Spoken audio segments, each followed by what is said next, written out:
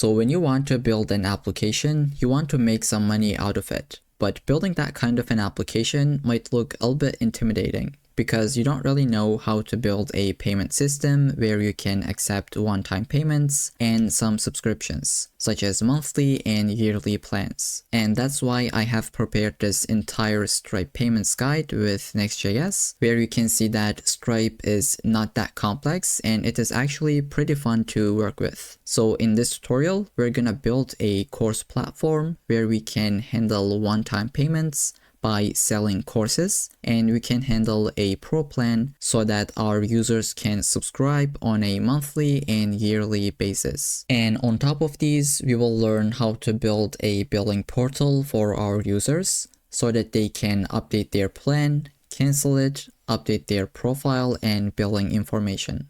And they will be able to see the past invoice history. And we're gonna implement some nice to have features, such as when a user signs up, we will send them a welcome email.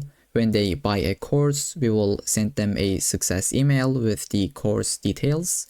And when they subscribe to the pro plan, we will send them a confirmation email. These are small details, but they make a huge difference. Also, we're gonna implement rate limiting so that malicious users cannot send infinite amount of requests. You can use this project like a boilerplate code where you can have one-time payments and subscriptions and easily integrate it into any of your applications. And you can have this video as a reference. Whenever you forget something, you can always check back. And in this video, we'll be using some of the latest technologies. And here is the entire list. So we're going to be using React with Next.js App Router. We'll be using ShadCN and Tailwind for UI design, Clerk for the authentication, Convex for the database, Upstash for rate limiting, Resend for emails, and Stripe for the payments. So overall, this is the tech stack that I've been using lately, and I think you will like it as well because it is really convenient to get started with it. The source code will be in the description, and we have a Discord server that you can ask your questions. So with all that being said, if you're ready, let's get into it.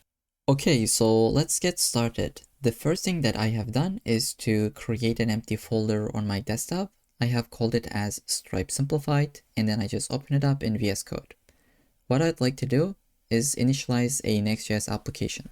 So I will open up my terminal with Ctrl J as the shortcut, and we'll just say npx create next app. But instead of npm, I would like to use bun as my package manager. And the primary reason, as you can tell, bun is a lot faster than Node.js, which has the npm as the package manager. So if you haven't used it and if you want to try this out, which I would suggest you to do so in this tutorial, so you can just get the taste of it, and like I guarantee you will like it because it is super fast compared to npm. Go ahead and get the installation, and once you have done this, you should be good to go. So instead of npx, we'll be using bunx, right? And whenever you want to use something like npm, instead you would say bun.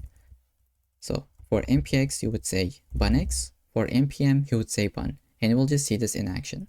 And if you don't really want to go with bunx, obviously you can go with the your favorite package manager. But whatever, I just talked so much. So let's go ahead and get the Next.js application.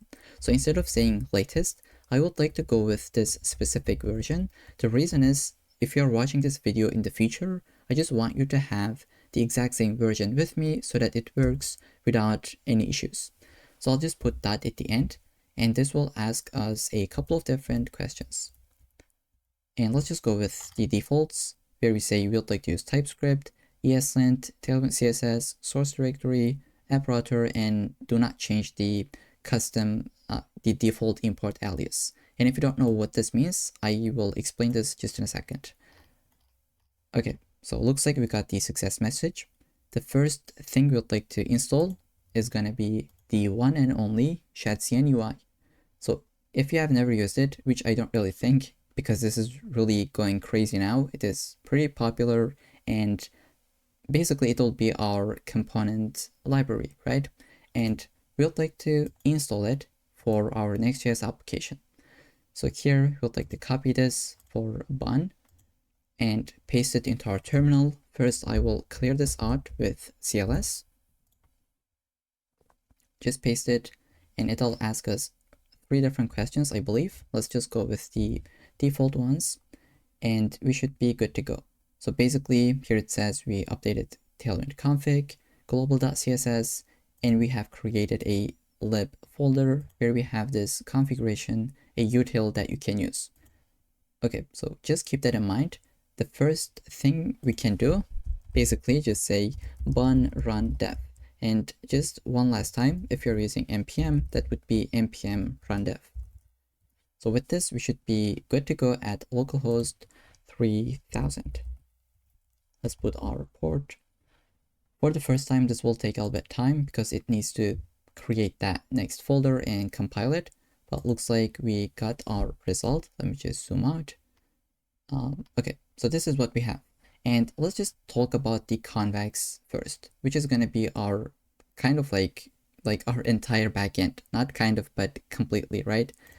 So it is the only decision for your backend. So what that means, basically we can use this for as our database, for the file storage, cron jobs, vector search, and a lot more. And the best part is we get real-time updates out of the box, as well as full type safety, right? So there are 3 parts of it that you need to know, which we'll go over in detail. So queries, mutations, and actions. We'll be using queries whenever we want to fetch some data, right? This is kind of like get request. And we'll be using mutations when we want to insert, update, and delete data. And we'll be using actions whenever we want to communicate with a third-party service, such as Stripe, or let's say OpenAI, right? So I think we'll just see this in action later in the video, but just know these 3 concepts. Just keep that in mind, and we'll be using it later in the video. And you can go ahead and log in, and there will be a link in the description. If you can go with that link, I would appreciate it, because we can just see the traffic coming from this video. Okay, let's just say login, but I have already done that. Instead, I'll be going into the documentation. And we can go with the Next.js quick start. Let's just take a kind of like a quick tutorial on the Convex, and you'll be able to use it after completing this tutorial for your side projects or for your actual application, right? So we already installed a Next.js application. Let's get Convex and just install it. So I'll open up a new terminal and just say bun add Convex. And if you're using npm, that would be npm install Convex. The other, the next step would be to run this one. Let's just type this out and I will explain. So we will be using bunx because here it says npx. So let's say bunx convex dev. And just notice what is going to happen. It will create a convex folder, but I think first it'll ask us some questions. In your case, this might say login. I have already done that. So here I would like to create a new project. And once you log in, it'll ask you the exact same questions. So here, let's click to that. And I will say Stripe YouTube tutorial. This is going to be my project name. Okay, so notice how it will create a convex folder, which will, we'll take a look at it. And it will create a .env local file with our environment variables. And it will create this deployment if you go into your dashboard. So let's go ahead. I think in the home page, if you click to login, you should be able to see your projects. So these are my past projects. Please ignore them. And you'll have the same thing. Just go ahead, click to it. Here we can see we have a minimal dashboard, which we'll get into it. It's actually pretty useful that we'll be using. But here, this is the project. This has been created in Convex dashboard. Now let's take a look at it. For the next step, how can we just add some data and test this out, fetch some data in our Next.js application, right? This is our Next.js application, and let's go into the documentation. So basically, we would like to just add some data into our database. So they say create this file called sample data.jsonl. So make sure it is under the root data.jsonl and paste it. We have 3 different tasks with a text as well as a Boolean field called is completed. Save this, and we'd like to run this so that we can push this data to our database. So bunx convex import, let's type this out. I will open up a new terminal and just make sure that you are running this open, okay? Bunx convex dev. So now we'll like to say not npx but bunx convex import dash dash table. This is what they say, and name of your table as well as the file that you would like to import. So table tasks, this is our table name, sample data.jsonl. So basically this will push this to the Convex deployment. And here we can see we got that data. Now, how can we fetch this in our Next.js application? Let's try to see. First, we need to create a function, right? So that we can really fetch that data. And this function will be a query. So make sure it is under the Convex folder under the tasks file. So let's go here, maybe kill the terminal. And I didn't kill it, but basically I just shrink it with Control-J.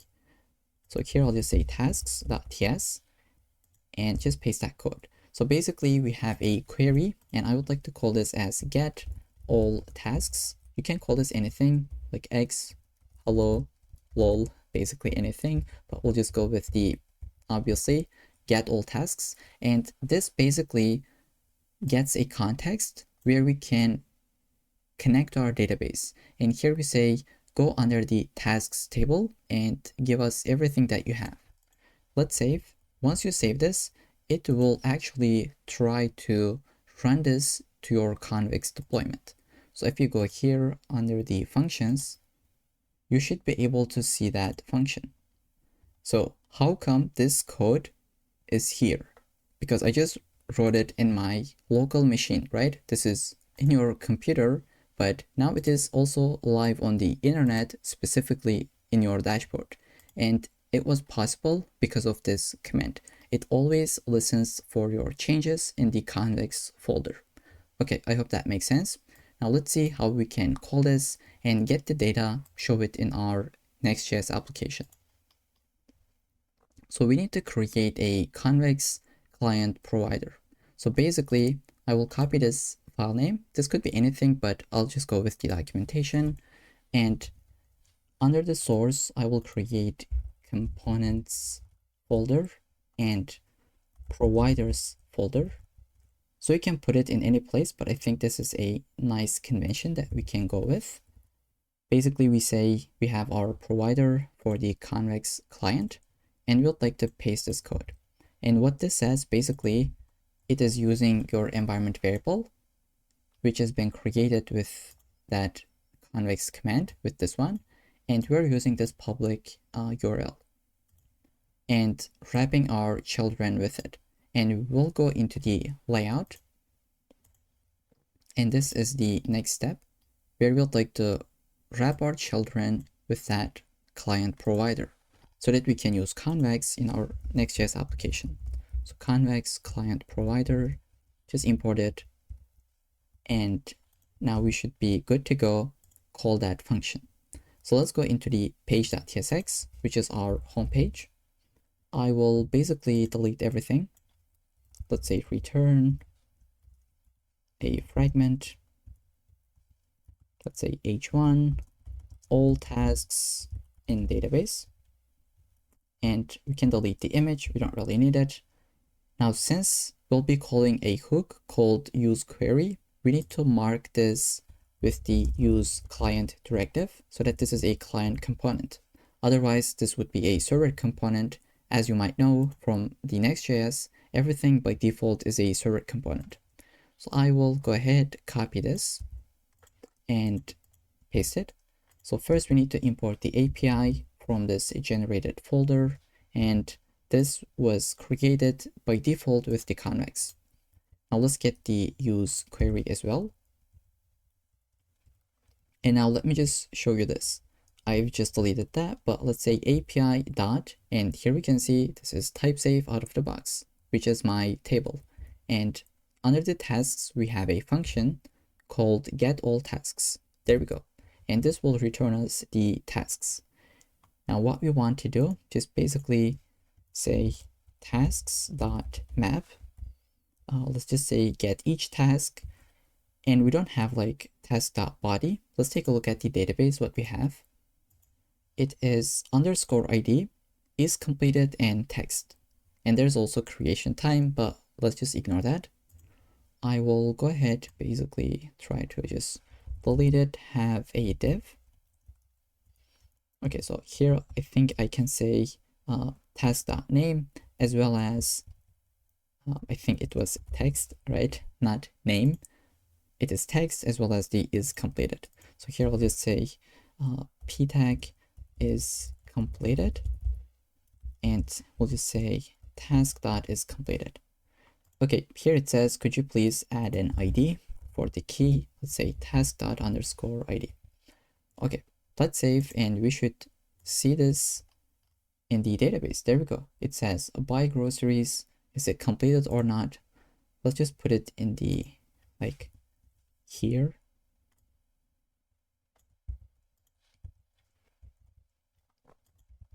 Okay, so sorry, but we just tried to make them in the same line. It's completed. Let's give it a little bit space like that. Okay, so buy groceries, is it completed or not? So here we cannot get any value, but it's because it is Boolean. So let's say is completed. We could say like true, otherwise we would say false. And here we can see these are completed and this is false. This is what we have in the database. And now notice how I'll just put them side by side. Let me just do it actually. So I have just put them side by side, and let's try to make go for a civim to be false, and like notice how this will update in real time without me refreshing. Did you see like it just updates and you can get this real time communication out of the box. So let's say make the buy groceries to be false as well. And here we can see, and like this is mind blowing, right? So I just wanted to show this real-time updates in real time. I mean, you can just get the real-time updates out of the box. Next, let's see what we can do. Basically, this was the end of the quick start. Now we'd like to implement the authentication, right? And for the authentication, we'll be using Clerk, which we'll get into it in a second. But first, let me just show you a screenshot from the demo application that we're gonna have at the end of the day. So first, we'll like to implement the authentication in the navbar component. Then once we have this in place, we'll be able to implement the Stripe payments. So first we need to have the authentication so that we know which user is enrolling into a course, which user has the pro plan, etc. Right? This is what you'd like to have in your real-time project as well. First, handle the authentication, then implement the Stripe payments. So with that, the next section is going to be the authentication process with Clerk, and I will see you in the next section. Now we'd like to implement authentication with Clerk. If you don't have an account, go ahead and create one. This is what I have done, and I have logged in. Visit dashboardclerk.com and create an application. But before that, you might be asking, hey Convex, do you have an authentication setup? Kind of like a documentation for Clerk? And the answer is a huge hell yeah, right? There we can see there is a step-by-step guide that we can take a look. So first we need to sign up, which we already done, and we need to create an application in Clerk. So let's say master class. This is what I'll be giving for the application name, and this is what your user will see. And this is what I have done basically in the navbar. That's the name that I'll be going with, but feel free to choose anything. Then for the sign-in options, I think email, Google, and GitHub should be fine for my case. But if you want to add the other one, like the others, you can add it, but like I think these are just fine enough, right? And let's say create an application. So let's see the next step. it says, like, let me just zoom in. Like it says, go under the JWT templates, create a new template, select the convex, get the issue URL, and apply the changes. So we'll be doing this just in a second. But first, let's take a look at it, what this dude says. So here we need to get this package for Next.js. So Clerk, Next.js, right? We are not using npm, we're using bun.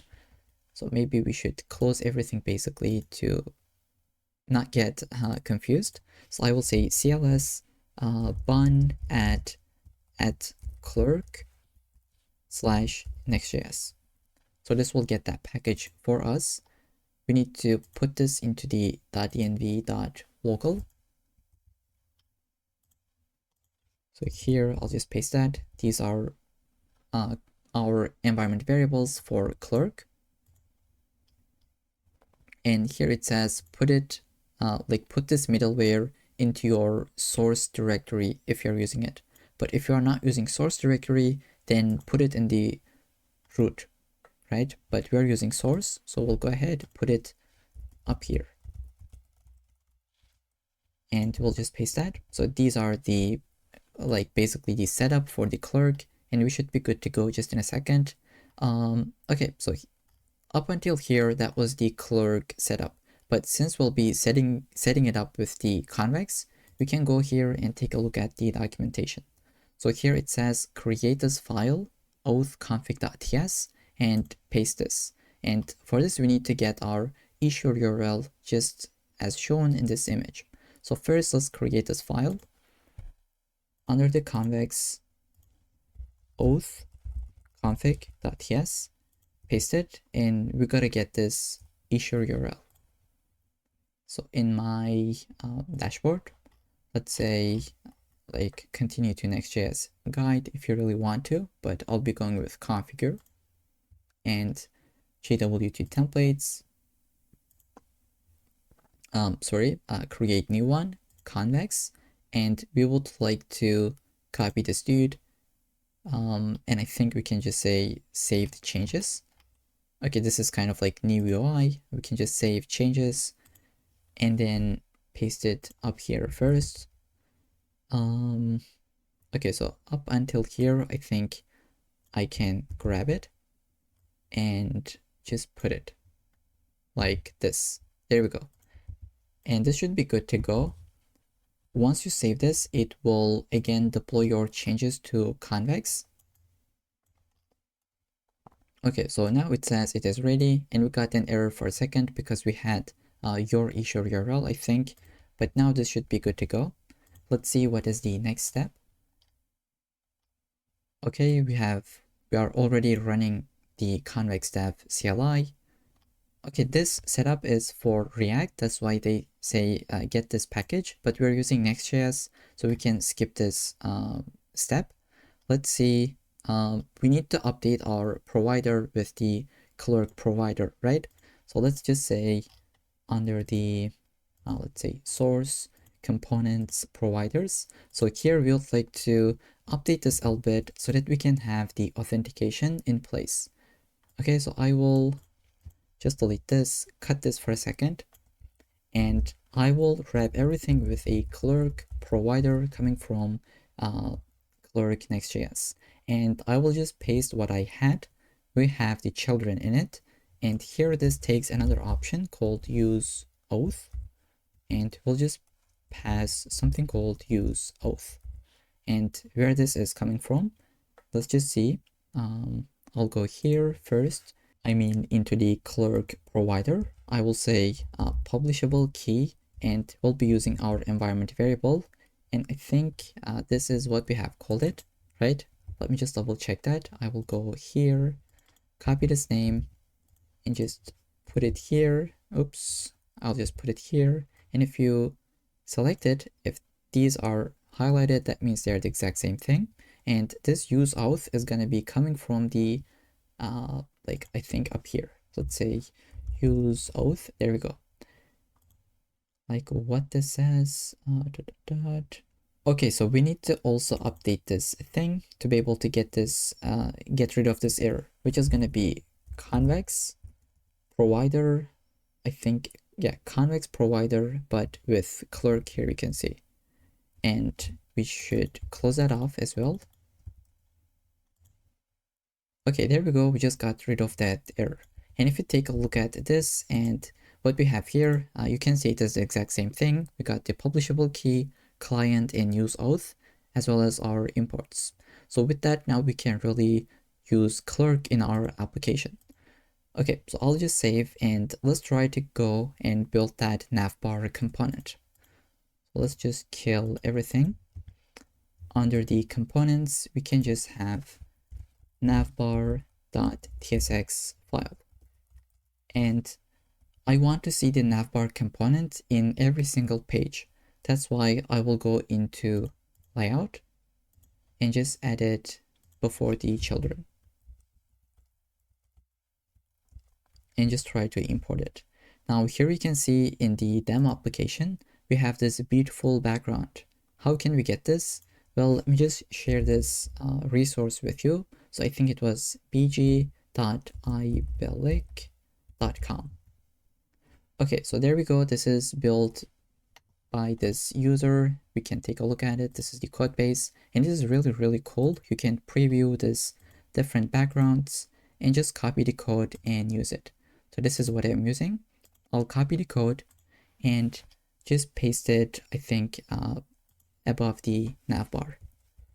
So here we can see update the class with class name. Oops, let's say class name. There we go. I have updated in both places. Let's save. And we should be able to see this output in the first place, right? We have navbar and then we have the rest of the page content. So I think we can go ahead and build the navbar component now, which is going to be looking like this, where we have like the logo and then a couple of different buttons. And this UI will change depending on if user is authenticated or if it is not authenticated, right? So we need to keep that in mind. And actually Clerk does really help us, and we'll just see it in action. But first we need to get a couple of different components from Chatcn. So let's just search for a button. So how can we get this? Well, basically npx, or in our case it is bunx. Let me just zoom in. Chatcn at latest add button. So I will say get the bun, paste it, and I think we had an error. No, okay, so that was the previous error. But now we should be good to go. Button has just been installed. You can double check that by looking at your components. We have a UI folder, and this is Chatcn button that has been imported just a couple of seconds ago. Okay, so let's try to go ahead and build the navbar component. I'll shrink the left-hand side, return a nav component, because we're building our navbar component, right? And this is going to be taking a couple of different classes. So we'll have flex, justify between, items would be centered, padding y of 4, oops, let's say padding y of 4, x of 6. We'd like to give bg background, as well as border bottom. Then we'd like to go and build that logo, which will be a link component coming from next link. And as you can imagine, it will take us to the home page with having a couple of different classes. So text would be x large. And now you might be asking, how are you able to get this highlight as well as the autocomplete? If you don't know, you need to use this extension called Tailwind IntelliSense CSS. Okay, basically this one. And for the, let me just kill everything. I'll just cut this for a second. When I do RAFCE, I am able to get this snippet. And for this, I am using React. Okay, oops, not this one, but this extension. So if you just type RAFCE, you'll be able to get this output just like me. Just keep that in mind. In case one of you doesn't know, I just need to mention that, right?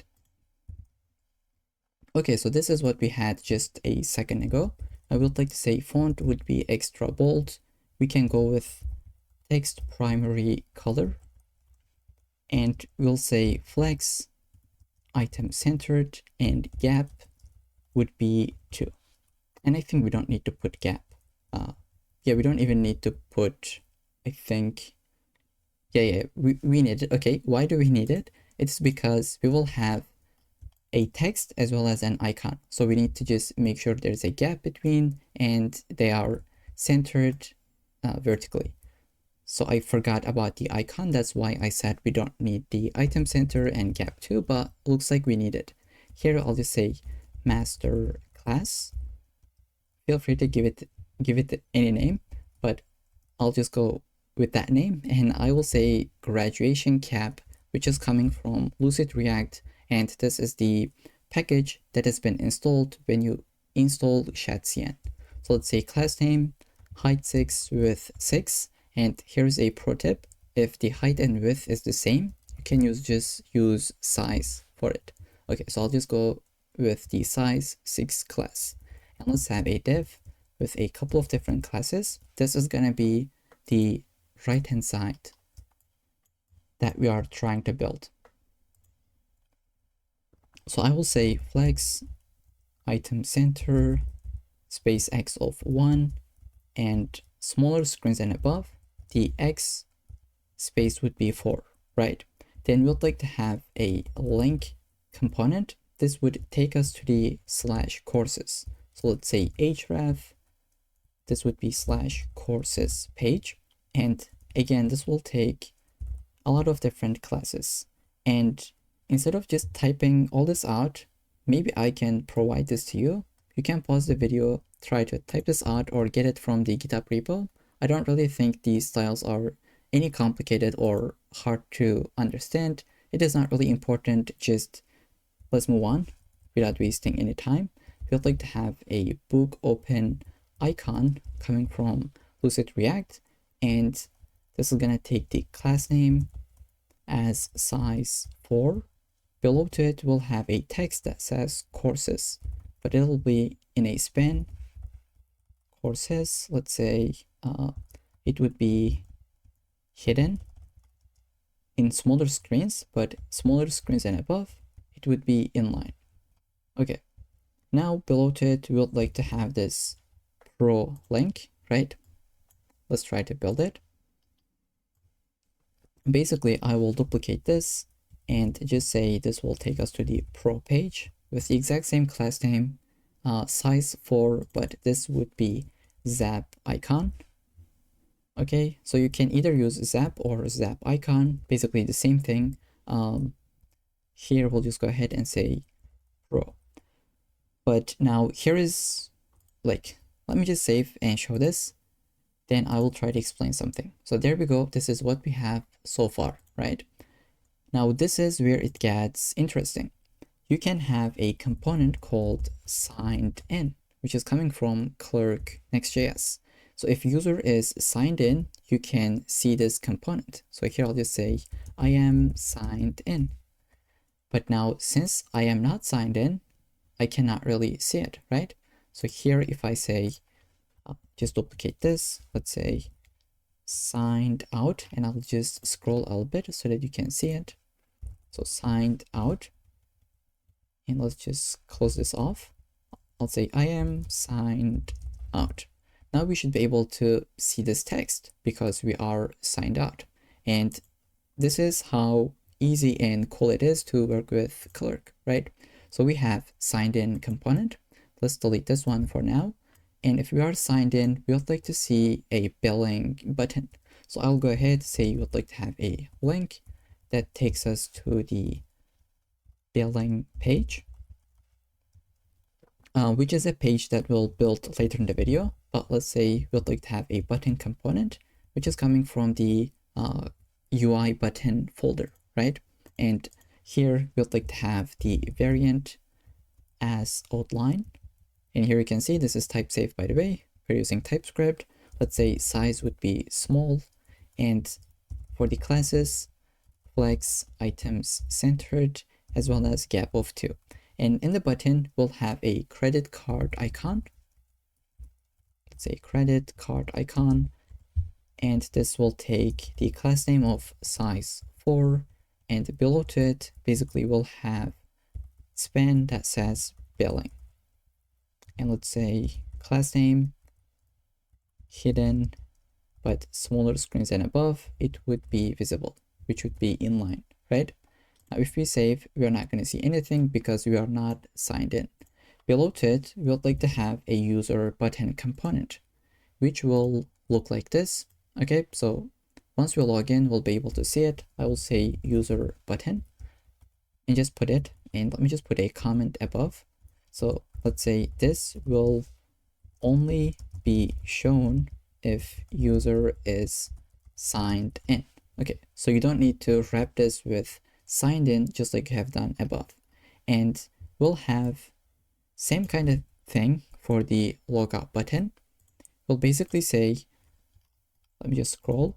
If user is signed in, show a sign out button, and this will have our custom button styling where it says logout icon and logout. But if you are signed out, we would like to see a button that says login. So just like that, let's go ahead and get this. And let me just delete this. Let's save. You can type this out really. Sorry about copying and pasting, but since we have done the exact same thing above, I didn't want to type this out. Now we are signed out. We're going to see a button that says like login, right? So let's go here. Here we can see it says login. If I clicked it, this will take me to the sign in page basically, right? And if I make this to be type model or mode model, it will open up in a model. There we can see. So that was that prop. Now you might be asking, why do we put a button into a different button? So can't we just say login? Well, you can, but it is not going to have any styling. If you click to it, it would still work. But dude, this just looks absolutely terrifying, right? We need to make that look a little bit better. So we can put our own styling with our own button. And I hope this makes sense at this point. That's why, like, that's what we have done above as well.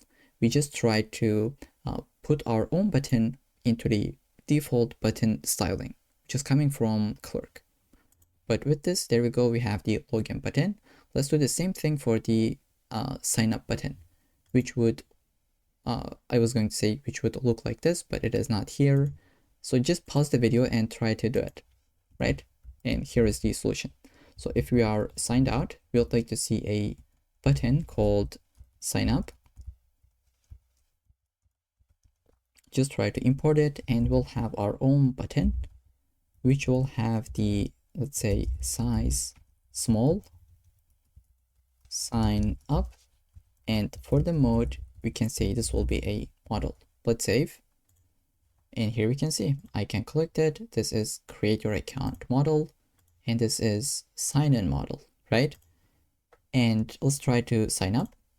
I will just select, I'll just say Google, select my account, and I'll say continue. There we go. We are logged in. I am able to see the logout button. I can click to this, which I can manage my account, take a look at the security, and basically I can update my profile as well as like signing out. And I can see the billing page as well. But now, like, let's take a look at the users for this application. Here we can see this user just joined, which is 4 a.m. in the morning, right? But now we have an issue. And what is that? So we have our database, which is Convex, and we have our authentication system. User is just signed up, but this user is not in our database, which is terrible, right? We need to make sure Convex knows about this user because we just got a user in our application and we need to sync them with each other. And how can we do this? Well, it'll be with the help of webhooks. Okay, but what are webhooks? They sound pretty complicated, where in practice, it is a pretty simple concept. So basically, they are automated messages that we send when something happens. And in this example, when a user signs up to Clerk, when a user created basically, we will send an automated message so that we can save that user to our database. And when you think about it, Convex is a completely different service than Clerk. So how would this know about Clerk where a user signed up, right? So Clerk needs to notify this dude. And we'll be doing this exact same workflow that you see here. When a user signs up, either here doesn't really matter, and we'll just say, hey, Convex, we just got a user, and this is our event name. This is the user document. Could you please take this and save it to your database? And Convex will take the user and save it. There we go. So let's try to handle this automated message and just see how we can create it.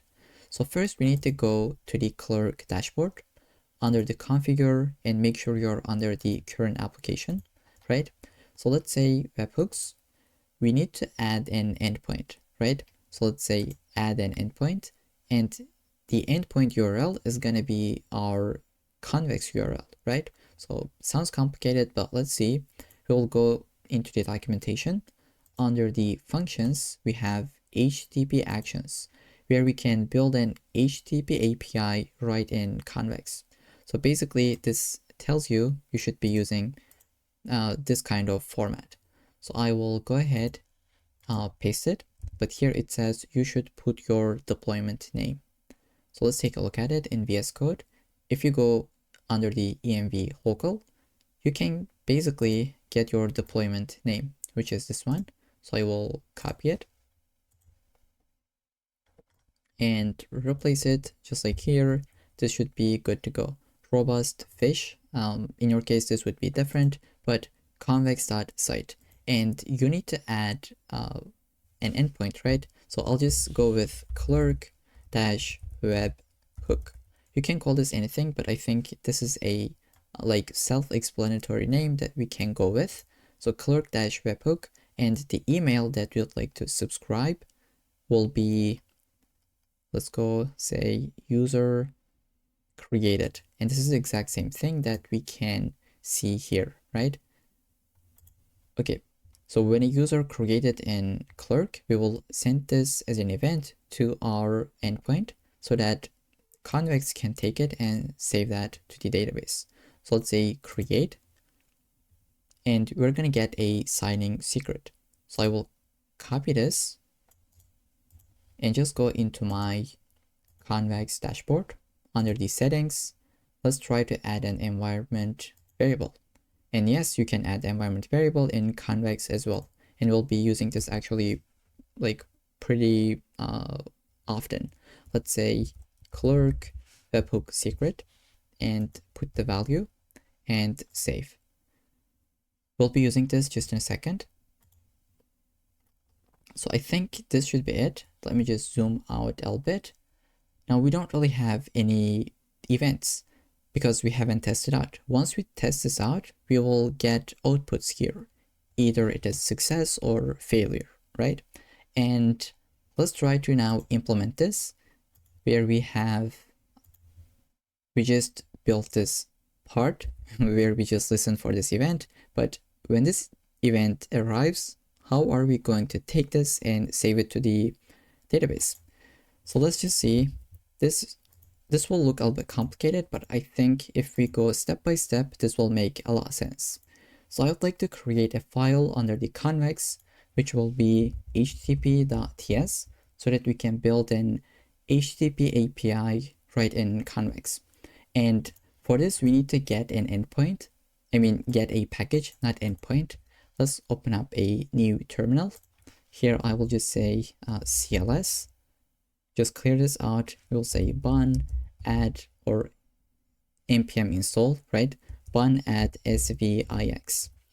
So this is a package that is built specifically to verify webhooks, and this is what Clerk uses, right? And we need to use this as well to be able to verify the event is coming from Clerk. So now think about it. If you have your database that is listening for this event, anyone in the world, let's just say, let's say a malicious user comes here and it sends you, Okay, if I can make this bigger. Let's say this user comes in and sends you this exact event. And how would you know this is coming from Clerk or not? We need to verify this webhook, right? We need to handle the signature. So this is why we are installing this package in the first place. And the first thing we'll be doing is just to import HTTP router from Convex server. Okay, then we'd like to get an HTTP action as well. So I'll just say HTTP action coming from generated folder. And first thing I'll be doing is to create a constant called HTTP. And let's say HTTP router. So this creates a new HTTP router for Convex, and we'll be using this to define a webhook endpoint. So I'll just say http.route, and now we'll put an object where we say path is going to be what? Can you think of it? Well, basically what we have set it up in Clerk dashboard. So Clerk dash webhook, and the method is going to be a post method. This is what we're listening for, and we'll handle this with a function. You can put it in line, but I'll say Clerk webhook. Okay, and from here, let's see. Okay, this says you don't have this. We'll create it above. Let's say const Clerk webhook. Let's say for now, this could be an empty function. And then let me just give a little bit of space. And we'd like to say export default DHTTP. Okay, now we'd like to build this function where we can handle the event, verify the signature, and save it to the database. So this will be an HTTP action. So let's say HTTP action, and you can take a look at the details from the documentation, but I'll try to explain what we are doing. So this will take an argument as the callback function. So let's say async. And this will take two different arguments, context as well as the request. Okay. Now, first we need to just get the Clerk webhook secret that we set it up. So let's say const webhook secret, and this is going to be coming from process.env Clerk webhook secret, which is this thing that we set it up. So basically Clerk tells you you can use this secret to be able to verify the webhooks coming from me, right? So we just get this. I will say if there is not a webhook secret, we can throw an error. So this is what I'll be doing. Just copy and paste two lines so that we can move a little bit faster. And now we'd like to verify the webhook signature. So there is an ID that we need to grab. So I'll just say svix underscore ID. This is the variable. Let's say request dot headers. From the headers, get the ID, and do the same thing for the signature as well as the timestamp. So there we go. We will just say if any of them is not provided, we will say like missing svix headers, or I think I'll just say error occurred. No. Let's say svix headers, and I think we can just say the status is gonna be, I think, not new error, but this should be response, not throw. Let's say new response, and we'll go ahead to say status is gonna be 400. Let's save to get this formatting. Then after this if check, we're gonna get the payload that is in the request. So let's say const payload await request dot, this should be JSON, and let's give a little bit space. Okay, so we'll like to get this and stringify. I'll say body JSON stringify the payload, and now we'll be using a variable called vh, which stands for webhook, right? We'll say new webhook, and this is coming from our package. So I'll just go ahead, try to import it. So let's say webhook coming from svix, and we'll like to get a type definition. Let's say import webhook event, event coming from, let's say, at Clerk Next.js/server. Okay, we'll be using this just in a second. Let's say new webhook, and we'll like to call this with the webhook secret, and we will have a let event, and this will be type of webhook event so that we can get the type safety like with the TypeScript, right? Let's say try and catch. This is where we'd like to verify it. So we'll say event webhook.verify. Here we can see we have this function, which we will put the body in it. Let's call it put the body, and we will put our options, which is going to be SVIX ID, right? So let's say SVIX ID will be this ID, same for the timestamp and for the signature. There we go.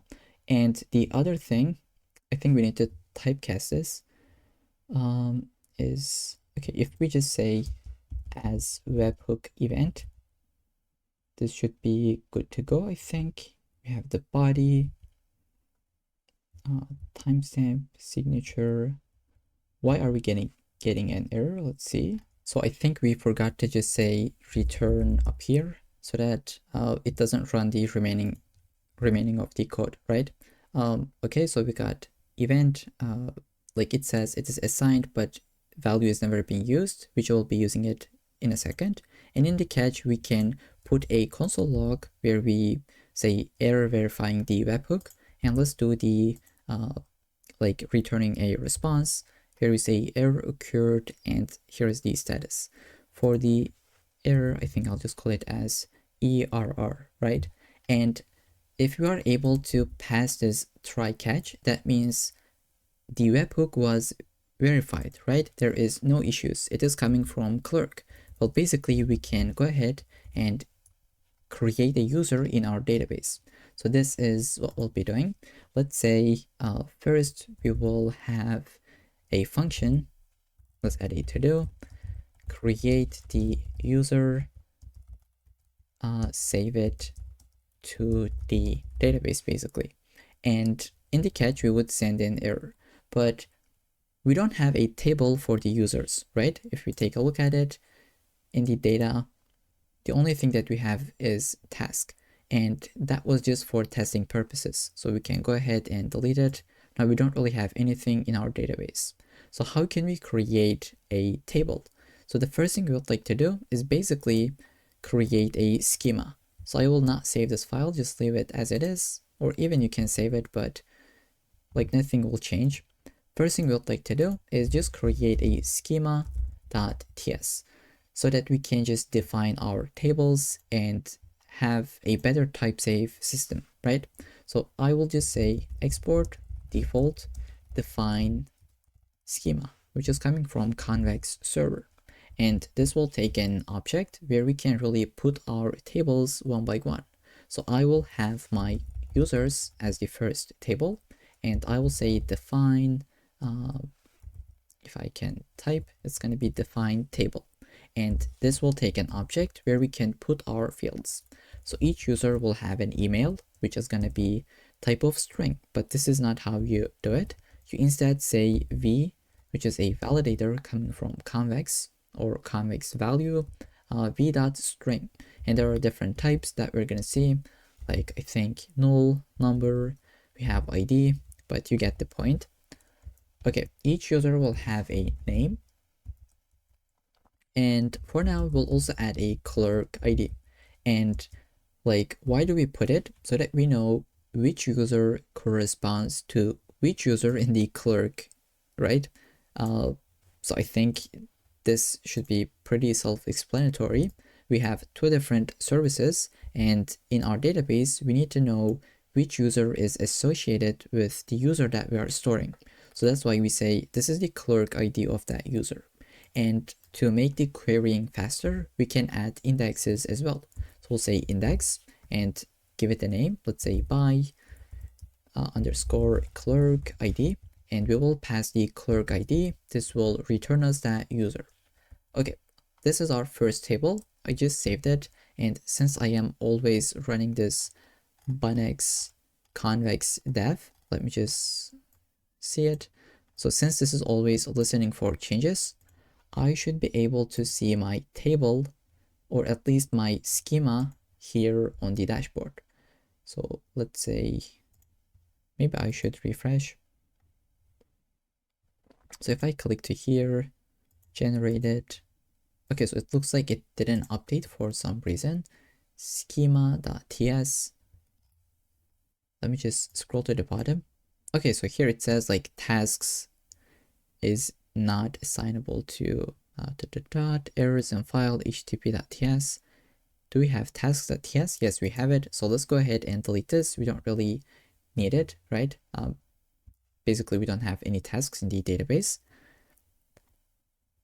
Let's see, are we gonna get an error? Okay, so in the http.ts, we have an error, but for now, I think if we comment this out, what'll happen? Okay, so it looks like our schema has been pushed here. We have the users table, and we can delete this tasks table. We are not going to be using this at all. And we don't have any users. And if we click to it, we can see our schema as well. Okay, now that we have the users table, we can create a file for it so that we can put our queries, mutations, actions into it. So as you can imagine, the very first thing we'll have here is going to be a function or a mutation where we can create a user, right? So first, I think I'll just go ahead and import them. So we'll say mutation and query, sorry, we'll go ahead and grab it from the generated folder. So let's say underscore generated server, and we'll like to get the v as well. So say import v from convex values / values. Okay, now we'll have export const create user mutation. And I don't know why I don't get the auto suggestion, so I'll just say Control Shift P and just click to this one. This will restart my VS Code window. And if you take a look at the terminal, they are still running. And this sometimes helps with the auto completion. Let's say mutation. Okay. For some reason, this doesn't work. Let me just, okay, like I'm silly. We already imported the mutation and I am just asking why it doesn't try to import it. Okay, it looks like it's getting late here, but let's just move on. In our mutation, as always, we will have the arguments as well as the handler function, right? Let's say async. This will take the context as well as the arguments. So let's go ahead and just try to make this work. When we want to create a user, we'd like to get their email so that we can save it into our database. So this is going to be type of string. We'll get the name and we'd like to get the clerk ID so that we can save it and have it in the DB. And now if you say args dot, you can get all these. They are like, we have the type safety in place. What I'll be doing before I create a user, I need to check if I already have this user in the database. So let's say const existing user, and I'll just kill the left hand side to have a little bit more space.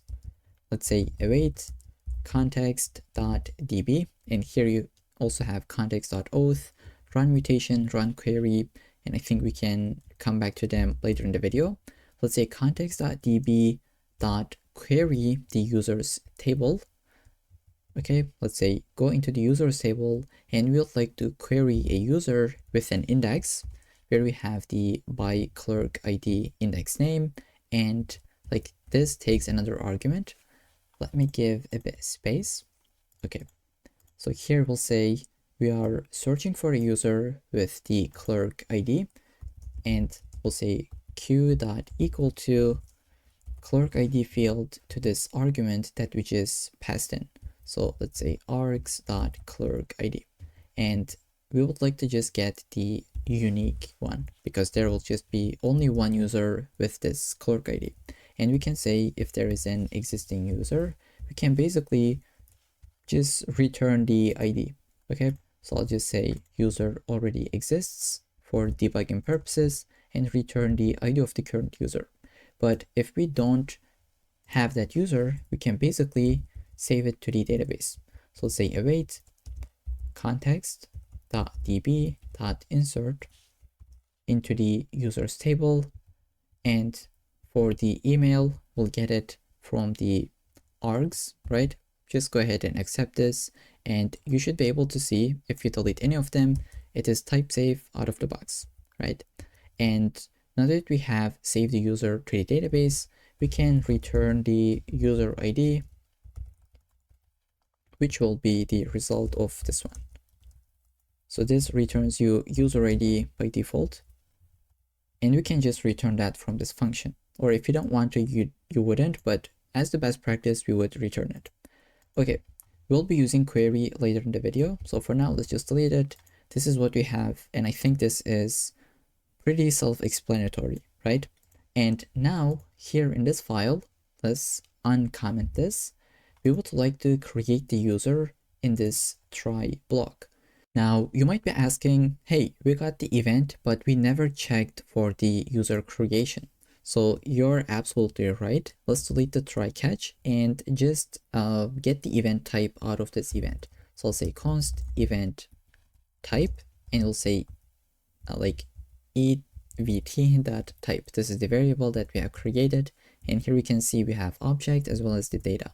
And we'll go ahead and say if event type is equal to, and we can get all the events that we have in Clerk. If user is created, we'll like to run this if block where we'll like to get the, let's say from the event.data, we'd like to get a couple of different fields such as ID, and this ID is coming from Clerk, remember, right? Email addresses. Now user might have a couple of different addresses, but we'll just take the first one. So let's get this one. Let's say I think we'll have the first name as well as the last name. Okay, we'll go ahead and create a couple of different variables.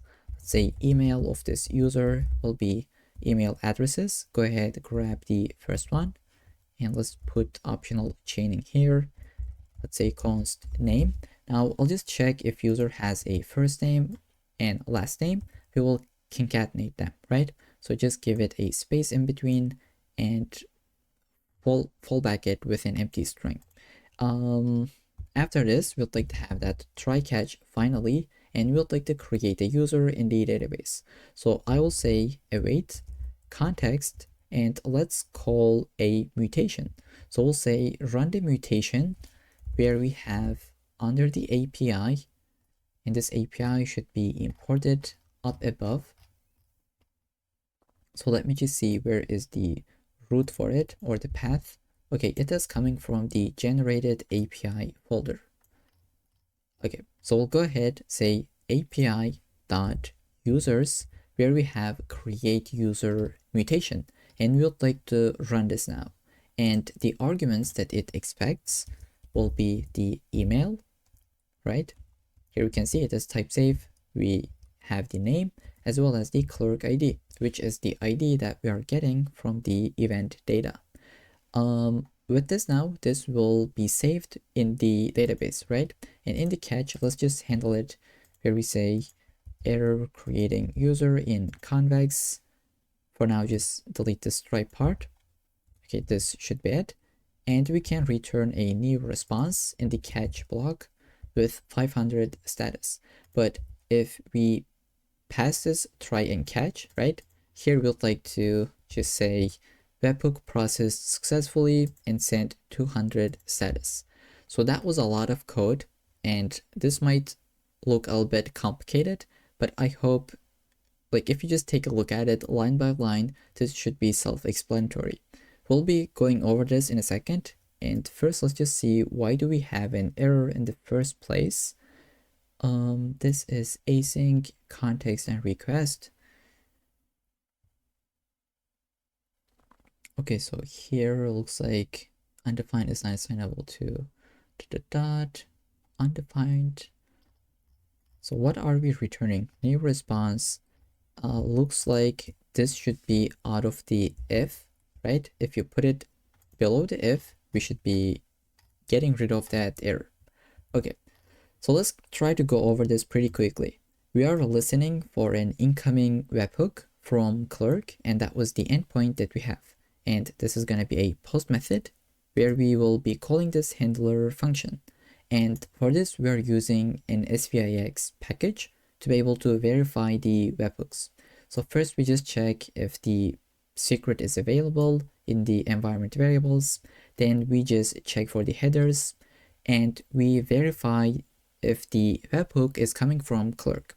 And if so, we just check for the event. If it is user created, we create this by calling a mutation under the user's file, which is create user. And this will handle it in the database. So I think this is pretty simple to understand, but at first, like this could be overwhelming, but that's fine. Now let's just save, go into the Clerk. Under the users, I will first maybe, okay, what is going on in the homepage? Let's try to delete this and delete everything basically. Let's say hello world, because we don't have any tasks for now. So here I will log out and I will try to delete this user from the Clerk, and we'll just try to sign up from scratch so that we can see if user will be created here. So I will say sign up with my Google account, and it should be here. There we go. Once the user signs up, we got the user in our database in real time because webhook processed successfully. Here we can see the creation time. It is almost 5 a.m. in the morning. We got the name, email, Clerk ID, and this is an auto-generated ID in the Convex dashboard, right? If you go here under the configure, under the webhooks, you should be able to see a success event. There we go. It says you have zero rate. I mean, like 0 rate of error, right? It succeeded and it is just completed now. Okay, with this, I think we have completed the entire authentication flow. We will be coming back to this file later in the video where we would like to create a Stripe customer as well. So let's say to do, let's say create Stripe customer as well, because when a user signs up, we would like to think of it as a customer from here on out. And another to do, we would like to send a welcome email, right? This would be welcome to our platform basically. And we just need to give that email to feel like a real world application. So these are going to be the to-dos that we'll be adding for this file. But other than this, I think this should be it for the entire authentication flow, where we can log in, log out, update our profile, manage account, log out, and in the next section we'll be, I think, let's see, we'll be creating these courses as well as just trying to set up the Stripe. So I will see you in the next section. So this is what we have for the homepage, and we would like to create some courses so that we can really fetch them and display it here, just like in the demo application. And for the courses, first we need to create a table, and this is where we can create it. It's going to be under the schema. And by the way, in my terminals, I have the Next.js up and running, as well as the Convex dev command, so that whenever we do some changes, it would deploy our changes to the Convex. So let's go ahead and create the table called courses. Just like above, we'll just say define a table.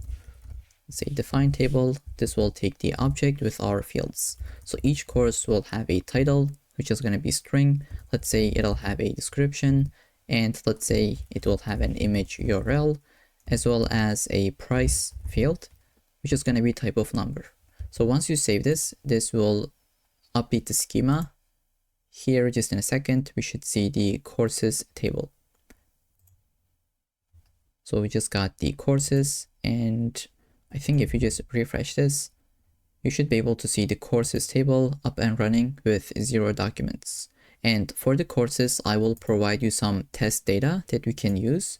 Just go ahead, create this file under the root. So it should be up here, let's say course data.json. And from the GitHub repo, you can find this file. And the GitHub repo will be in the link in the description. So I will copy it and paste it. Open up my terminal. Let's say, just like in the previous sections where we go into the quick start Next.js, we would like to run this kind of command, but this time table name and file name will change. So I will say bunx convex import a table, which we call it as courses, and the name of the file is course data.json. Now this should put these courses to the database. So there we go. Let's take a look at it. We have all of our courses, and now the image URL will not work at first, but I'll show you the solution just in a second. Let's refresh. Okay, so we can see the home page. Let's try to fetch them and display it. So I will shrink this, go into the home page. This could be a server component, so let's delete this line, and we would like to fetch the courses on the server so that we can get the data as soon as we visit the page without any loading skeletons. So we can create a convex variable. Let's say convex. This will be our instance. Let's say new convex HTTP client, and we would like to put our public convex URL. So let's say process.env, and I'll shrink the left hand side. Let's say next public convex URL, and here we just put an exclamation point so that we just say, hey TypeScript, this would always be there. And let's try to fetch our courses. I'll say courses await convex dot query, and we would like to fetch our courses, right? So I'll just say API dot courses, and looks like we don't have it, and we'll just create it. Let's say get courses, and to be able to get this, first I think we should just make it async so that we get rid of that error. And to be able to make this type safe, we need to create this courses file, courses.ts, and here on this file we will create that function where we can really fetch all of our courses. So let's say export const get courses, which is going to be calling a query. Let's say args. We don't need any args because we'll just fetch every one of them, right? In the handler, we'll get the context so that we can access to the database. So we'll say await context.db.query the courses table, and there is not find many function, but there is a collect function where it'll just fetch everything, right? All the results. So we just got that, and we can return it.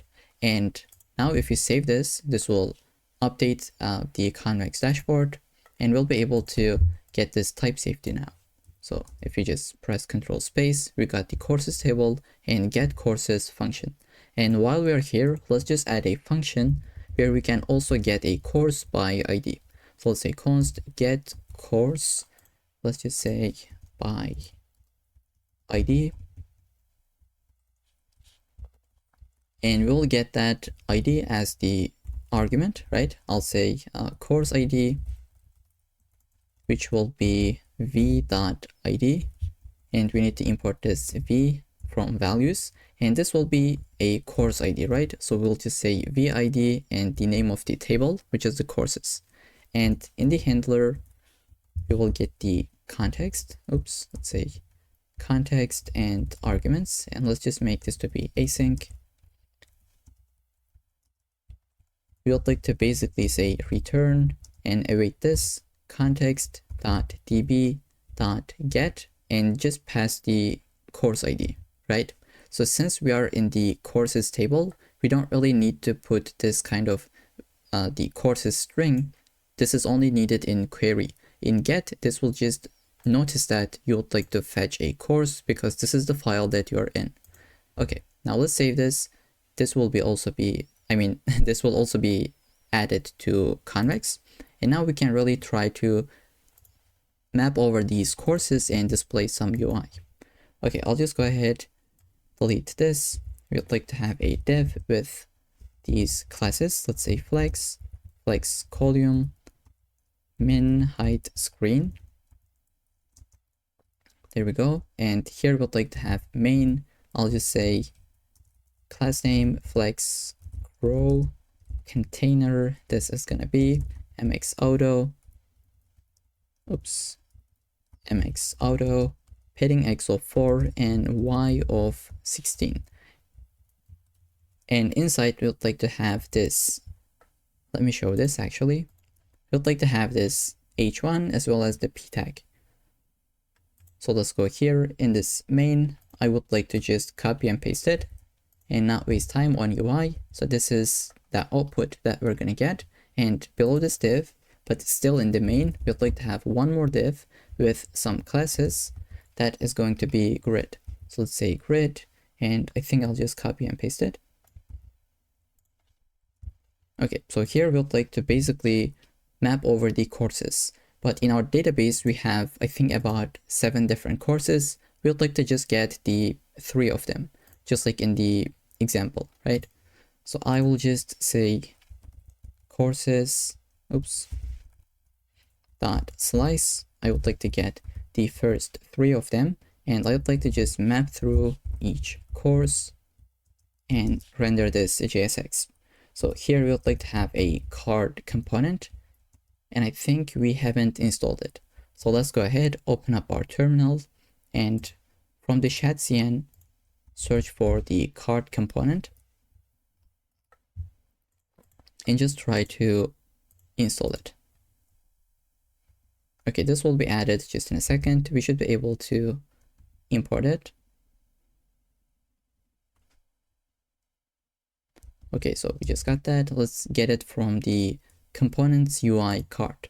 And this will take the key as course._id, and we can give some classes such as flex and flex column. Then in the card, we would like to have a link.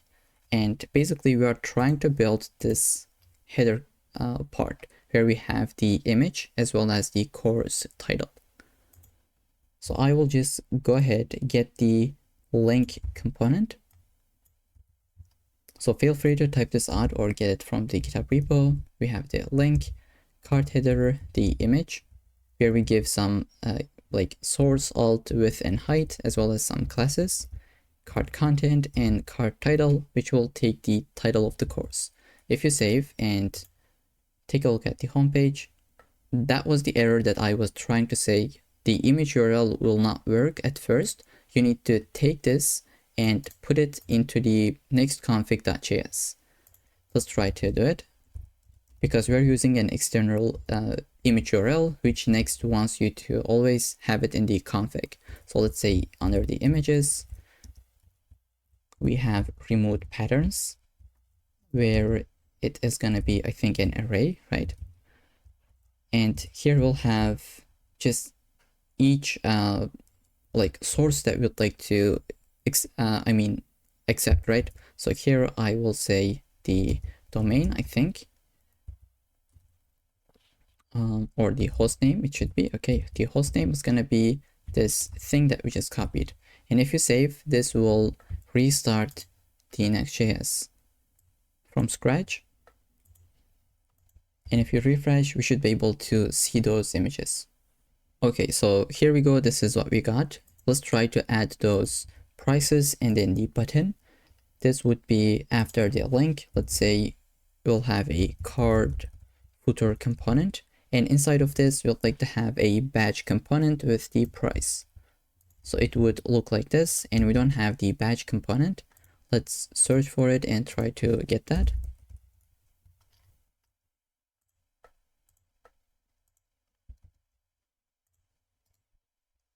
Okay, this will install it just in a second.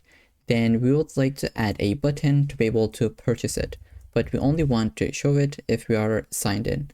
So I will say if we are signed in, which is going to be coming from Clerk, Next.js, let's say enroll.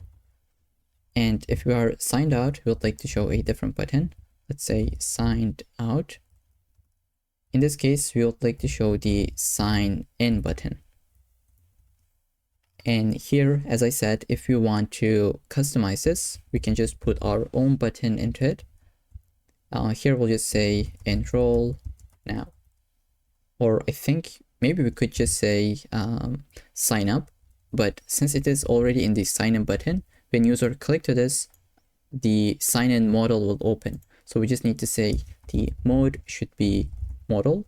And for the button, we could just say variant, I think, could be outline. Let's import the badge as well. Now we can test this out. Okay, so this is how that looks. For now, it looks ugly, but if you click to it, so nothing happens because we are signed in. So this is what we are rendering now. Let's try to log out. And this is what we see. If I click to this, the sign-in model will open, right? And this doesn't look really great. We need to add some classes to the cart footer. I'll say class name, flags, justify between, items would be centered. Let's save. Hopefully this should fix. I think, oops, let's refresh. Okay, this doesn't look good. We have the badge sign in button. So it is because this cart footer should be wrapping everything just like this. Now this should be good to go. Okay, this is the output that we have. Below to this, we would like to have this button where we say explore pro plans. I will go here after the cart, after this div. I think I'll just copy it and paste it. Once you click to this, this would take you to the pro page. And let's try to get this arrow right icon. Let's save. I'll click to this. This will take me to the pro page. And if we click to any courses, it would take us to the course page. Okay, so this is the output that we have. I think next we can build the courses page where we can basically fetch all courses that we have in the database. So let's try to build this page. I will go into the courses and looks like we don't have that page. I thought we have it, but looks like we don't. Let's go under the app, create this folder first. And this is how we can do it automatically to create a folder and file into it. Just click to new file and say courses. And if you put slash, now this is going to be your folder name. I will say page.tsx. And there we go. We got the courses folder and then a page into it. Let's say refce. Here I'd like to, just have my logic where we can fetch all the courses. So I will make this to be async. And let's try to again create a Convex HTTP client. So let's say Convex new Convex HTTP client. Just like that, we need to import it.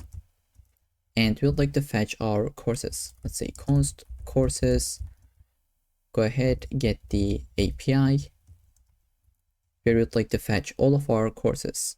And for the UI, let's say we would like to have a div with the class name, container mx auto, padding y of 8, as well as x of 4.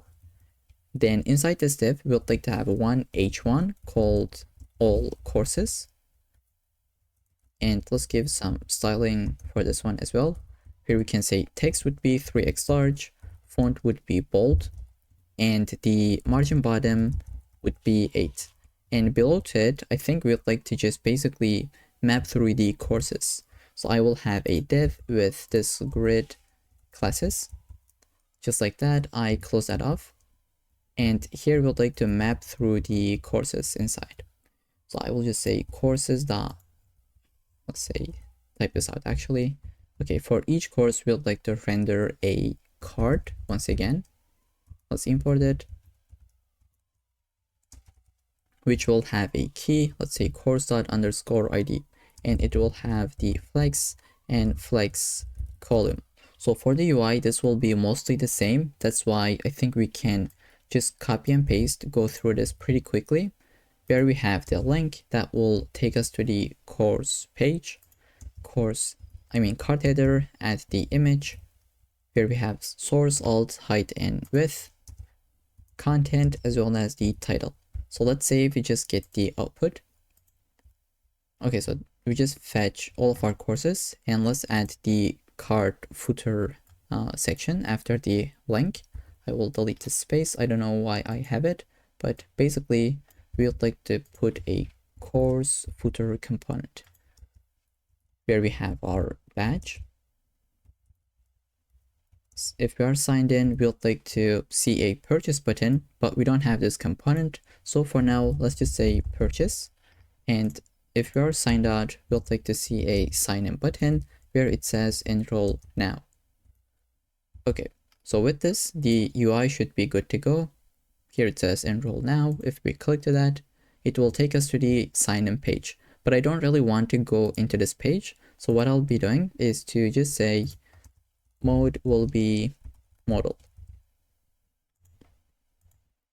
Okay, so this is what we'd like to have. And let me just try to log in. Okay, looks like we just logged in. And here we would like to have a purchase button, right? Or just enroll button. But when we clicked it, this would create a checkout session in Stripe so that we can put our cart details and enroll to this course, which is going to be in the next section. So to be able to implement the payments, we need to visit stripe.com. And if you don't have an account, go ahead and sign up. I already have, so I'll just log in and visit my dashboard. So since we are testing this out in the development, we need to just toggle on the test mode. So I'll just click it. Here it says you are using the test data. And let's go ahead and get the secret key. I will copy this, visit the VS Code, and here also I'm running the Convex as well as the Next.js. Just keep that in mind. We'll like to go into the .env local and just say Stripe, let's say secret key, and then just put the value. Looks like I didn't copy it. Let me just grab this once again. Click to copy. Okay. I'll just paste that. There we go. I will copy this and paste this to my Convex dashboard as well. So let's say settings, environment variables, and let's just paste that. This will take the key as well as the value and then just say save. Okay. Now we need to go ahead and install the Stripe as well. I'll say bun, add Stripe. If you're using npm, this would be npm install Stripe. And let's try to configure this under the source lib. I will just say stripe.ts and let's say import Stripe from Stripe package. And I think this should be uppercase, I believe. Okay, so it is the class that we are going to be calling. So let's say const Stripe, new Stripe, and put the secret key. This will take the API version as the object. So let's say API version, and this should be type safe. There we go. In your case, whatever the latest here, just select that one. This is what I have while recording this video. Let's say export default the Stripe. We'll be using this later in the video. Now we also want to get the environment variable for the, let's say, upstash so that we can add the rate limiting. I will go ahead and visit, let's say, upstash.com. There will be a link in the description if you want to sign up with that. So I'll just say login and just log in with my GitHub account. Okay, so I am in the dashboard. This is the project that I had previously. So let me just go ahead and actually delete this one. And we're going to create one from scratch. Okay, let's go into the dashboard. This is what we have. Let's say create a database. I will just say Stripe tutorial. And the region, the closest one to me, let's say next. We would like to go with the free plan. And let's say create. Okay. And here we would like to get our environment variables. These are what we have. I will copy this, put it into .env.local. And at the same time, I think we can also just delete these strings or codes, I should say. I will copy them and put it in my Convex dashboard as well, because we'll be using it with Convex. So let's just put it here. There we go. Okay. So now we'd like to implement the payments, right? We'd like to have some subscriptions and purchases for one-time payments. For this, we need to go ahead and update our schema. So under the Convex, we had the schema. Here we'd like to basically add the subscriptions table as well as the purchases. So maybe we can close these so that they are not distracting. Okay, we'd like to have a purchases table. Let's say define table, and we're gonna put our fields. So first we'll have a user ID so that we know which user is like related with the purchase itself. Then the course ID, and this is gonna be ID of the courses, the amount, which is gonna be type of number, right? Let's say amount, and there is gonna be the purchase date, let's say.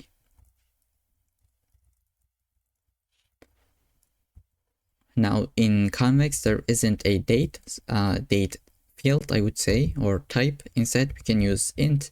This would be, let's say, a Unix timestamp. So instead of int, I think I'll just go with the number and I'll just say Unix timestamp. And we'll be using this later in the video. And finally, we would like to have a Stripe purchase ID so that it is matching with a Stripe ID basically, so that we can really refer to it later in our project. And then we'd like to add an index for queries. So I'll just say the name will be by user ID and course ID. So I'll say by user ID and course ID. And here we would like to add both of those fields, user ID and course ID. And once we use this, I think this will make a lot of sense. Basically, we'll just say we would like to fetch a purchase that has this user ID and has this course ID. Okay, this is going to be for the purchases table, and now it's for the subscriptions. Let's say subscriptions. Okay, so each subscription again will have an user ID, will have a plan type, so either monthly or yearly, right? So instead of just saying v.string, I will actually make this to be v.union. And here we'll just have some literal values. So v.literal, this is going to be month, or this is going to be year. And you don't want to say yearly or monthly, because this is what we are getting from the Stripe. This is how they call it. And this will just make it a lot more convenient for us. So let's say current period start. So we know when this is started, right? This is going to be v.number, and for the end, again, the same thing. Then there will be the, let's say, Stripe subscription ID. This is going to be string. The status, again, this is going to be string, but you can also go with this v.union. I'll just go with v.string value. So this would be active, canceled, past due, things like that. And cancel at period and field, which is going to be Boolean. Now, what does this mean? Well, basically, when a user cancels their plan, this is going to be true, where we say cancel this at the end of this period, right? But by default, this is going to be false, so that it is not canceling. And I think we're going to see this in action as well later in the video. Then we'd like to add an index for this, where we say by subscription, I think Stripe subscription ID, we can index this with it. Okay, so these are going to be our new tables that we have just added. And one thing that we need to do, also add a Stripe ID for the user. This is something that we have talked about it previously. So let's say Stripe customer ID. User will have it. So let's say v.string, and if user have a current subscription ID, we also want to keep track of it. So let's say current subscription ID. And this is going to be string, but this will be optional because user might not have any subscriptions, right? So that would be null or undefined. We'll say v.optional, and we'll just say v.id, which is going to be subscriptions. Okay, now if we visit the HTTP file, we have a to-do where we say we need to create a Stripe customer when we sign up. And let's try to handle this.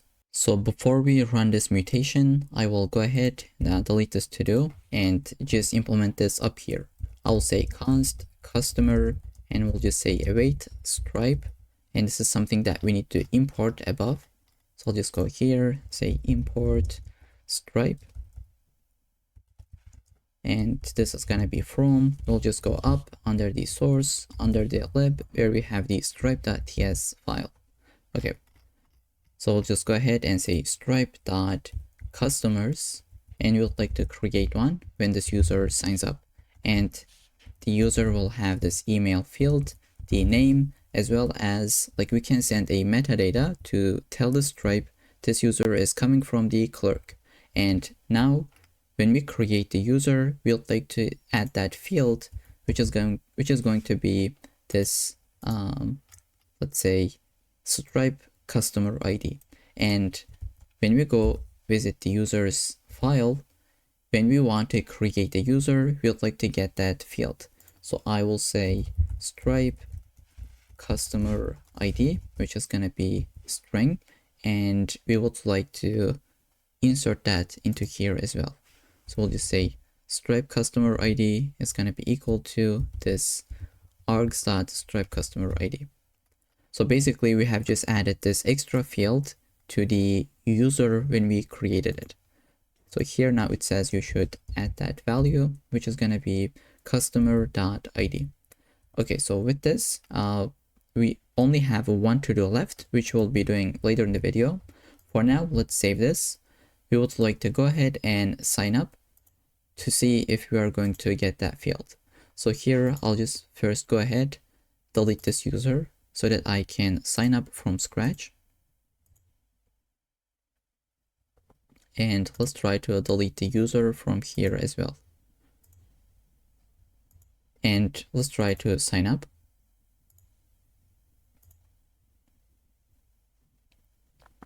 So we just signed up. We should get the user, and here it says Stripe customer ID. This is the customer ID that has been created in Stripe, and you can double check this in your Stripe dashboard. Okay, so now that we have the Stripe ID and customer binding, I think we can implement the payments. So before that, we need a couple of different functions that will help us to check the user access and just get the user by Stripe customer ID as well as the Clerk ID. So let's go ahead and implement them step by step. So we'll just have a function where we can get the user by Clerk ID. Let's say this will be a query, and here it is going to be taking an argument, which is going to be Clerk ID, type of string, and in the handler, we'll like to return a user.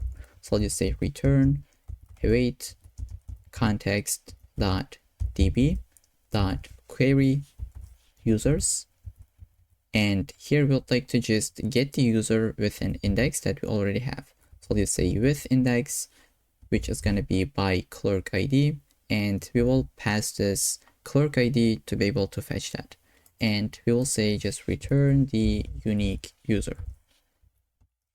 So if you take a look at the schema, you'll be able to see this by Clerk ID index.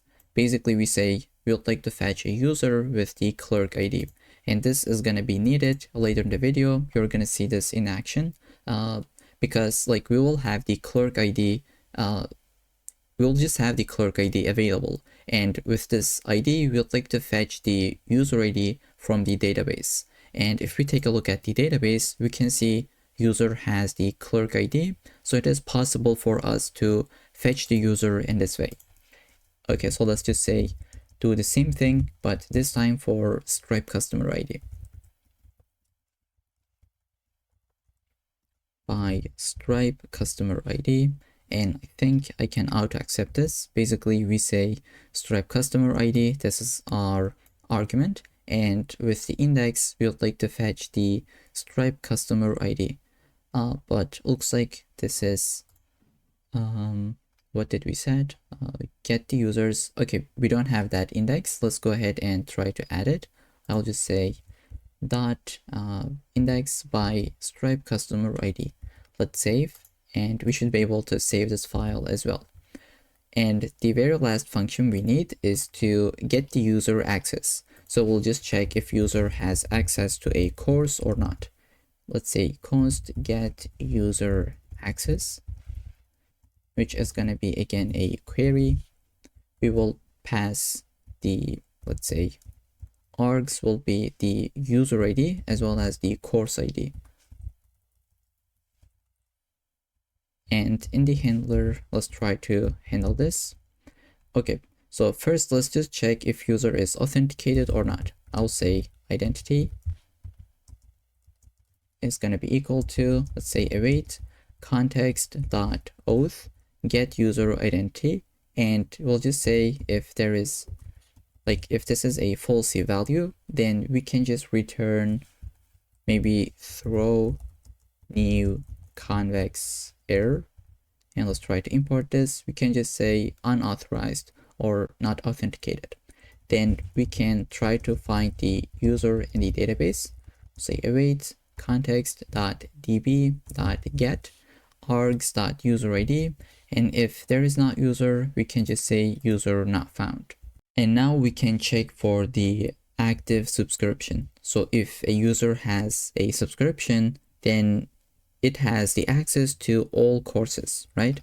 I'll just say if user dot current subscription ID existed, we can just check if the subscription, let's just try to find it first. Let's say context.db.get the subscription, and we'll just say if there is a subscription in the database and if it is active. So we'll just say subscription.status is equal to active. In this case, we can just return has access field to be true. We'll just say return has access is going to be equal to true, and we can even say the access type. So this is an optional field that we can send. This could be like this user has access because they are subscribed, right? And now user might not have a subscription, but they might have an individual course purchase. So I'll just go ahead, add a comment. So check for the subscription, and let's say check for let's say check for individual course access. Okay, let's say const, let's try to find the purchase, and we'll be using our index just in a second. So let's say query the purchases table where we had with this index by user ID and course ID. We're going to get the query. We'll just say query dot equal to the user ID, which is coming from the arguments, and it's equal to course ID. In this case, we'll just get that purchase. And let's say if there is a purchase, we can say this user has access, and the access type is an individual course. But else, like, oops. So if we didn't hit this if check or this one, that means user doesn't have an access, right? Let's say like not if, but return has access is gonna be false. So this is the entire function where we check for the authentication if user existed. If there is an active subscription, we will say this user has the access, or if they buy the course, we'll just say they have the access, but else there isn't any access. Okay, so with this, depending on this value, we're going to update our UI. So in the specific course page, we will either say this course is logged, or else once they buy it, we will show the actual content for this course. So here we know they either have a subscription or they bought the course. So let's go ahead and try to implement the course page. In our case, we don't really have anything. So I will go ahead, and I think we don't have that page in the first place. So under the courses, let's try to create this dynamic page. This will take the course ID in the URL and we'll have page.tsx.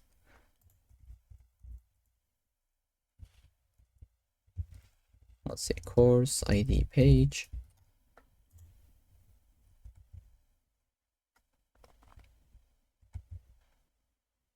Okay, looks like our application is not up and running.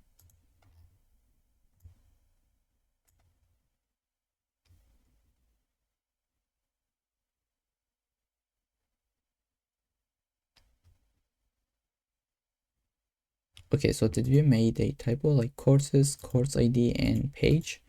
Under the app, I think this is not correct. I'll just say run dev.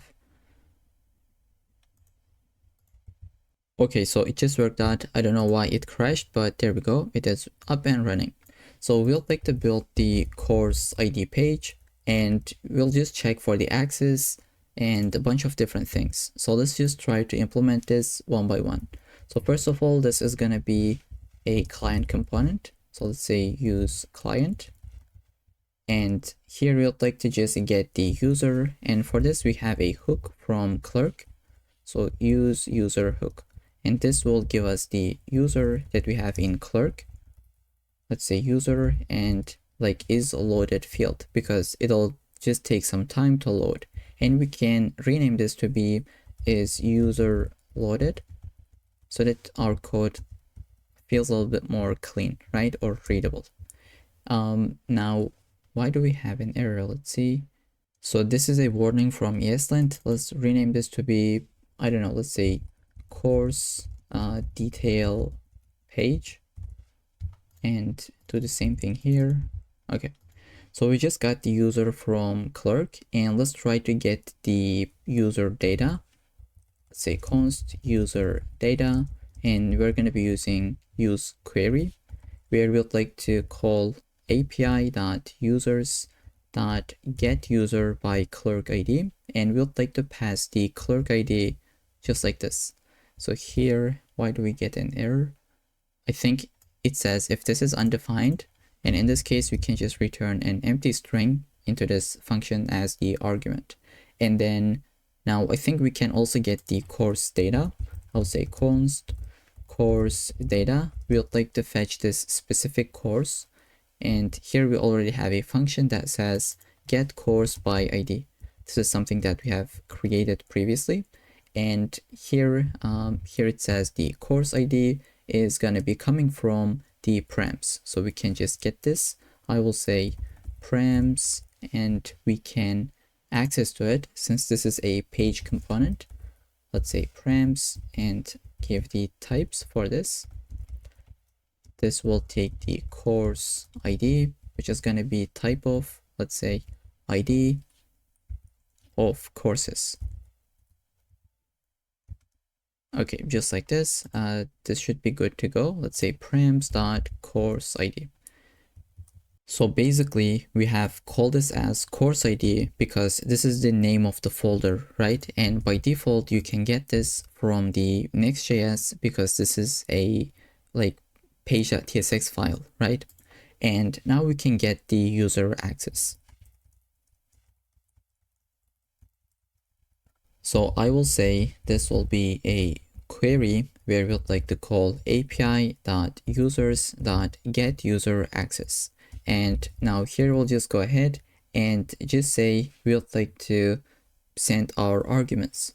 But first, we need to just make sure that we have the user data because this will take a little bit of time to load, right?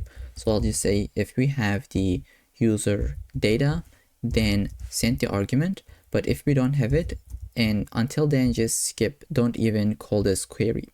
And here in the arguments, we will send the user ID as well as the course ID. So here for the user data, we have underscore ID field. And now if this skips, this will be undefined, right? In this case, we can just have this object where we say has access is gonna be false so that we don't get any errors. I hope this makes sense. I will save and just try to walk you through this once again. So we are trying to run this function, but this depends on the user data because this is the argument that we are sending. So we say until this is available, you can skip that. And once this is available, you can run the function with these arguments. And since you have skipped that, you might get an undefined value. So instead, just have this has access is equal to false. This is the object that you would return. And now we can go ahead, say if, let's say is user loaded false, and if course data is equal to undefined. In this case, we can return a loading skeleton. So I'll just say return course detail skeleton. And this is going to be a self-closed tag. So in Convex, you don't really have loading states. So when they return you undefined, you understand this equals to loading state. So this is specific to Convex, just keep that in mind. And I think this is pretty self-explanatory. When you just see this and you take a look at the course data coming from Convex, you just understand this is the loading state.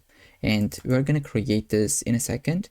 And what we can do is also just say if course data is equal to null, which means it is not found, right? It is not in the loading state. And if it is null, then we can just return not found, which is coming from next navigation. And this should be good to go. But we don't have this component. Let's try to go ahead and create that one.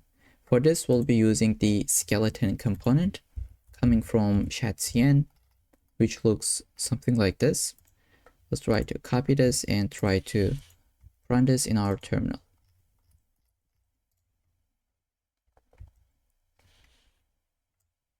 So I will provide this component to you, which is kind of like 20 lines of code, and we don't really want to waste time writing this. Let's say get the card header component. You can grab this from this page under the GitHub repo. Okay. So if we save this, I think we should be able to see that loading state for a second. Here we can see, and once this loads, we'll just get the page detail. And let's try to build the page content. I will just delete everything here. Let's say return a div where we have a couple of different classes. Let's say class name is going to be container mx auto, padding y of 8, x of 4, and we'll like to go inside, just have a card where we'll have class name of max, width of 4x large, and mx would be auto. And inside this card, we would like to have a card header where we actually show the image. So I will say get the image component from next image, and we would like to show the course data.image URL with this width and height and three different classes. Then below this card header, we would like to have the content. So let's say card content, and I think we already imported this, right? Here we would like to go ahead and have a card title component. Let's say title, and we need to import this from the components. And here we'll have the course title, and we can give some classes like text 3x large and margin bottom of 4. Okay, and let's save just to see what we're gonna get. So this is the output that we have. Below to this, we're gonna just check if user has access or not. Depending on that, we will render this part, right? So currently we don't really have any access because we didn't pay so far. Below the title, we will just say if user access, has access, right? In this case, we're going to return this part, but else we will return this part. So let's go ahead and implement this first, which will be an empty fragment where we would like to have the course description in a p tag. Then we're going to have a div that just says, let me just paste that. We will just have a button that says start the course or download the materials, right? And below to this, we're going to have the course modules. So this is going to be hard coded, but basically you get the point. We will have this part. Since our courses, it doesn't have any modules in the database, but if you had, you would be able to render it pretty easily. So below to the button, below to this div, we will have an h3 that says course modules. And we'll go into the h3 and say class name. Text would be X large, font semi-bold, and margin bottom of 4. Then below to this h3, we will have a ul with the class name being space y2 and one li, which is going to be class name of flex, item center, and space x of 2. This will have file text icon coming from Lucid React, and class name is going to be size 5, text gray 400. Oops, let's say 400. And below to this, or next to it, we will just have a span that says introduction to advanced patterns, let's say.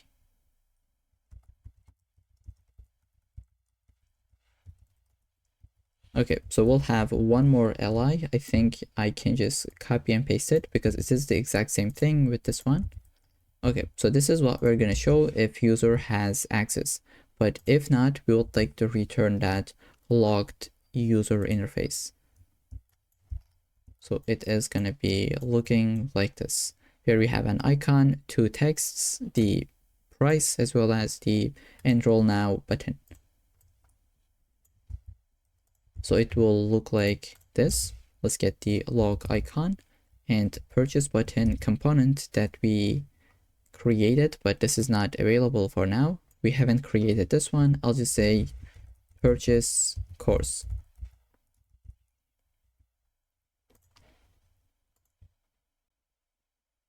And let's see, it is loading.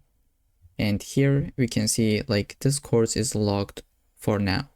And now we need to convert this into an actual button so that when we click to this, this would open up a Stripe payment page where we can put our card details and be able to buy this course, right? And this is going to be under a component. Let's go ahead and try to create it, which is going to be purchase button. So this is going to be a client component.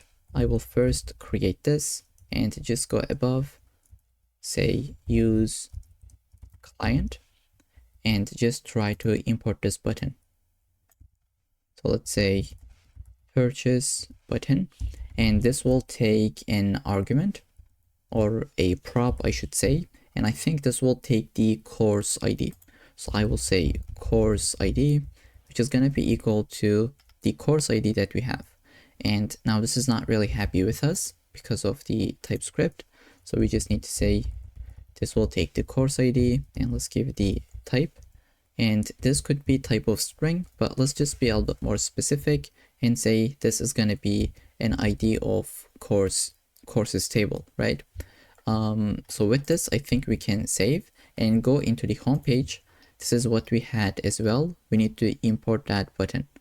So here we just say enroll, but this should be, I think, the purchase button component where we also want to pass the course ID, and we are fetching the course already. Okay, so we're going to build this component next. So in this component, the first thing we need to check if user has access or not. So depending on that, we will either show a text that says enroll now or already enrolled or something similar, right? So I'll just get the use user hook from Clerk, and I will say you're gonna give me my user from the Clerk, right? And I would like to get the user data. Let's say user data. This is gonna be use query. Here we would like to say API dot users dot get user by Clerk ID, and let's pass the user ID. If this is undefined, because this user will take a bit time to load in the client, and until then we will just send an empty string, right? And what we can do, either like we can even just say if there is a user only, then call this, else you can skip this. I think this would be a better solution, right? Okay, now we have the user data. We can basically go ahead and check for the user access, just like we have done previously. So let's say use query. We're gonna say API dot users dot get user access, where we would like to send this arguments. We had the user ID as well as the course ID, but now this might be undefined, so we just need to check for this. Let's say if we have the user data, only then call this, but until then you can skip this dude. And if this is undefined, you can return this object where we say has access is equal to false. So I will save, and let's go ahead try to update our JSX, right? I will say if user access has access is false. In this case, I would like to return a button that basically says enroll now. So I will say return this button, and let's import the button as well. This is gonna be, let's say, variant of let's say outline. And for the classes, I think we can skip that. The variant should be fine. I will just say enroll now, and let's try to save and see the output. Okay, so this is how that look. And if we go into the home page, we will see the same button as well, because we are using it in the home page as well, right? If we are signed in, we're gonna see this button, and if we are signed out, we will see this button, but clicking to this will open up the model, right? Okay, now there are gonna be a couple of different cases as well. So let's try to handle all those cases. I will say if user has the access, in this case, we would like to return a button, just like above. This is going to be variant of outline, and here we'll just say enrolled. And now there will be another case. So when we click to the button, there's going to be like a loading state for a second, because in the background, we will be preparing a payment page. So let's try to just see this in action. I will say if is loading true. In this case, we would like to return a button.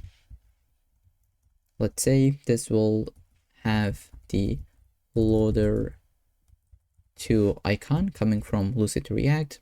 Class name is gonna be, let's say, margin right of 2. Let's say size of 4, and animate would be spin. And below to this, I think first we need to close this quotes, and then here we'll just say processing. Okay, but we don't have the loading state, so let's try to create it. I will say const is loading, set loading. By default, this could be false. Okay, so for now, we are not going to update it until we build the functionality. But this is going to be the component that we have. And I think we can return this default. I mean, we can delete this default return. Now, what is going to happen when we click to this button is that we are going to create the Stripe checkout, right? So that user can go into that payment page. And this would happen once we click to this enroll now button. So I will say when we click to this on click, we're going to call a function called handle purchase, and this would be disabled while we are loading. So let's say is loading, but now we don't have this function. So let's try to create it up here. Well, let's say this is going to be an async function where we would like to handle some logic inside. And now to be able to handle these Stripe payments, we're going to go ahead and create it under the Convex so that we can really update our database when we create the checkout session and be able to basically interact with our database in the first place, right? So we'll just go ahead and say stripe.ts file. And what do we want to do here is to have a function where we can create the checkout session. So I will say export const create checkout session, and we'll say now what is going to be, is it mutation or query? Well, I think this will be action. And if you remember in the first part of this tutorial, when we take a look at the documentation, so let's go here and just quickly take a look at it. We talked about the actions, right? And we said that we would be using them when we call third-party services. In this case, this is going to be Stripe, and we would like to have an action. So I will shrink the left-hand side. We would like to go here and just say this will take some arguments, where we would like to get the course ID.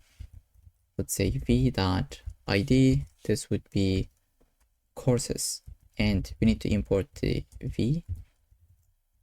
And let's say in the handler function, this is going to be an async, taking the context as well as the args. Okay, so we're going to go ahead and just check for the authentication first. I'll say const identity. So context.auth get user identity. And if this is a falsy value, we will just throw a convex error where we say like unauthorized, right? And let's try to import the convex error. And now we need to check if user existed. So I will say const user and await context. Since we are in action, we can just say run query and this would work. We'll say api.users, and I think we need to import API. Let's say .users.get user by clerk ID. And now this would be taking the clerk ID as the argument. And this clerk ID is going to be coming from identity.subject. So this is the ID of the clerk user, right? And we can say if there is not the user, throw new convex error, user not found. But if you are able to pass all of them, that means we can basically create the checkout session, right? So here I'll just add a to-do for a second. I will say implement rate limiting. But first, let's try to implement the actual logic, because rate limiting is a nice to have feature in the first place, right? So let's say const course. We would like to fetch our course first. We'll say context.run query and get course by ID. We have this function where we would like to pass the course ID from the arguments.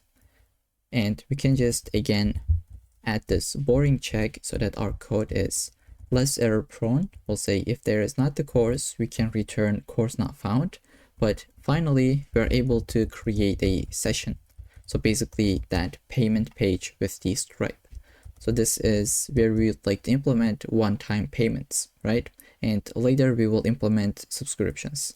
Let's say Stripe, and we need to import this from source lib stripe.ts file, .checkout.sessions, and create, which will take an object with all the parameters that we would like to pass. So first of all, which customer is creating this session?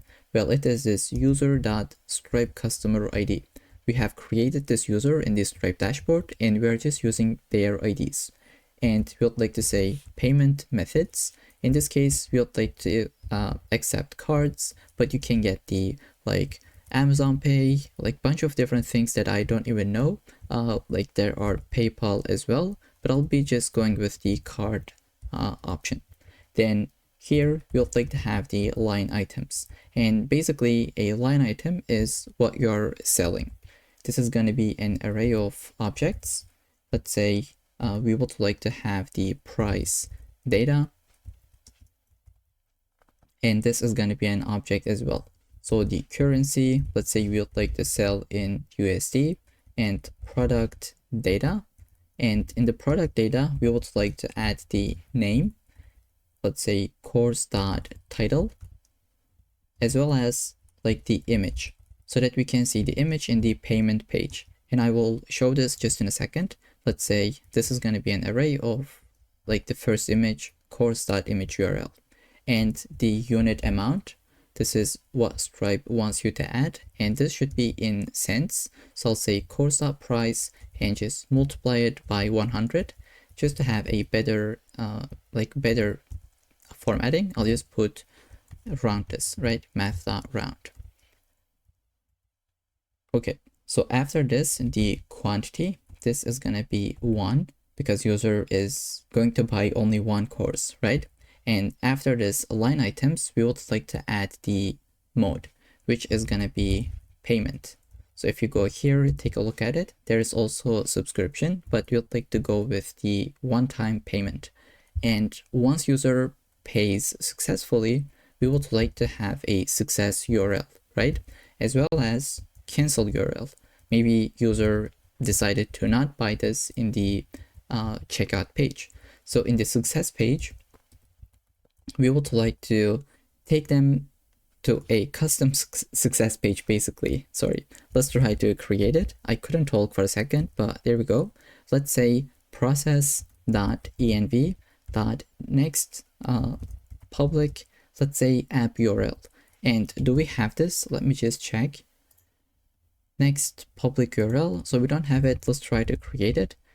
Next public app URL, which is going to be, let's say, since we are in the development, HTTP localhost 3000, right? I will save this. And for now, let's copy this here. So we are already using it.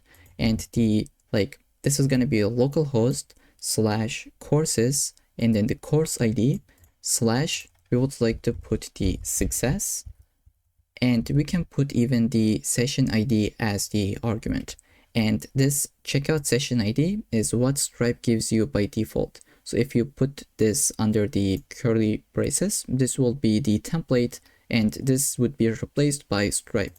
So in the cancel URL, we would like to do just take the user back to the courses page. So I know this might look a little bit complicated, but I think we'll just see this in a couple of minutes. So in this case, we'll say just take the user to the courses page. And finally, we would like to add a metadata. Once user pays this, we would like to have some metadata where we say this is the course ID. Let's say args.course ID, as well as which user did this payment. So user._ID. And we'll be using this metadata later in the video as well. And I think once we get there, I can talk about this metadata so that we can see this in action. And finally, here we'll just say return the checkout URL, which is going to be session.url. Okay, so this is the entire function that we have. Let's try to go over this pretty quickly. We checked for the authentication. We got the user. If we don't have it, we would say user not found.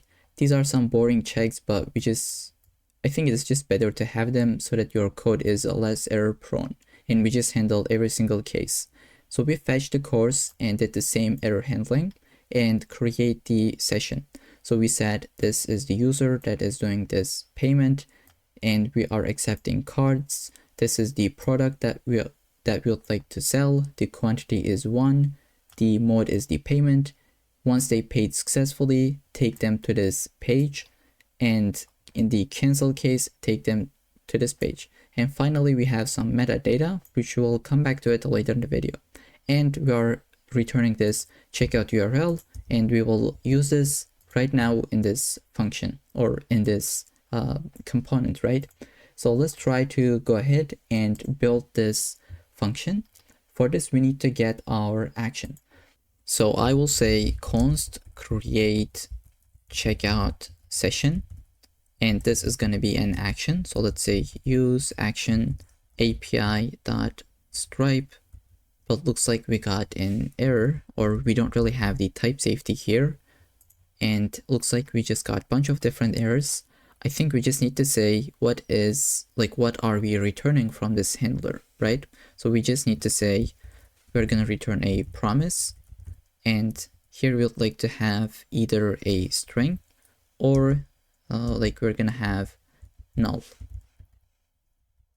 But this is going to be under the checkout URL, right? So we will just go here, just say instead of string or null, first we will have a checkout URL field. This is going to be either string or maybe this might be null. And with this, I think we got rid of all the errors in this file. And here we can get the stripe.create checkout session action, right? And we would like to go into this function, basically try to call it. So here, first we'll just say if there is not a user, and if they are clicking to this handle purchase button, we will say something like, please log in. Later in the video, we will return a toast, but since we don't have it, for now, let's just say alert, please log in to purchase, right? And we can return out of this function.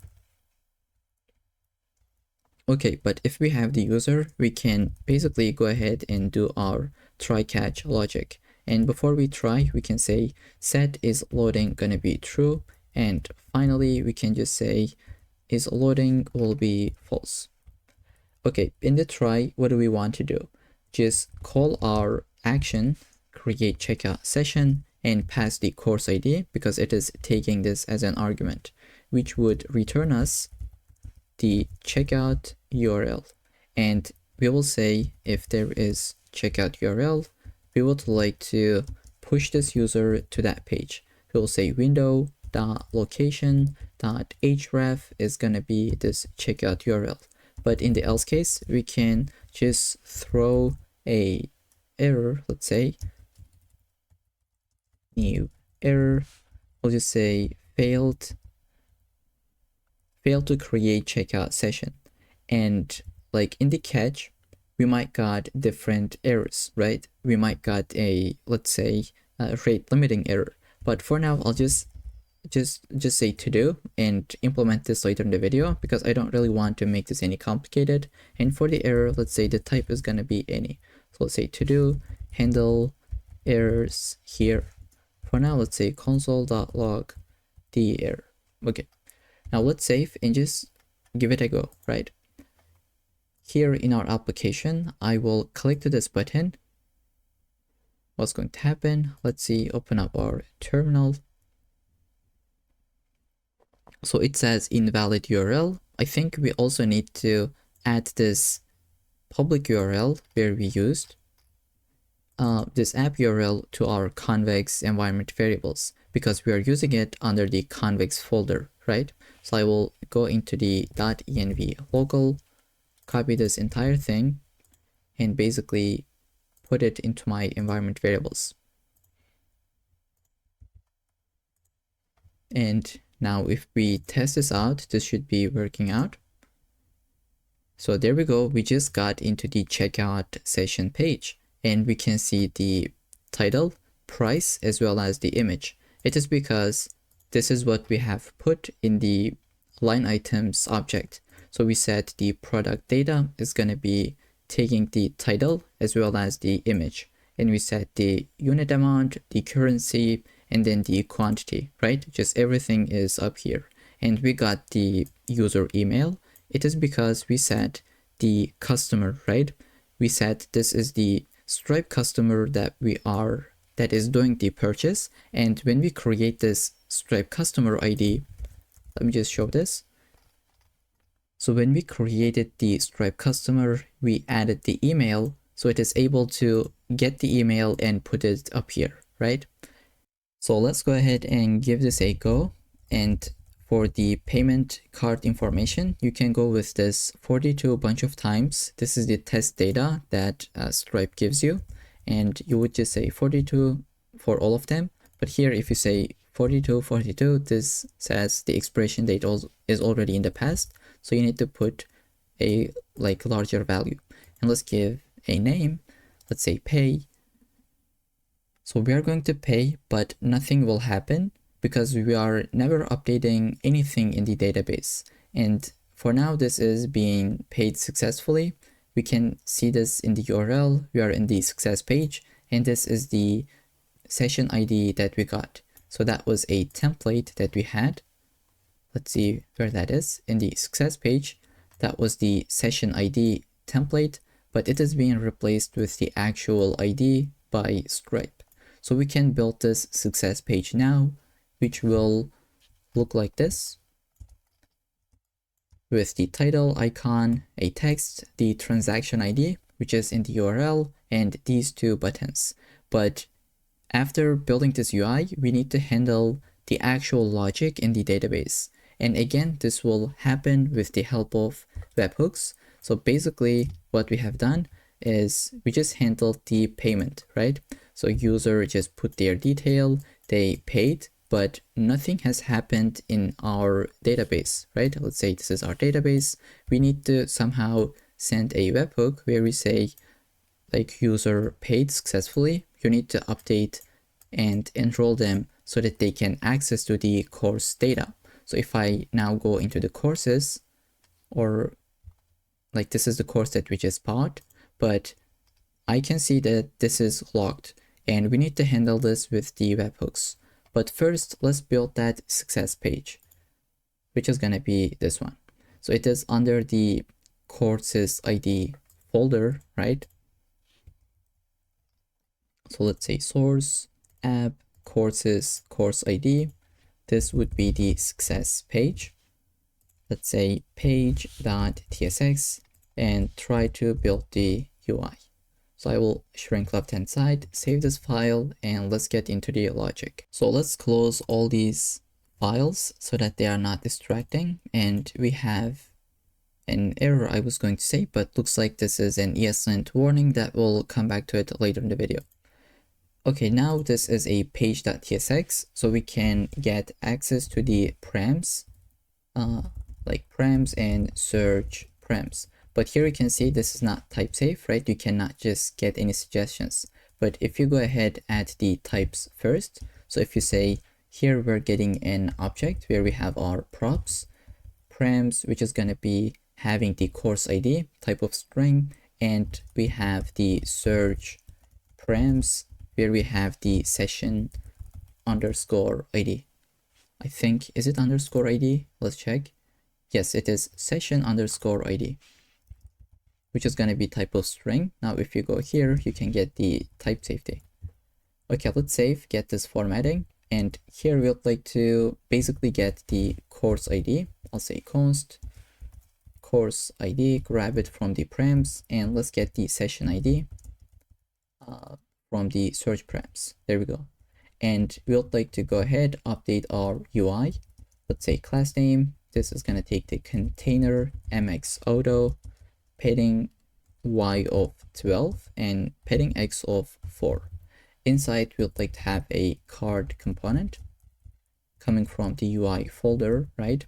And this will take the class name, maximum width of 2x large, and mx would be auto. Then in the card, we'll have the card header component. Let's try to import this as well. This would take the class name of text would be centered, and let's say check circle coming from Lucid React. Class name is gonna be, I think, size of 16. Text would be green 500. Let's go with this one, and we'll have mx auto margin bottom of 4. And below to this, we'll have a cart title. This would says, this will say that purchase was successful, right? I think I can just copy this and paste it. Let's import the cart title, and that's gonna be it for the cart header component. And now we'd like to have the card content, and this will say something like thank you and stuff. Let's try to build it. Let's say text would be centered space y of 6, and then inside we'll have a p tag with class name, text of x large, text gray of 600. And now inside we'd like to have thank you for enrolling our course. Your journey. Okay, I'll just go ahead and copy and paste it. Basically, we'd like to give a nice message to the user and put a div. Inside we'll have the transaction ID. So I'll say class name is going to be background gray of 100. This is a bit subtle. And we can say padding is going to be 4. Rounded is going to be MD, let's say. And here we'll have a p tag. This will put the transaction ID in it. So this is how that'll look like. So we got the session underscore ID. This should be. Okay, so below to this p and this div, we will have two different buttons where we say either go to the courses page or browse more courses. So I'll just go ahead and get the link, import the button. Okay, so we either say go to this specific course or just go into the courses page. Let's save and test this out. Okay, so this is what we got for this specific success page. If I click this, I would go into this course, but else go to the courses page. Okay, that works as well. Now let's try to handle this button in the courses page. Let's go into the courses page. Here we just say purchase, but this should be the purchase button itself. And this is going to take the course ID, where we'd like to pass this as the prop. Now I can click to any of them and it should take me to the checkout page. But now what happens if every time I just say enroll now, go back, enroll now? So I am basically blocking my backend, right? I'm just doing more and more requests. For this, we can implement rate limiting, and we have already got our environment variables, and we would like to go ahead under the Stripe file, under the Convex, we had a to-do. We can basically implement this rate limiting logic. So here I will say, first, let's get a rate limit key, and this key is going to be, let's say, checkout rate limit, and we will do the rate limiting based off of the user, right? So we'll say user ID, and now we can say await rate limit, and we're gonna go ahead, try to create this rate limit, right? So I will go under the source, I think under the lib, I will say rate limit.ts. And for this, we need to import a package to set this up. I will go ahead, say, maybe just scroll to the very bottom, bun add at upstash / rate limit. And also we would like to get the upstash redis. So let me just shrink this. We will say at upstash redis because we'll be using that as well. Okay, let's say import rate limit from upstash rate limit, and we would like to get the redis just in a second. Let's say export, or maybe I'll just do export default. For now, let's say rate limit, call this dude. This will take two different arguments where we pass the redis and the limiter, where we'll just say the rate limit logic basically. And we can use like sliding window and fixed window. There are a bunch of different options that you can use. I'll go with the sliding window, where I will just say, let's say per minute, we can get three different requests user can send. And I think we can also go with like 60 seconds. Now we don't really have the redis. Let's try to create it. Under the lib, I will say redis.ts. And in this file, we'll be using our environment variables, right? We had the upstash Redis REST URL as well as the token.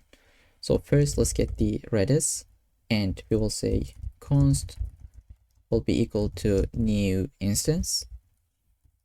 And we're gonna put the URL from our environment variables.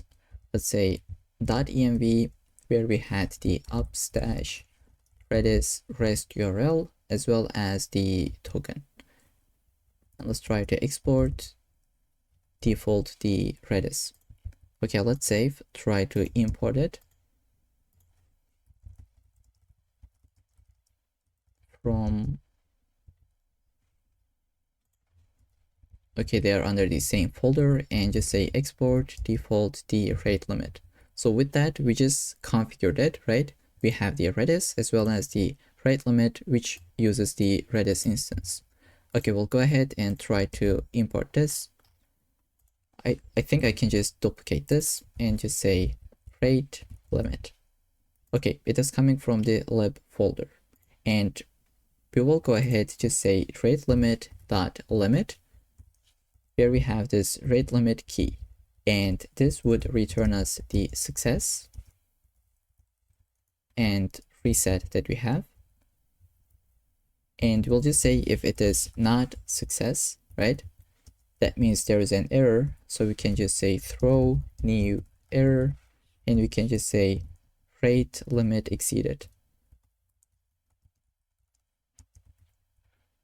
Say rate limit exceeded, try again in reset seconds that you can use.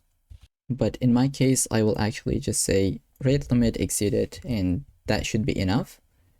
We would like to now go ahead, try to use it in this component, and I will delete this since we are not using it. So now in the error, we would like to just check if error message includes rate limiting, right? I will say if error the message includes, not already enrolled, but if it includes rate limit exceeded, in this case we would like to say toast dot error, you have tried too many times, please try again later. But we don't have the toast in the first place, right? So let's try to handle this. In Shadcn UI, there is this Sonar component, which looks really clean. Like, can you see? It's just incredible. We would like to get this. I will say get the bun script, put it into our terminal, and we need to add the toaster to the layout.tsx. So I will just copy this line and go into my layout. At the imports, I will paste it and just try to put it maybe below the children. Okay, so with this, now we're able to import the toast coming from the Sonar package. And in the else case, we can say, just show the error.message. And if this is undefined for some reason, we can say something went wrong, please try again later.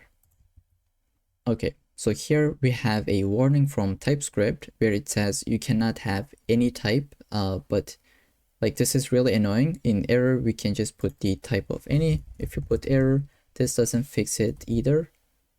So like this always gets some kind of errors. For now, let's just leave it. We'll come back to this warning later in the video. And let's try to test this out now.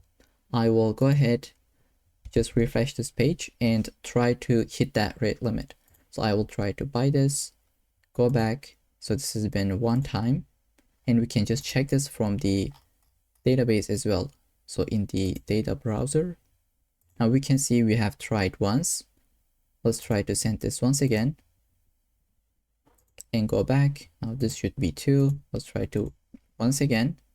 And now if we try once again, we are going to get an error that says you have tried too many times, please try again later. And after once, like 1 minute, this should reset and we should be able to send the request. And here you can always see time to live. like how many seconds there is. I believe, let's just try to refresh. So this is being updated every single second.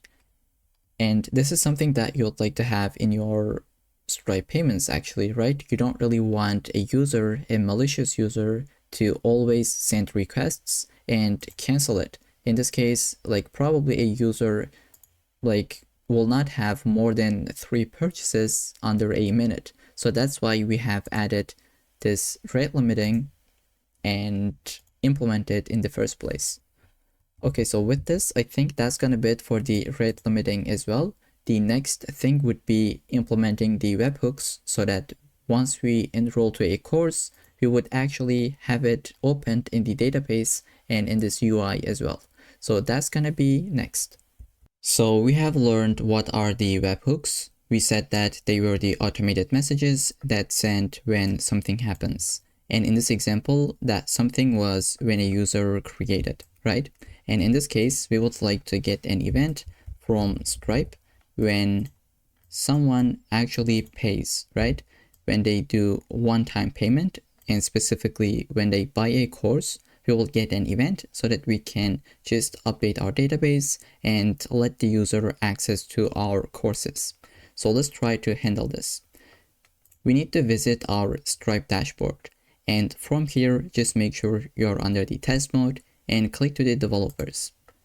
So from here, you will see the webhooks. Just click to it. And let's say add a new endpoint. Just like in the Clerk section, we have also added an endpoint, right? So here we need to add for the Stripe as well. Now, they tell you should put a live URL, but since we didn't deploy our application, we can go with the test, like we can test in a local environment. And for this, Stripe tells you that you should download the CLI, the Stripe CLI. And I have already done this. So there are a couple of different guides that you can do for your operating system. This is what you'll have for Windows, Linux, and macOS. If you're using Homebrew, you can install it with this as well. So assuming that you have already done this, we can just go ahead and take a look at it, how we can use it. So you would say Stripe login into your terminal, and then it would log you in into your Stripe account. Then once you are logged in, you would like to just put something like this. So let me just zoom in. So Stripe listen --forward2 and then your API endpoint. So let's go ahead and create our API endpoint. So here I'll just go ahead, say source. Under the app, we will say the API folder. From here, let's say webhooks and Stripe, and then just route.ts. So this is where we'll have our logic, and I will open up my terminal. Let's try to just type this out. I will say Stripe listen. I think it was, let me just double check so that we don't really have any typos. So Stripe listen --forward 2 and localhost 3000 / and then we just put our endpoint, right? So API webhooks Stripe. So once we run this, this will give us a secret. So let's try to copy this. This is the webhook signing secret. So I'll just copy this and open up my .env file and just put it as an environment variable. So right below to this Stripe secret key, I will say Stripe, I think I'll just call it as webhook secret and paste the value and just save this file. So we will be using this webhook secret so that we can verify the Stripe webhook, right? So this is what we have done for the Clerk as well. We just verified if the webhook is coming from Clerk, right? For this, we have used the SVIX package. We have imported that, but in this case, we don't really need it because Stripe doesn't use that package. They have their own infrastructure, I believe. So we don't really need to get that package. So let's try to go step by step. I think this will make a lot of sense.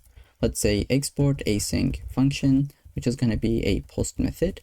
And here we'll get the request, which is type of request. And here we'll like to just get the body. So I'll say const body await request dot text. Oops. And we'd like to get the signature as well. So I'll just say sig. I think this is how we type it, right? Signature. And from here, we would like to get Stripe signature. And here I will just say as string typecast this. Then we'll have an event. So I know this might not make too much sense, but we're getting there. So let's try to import the Stripe so that we can give the type. And here we'll just say try and catch. This is where we would like to just verify it. And we'll say Stripe. I think we need to import it. Let's go above. Up here, I'll say import Stripe from the lib stripe.ts file. So stripe.construct event. So first, I think we should say webhooks.construct event. And from here, we will pass the body and signature as well as our environment variable, which is going to be our secret, right? So let's say Stripe webhook secret. And whatever the value we got from this, we'll just say it should be assigned to the event. And in the catch, if we got any errors, let's just say console log, and I will call this as like this. And let's say webhook signature verification failed, and we can just show the error message. And as a response, we will just return, let's say, return new response, and I think we can just return 400. But if we've just passed this try and catch, that means the verification was successfully done. We can go ahead and try to check for the event types. So I'll say try and catch. Let's have a switch where we'll get the event.type, and we can just check for the first case, which is going to be checkout session completed. And in this case, we would like to call a function. Let's say await, let's say handle checkout session completed. And this will take the argument, which is going to be our Stripe session, basically. Let's say event data dot object, and we can typecast this with this type. And after this, we can just say break out of it, right? And we're going to have like a bunch of different cases where we have subscription created, updated, and deleted. But for now, let's just add the default, and let's say unhandled event type, and just say break out of it. So for now, we are only handling this case for now. And let's try to create this function. I will say function async. I think it should be async function. Paste the name, which will take the session, and we would like to handle the logic in it. So let's go into the function. I will scroll a little bit, and we would like to get the course ID. So I'll just say const course ID, which will be coming from session.metadata.course ID, and we can have it like this. Now you might be asking, where is this course ID coming from? So if we go into the Stripe file under the Convex, we had a field called metadata when we buy a course, right? Now we are able to access to it because it is under the session. So that's why we are using it. Like it will be available, it would be needed in the webhook handling, right? So we got the course ID. Let's try to get the Stripe customer ID as well. So I will say Stripe customer ID, and we can just say session.customer. This would always, this would already be the ID of the Stripe customer, right? And we can go ahead to just say if there is not a Stripe customer ID, I think we can also add the course ID. We can just say like throw a new error, right? Like missing course ID or Stripe customer ID. And then we can get the user. So I'll just say await convex dot, let's say convex, but we need to create this convex variable at the top, which will be the instance. So I will just have it like this. Let's try to import this one. And we're just putting our environment variable that we have already created in .env.local. So with this now, we should be able to say convex.query, and we'll say API, let's import it, .users.get user by Stripe customer ID. And we'd like to pass the ID into it, right? So let's say Stripe customer ID.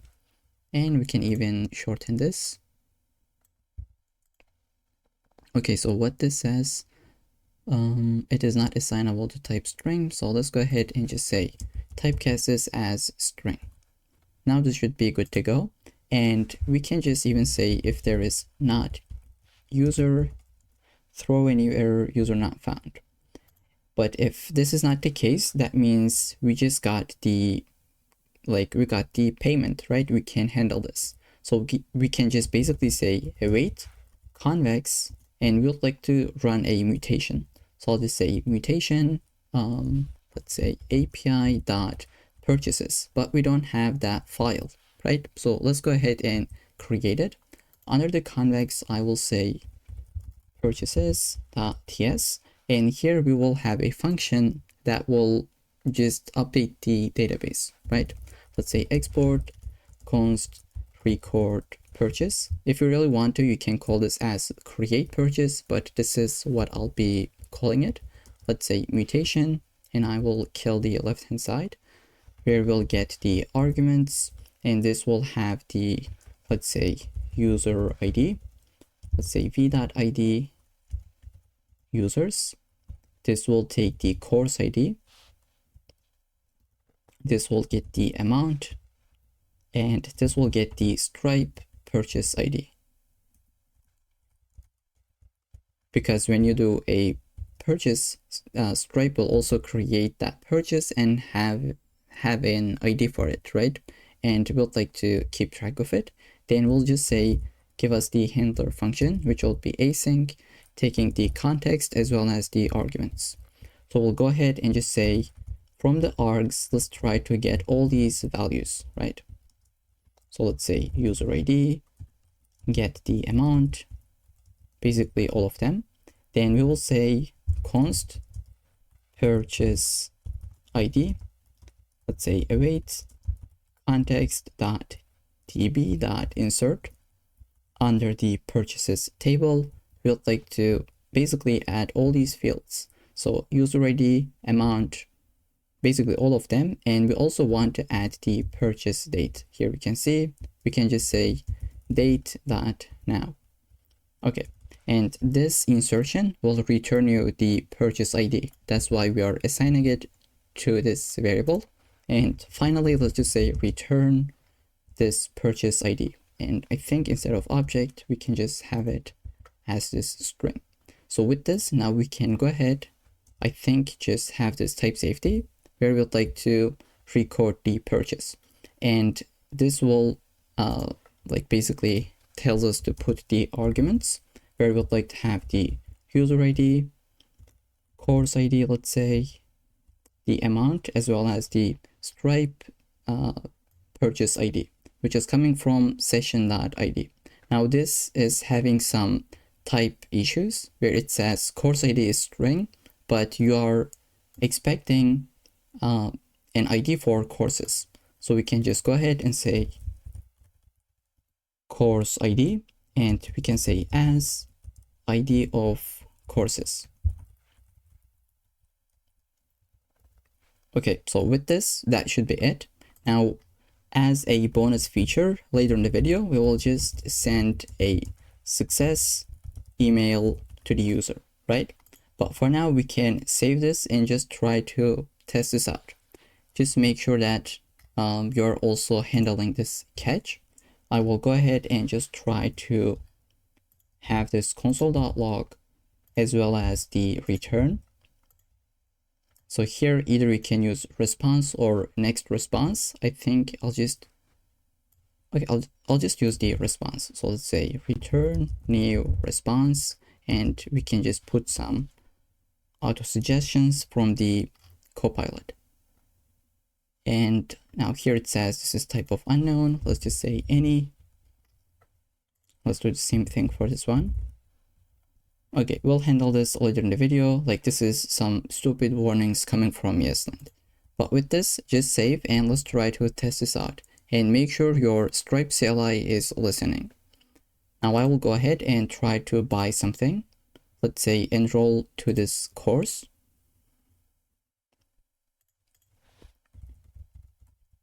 I'll just put the card information. Okay, once we buy this, like we're gonna get a bunch of different events. Here we go. We are listening for them, and looks like some of them failed because of this function. But let's take a look at it. What is going on?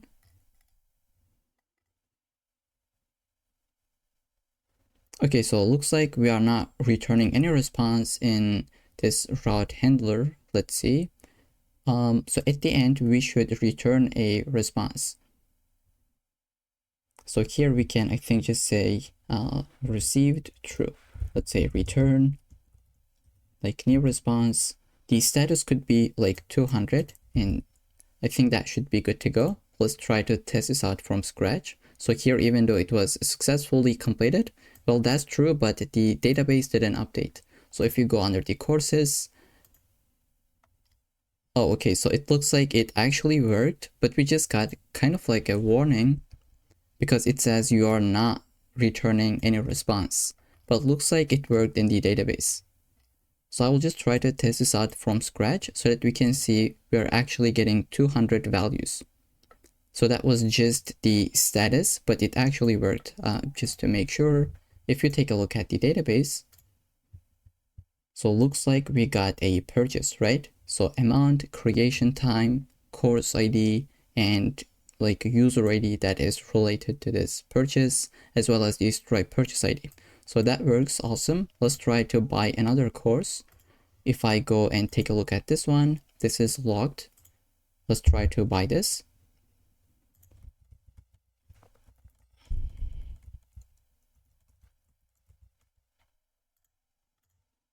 So I will pay for this, and we should be able to get these events, and it looks like we are getting 200 without any issues. If we take a look at it, let's just say go to course, and there we go.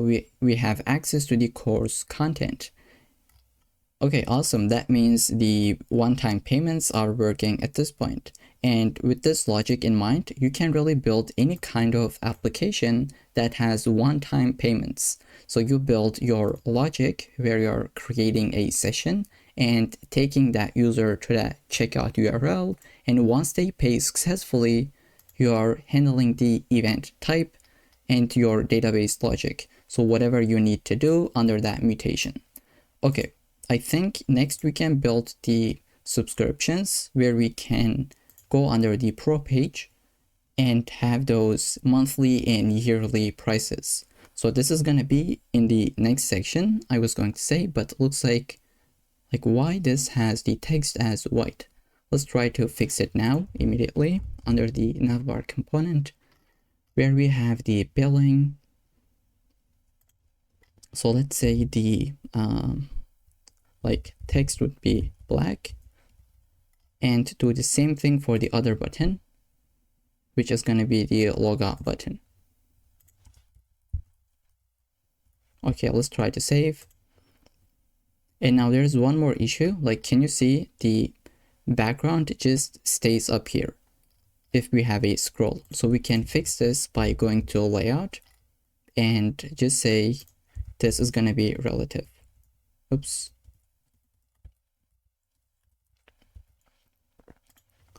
So with this now, that background issue is also handled. And I think one more thing in the purchase button here, instead of alerting, I think we can just say toast.error. And let's try to test this out. I will try to log out and go ahead, try to buy a course. And I think this is in the, okay, why this is not happening? Maybe it is because we should go under the courses page. Okay, maybe in the course page here, if we click to that, we should get a model or a toast. Okay, here we go. It says, please log in to purchase. Let's make this to be uppercased. Okay, so this is what we got. If you don't really want to get a bunch of them, what you can do is just add an ID. So here we can say ID is going to be login error. Now, like I'm clicking a bunch of times, but I'm just getting only once, right? Okay, so with this, I think in the next section, we're going to build the pro page. So this is our pro page where we have basically nothing, and we'd like to have this kind of a UI where we can have a monthly plan as well as a yearly plan. And when we click to these buttons, we'd like to subscribe to them, right? But first, let's go ahead and build the UI. And once we have handled that, we'd like to implement this button click where we can actually put our payment details, right? So let's go ahead and start with the UI design. So I'll just go ahead under the source app and create a folder called pro and a page into it. So I'll just shrink left hand side, let's say get the boilerplate, and I will make this to be a client component. So let's say use client, and I will go ahead get the use user hook from Clerk, and let's say this will return us the user as well as is loaded, and I will call this as I think is user loaded so that our code looks a little bit more clean. And now this gives us a warning from ESLint where it says if you're using a hook, this should be uppercased. So I'll just control D to this and I will say pro page. So just that ESLint is happy with us. And now with this, we can implement a couple of different functions in the backend where we can just check for the user subscription, right? So we just need to check if user is subscribed. Depending on that, we would either show this page. So this is where user is not subscribed, right? And once they subscribe, we can show this kind of a UI. So this user is have an active monthly plan. So this is disabled. There you can see, and it says current plan. And it would be the same thing for yearly plan as well. So we just need to make sure that if user is subscribed or not. And for this, we can go, I think, under the, let's say, subscriptions page or subscription file, I was going to say, but looks like we don't have really. So let's try to create that. Let's say subscriptions.ts, and let's try to build our very first query. So let's say export const, and I will shrink the left hand side. Let's say get user subscription, not subscriptions, but this is just going to be like singular. And here we'll have the query function where we will be having the arguments, and obviously this is going to be the user ID, and we can say v. Let's import this v coming from Convex values, and this is going to be user ID, right? And then in the handler, we can take the context as well as the arguments. And here we'd like to just check for the user, let's say await context.db.get, and we'd like to just get the user.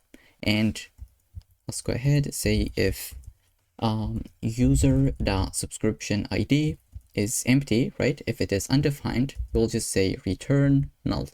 And we can find the subscription itself. Let's say subscription. Okay, we're gonna pass the current subscription ID, and if there isn't a subscription, we'll just return null. But if there is, we'll just return the subscription. So with this subscription, now we have access to the plan, the user ID, basically all these fields, and depending on this, we can show the plan type and like have this kind of a banner at the top. So either it is monthly or yearly, and disable these buttons if needed, right? Okay, so I hope this makes sense. This is the function that we have just created, and here we would like to basically call it to get the data out of it. So first I'll just get the user data, and we have done this a couple of times. Let's say use query, call the API, say users.get user by clerk ID, and we'll just basically accepting this where we say if we have a user, then pass this arguments and call this function. But if we don't have the user available, just skip this and do not call the query. And after this, we'll just say const user subscription. Let's say use query, and in this case, we'll say API.subscription subscriptions, and now we have this function that we have just created. Okay, so we're gonna be, I'll just give all this space because this might get a bit, let's say, annoying. Okay, so here I will say, as the arguments, we would like to pass the user ID, and this would be coming from the user data. And now here you can see it says this might be undefined. So let's just say if we have the user data available, right? In this case, we would like to pass the arguments, but else we can call the skip. And with this now, this should be happy with us. All right. Now here we have a warning, but it says you're not using this, which we'll be doing just in a second. And here I will just have a variable where I can say is yearly subscription active. So I will say user subscription. This is what we have above, right? User subscription dot status. If this is equal to active, and if user subscription, I think plan type, if it is equal to year, right? This is what we have, either year or month. If it is equal to year and if it is active, that means the yearly subscription is active basically. And then we're gonna go ahead, build the UI in the JSX part. Then we're gonna create a couple of functions above. But let's try to go step by step. I think this will make a lot of sense. And currently it should be making already, right? So we're gonna have a couple of different classes. Oops. Let's say class name. We're gonna have container mx auto, padding x of 4, padding y of 16, maximum width of I think 6x large. And then we're gonna have one h1 that says choose your pro journey, right? And let's give a couple of classes to this one. Font bold, text would be centered, and I think I have a typo here. Let's say font bold, text centered, and then margin bottom of 4, text gray of 800. And notice how I don't put dashes, but it still gives me the auto suggestion, so I can just click to it and it is really convenient. So let's say P, here we'll have unlock premium features and accelerate your, oops, if I can type, learning, accelerate. Okay, in the P tag, we'll say text would be X large, text would be centered, and we'd like to have margin bottom of 12, text gray, oops, gray of 600. There we go. And let's save to get this auto formatting. Then under the P tag, we will just check if user's subscription is active. Okay, so I'll just scroll. Let's say is user loaded, and if user subscription dot status is active. In this case, we would like to return this div where we have a couple of different classes. Let's say BG blue 50, border left of 4, let's say, and border blue 500, then padding of 4, margin bottom of 8, rounded MD. Here we would like to have a P tag with a class name where we just update the text. Let's say text blue 700.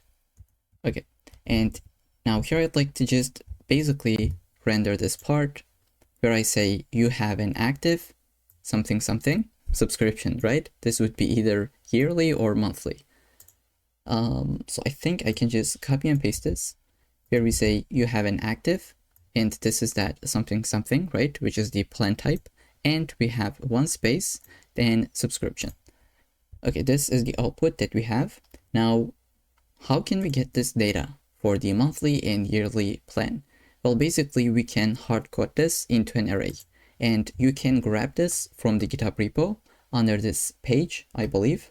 So I will copy it and paste it. I can just put it here. So instead of maybe putting it here, should we create a folder like constants and get this plan, right?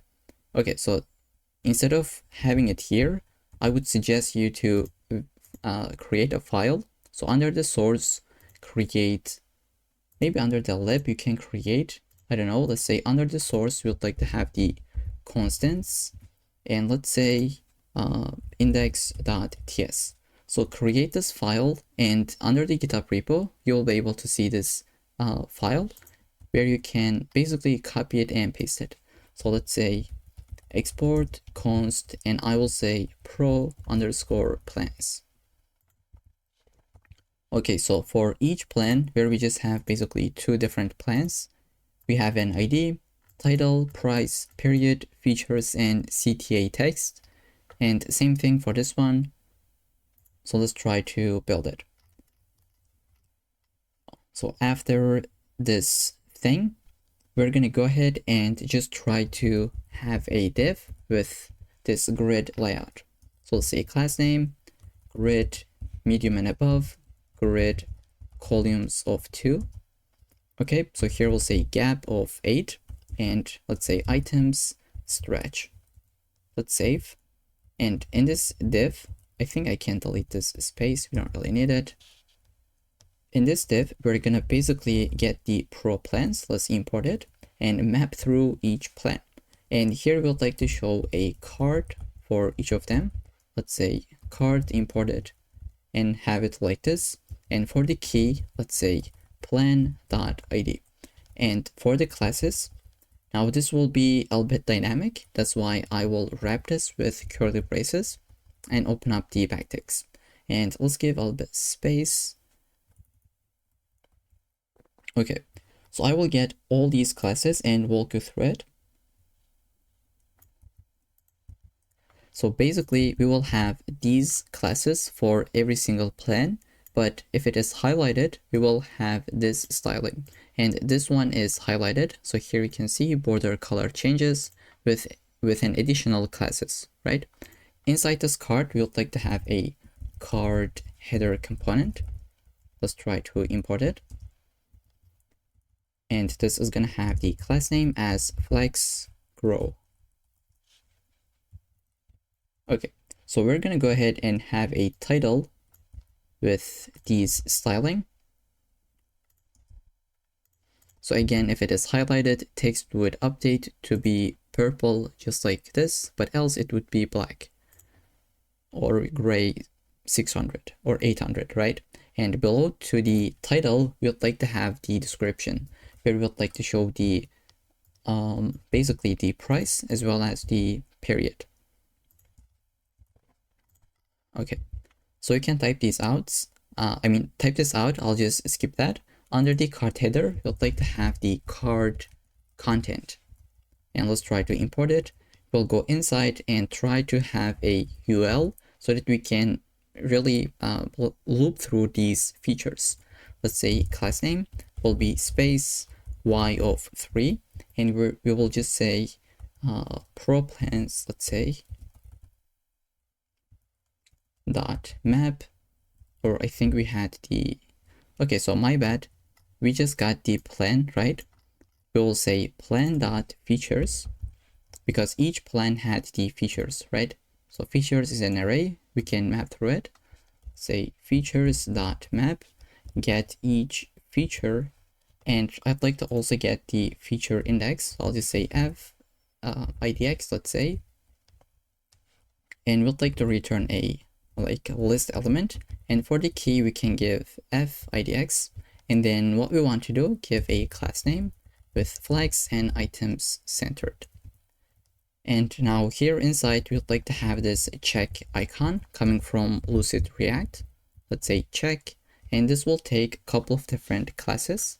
I would like to provide this rather than typing out. So if it is highlighted, the text would change only, and we would like to have the feature inside a span with this text gray 700. Okay, outside of the card content, we would like to have the card footer.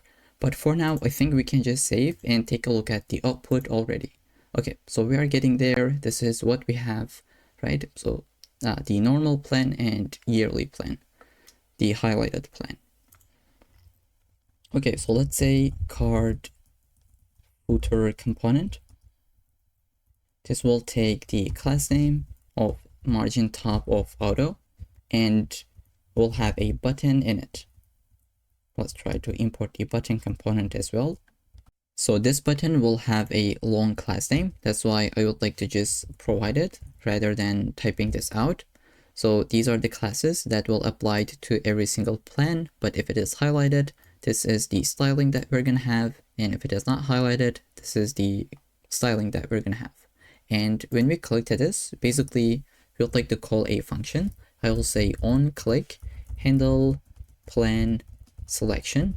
And when we call this function, we would like to send the ID of the plan, right? I'll say plan.id.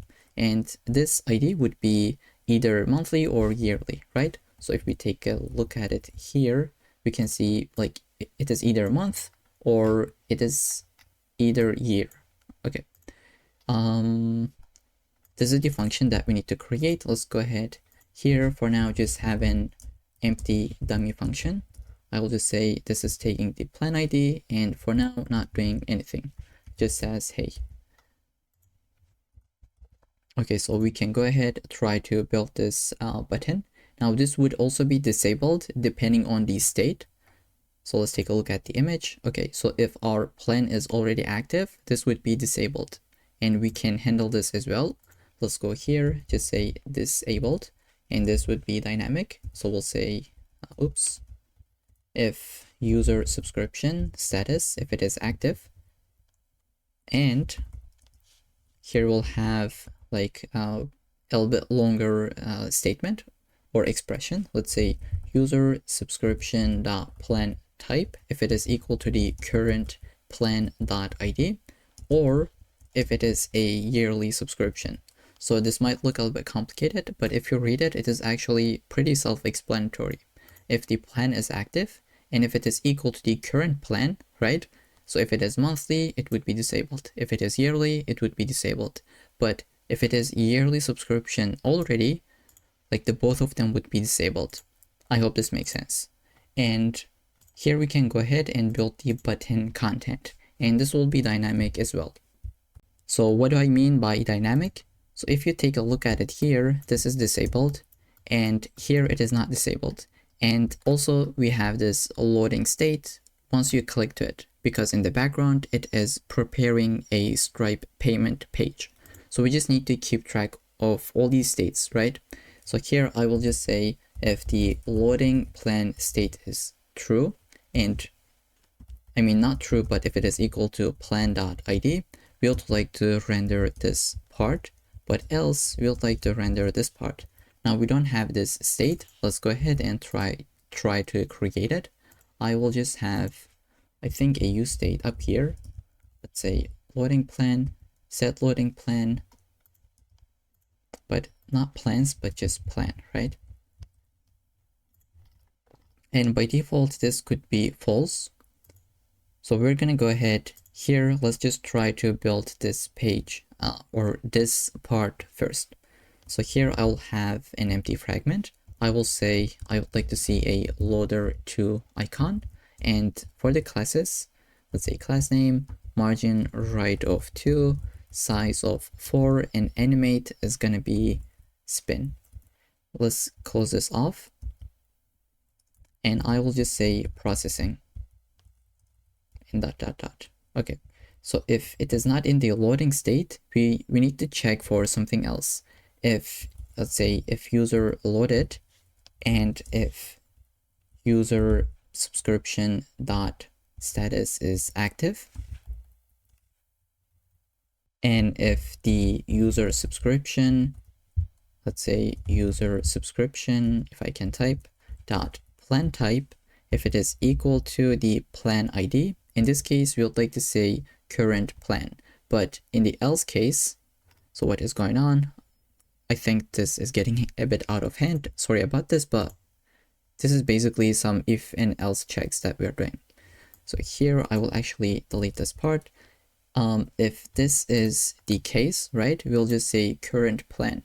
But in the else case, we can just say something like yearly plan active, or let's say choose plan for now. Let's try to handle this where it says full like boolean cannot be compared with the plan ID. Let's say this is going to be an empty string. Now we should be getting rid of that error, and let's try to save like what we're going to get. Okay, so now it says choose plan and choose plan for this one as well. Now actually there is one more edge case that I would like to cover here. So instead of just saying choose plan, what I want to do is just check like one more check. Is user loaded, let's say. And in this case, we'll like to just say and plan.id if it is equal to month, and this is the last one, trust me, let's say month is yearly subscription active. So in this case, we're going to return this thing where we say yearly plan active, but else we'll just show the plan.cta text. So let's say plan.cta text. If we save, we should be able to see something different here and something different here. Instead of choose plan, we just see start monthly plan and get yearly plan, because these are the things that we have in the CTA text, right? So probably we could handle this in a lot better way, right? This kind of feels janky, and maybe we can leave this into a optimization section where we can handle this code. But for now, I think this works, and this is the only thing matters at this point. So yeah, I'll just save and see the output. I think we can also make the background a little bit large. I will go ahead, maybe just say height would be screen. And this is what we get. Okay. But now what is going to happen if we click to this or this? Nothing, right? So we need to handle this where we create a function so that we can create a checkout session in the background. So just like we have done in the Stripe file, we have created a checkout session for one-time payments, and we'd like to create some kind of same kind of function, but this time for pro plan, so that we can have subscriptions. So let's say export const create pro plan checkout session, and this is going to be an action as well, because we'll be calling a third-party service, which is going to be Stripe in this case, right? And we'll like to have the plan ID as the argument. So this is going to be v.string. And what we can do, have a handler function, which is going to be an async function, taking the context as well as the arguments. Let's say args. And this will return, let's say, a promise, just like above, where we'll have checkout URL, either string or not. And let's just first check for the identity, so for the authentication, and we'll say if there is not identity, we'll just say unauthorized. So this is what we have done above as well, so I'll just skip this part, and we will just do the same thing where we'd like to get the user, right? So we'll say run this query, get user by clerk ID, and pass the clerk ID basically. If there is not a user, just say user not found. And I think we can show like convex error. This would be fine as well, because I think this would make sense, like convex error. And after this if check, we can handle the rate limiting, right? So we don't really want someone to annoy our servers by clicking to these a bunch of times. So I will say const rate limit key. I will say this time, let's just say pro plan rate limit, and the ID is going to be user underscore ID. And again, we can get the success by calling the rate limit dot limit by passing our key, and we'll say if it is not a success, that means we hit the rate limiting, where the limit exceeded basically. But if we didn't hit this, we can basically go ahead and try to create a session. Now there will be a monthly plan, right? Either month or yearly. And we need to get these plans in Stripe. so that we know which plan that we're buying and like which plan has which price, right? So for this, we need to visit our Stripe dashboard. So I am in my Stripe dashboard using the test mode. Let's click to the product catalog where we would like to create a product. So these are the past products that I have created for testing purposes. Just please ignore them and just say create a new product. Let's give it a name. I will say, I don't know, let's say Master Class Pro Plan. Okay, so here the first plan that we can create could be monthly. So for the price, I think we can give 19. So let's say 19, like 19 USD. This is going to be monthly and recurring. So it's not going to be one-time payment. And we can say add product. You can add also a description if you really want to, which you should do in a real world application, right? And click to this where you would like to add another product. Let's say this time this is going to be billed yearly, and for the amount we're going to put 190 USD. Okay, so I think we can just say create the price. Let's click to this one. We would like to get the price ID, so I will copy this, go into my environment variables, and I would like to create it after this Stripe. I will say, let's say Stripe underscore monthly price ID, and duplicate this. This would be the yearly plan ID.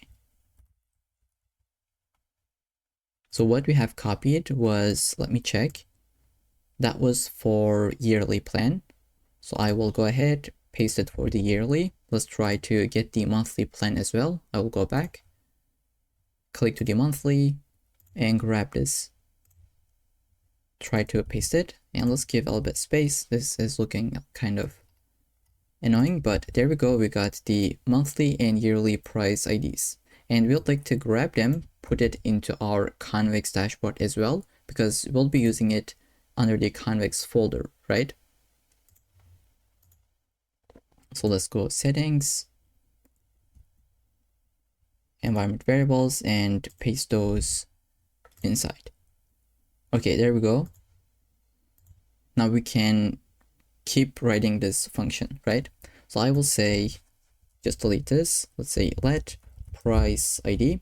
This is going to be undefined initially, and we'll say if arguments.plan ID is equal to month, we would like to run this, and else if it is equal to year, we would like to run this part, right? And here I'll say the price ID is going to be equal to process, .env, where we have created Stripe monthly price ID. Let's copy this and go ahead, paste it. We'll just say this will be the yearly price ID. So there we go. Now we'll say if there is not a price ID being provided, we can return an error. Here we just say price ID not provided.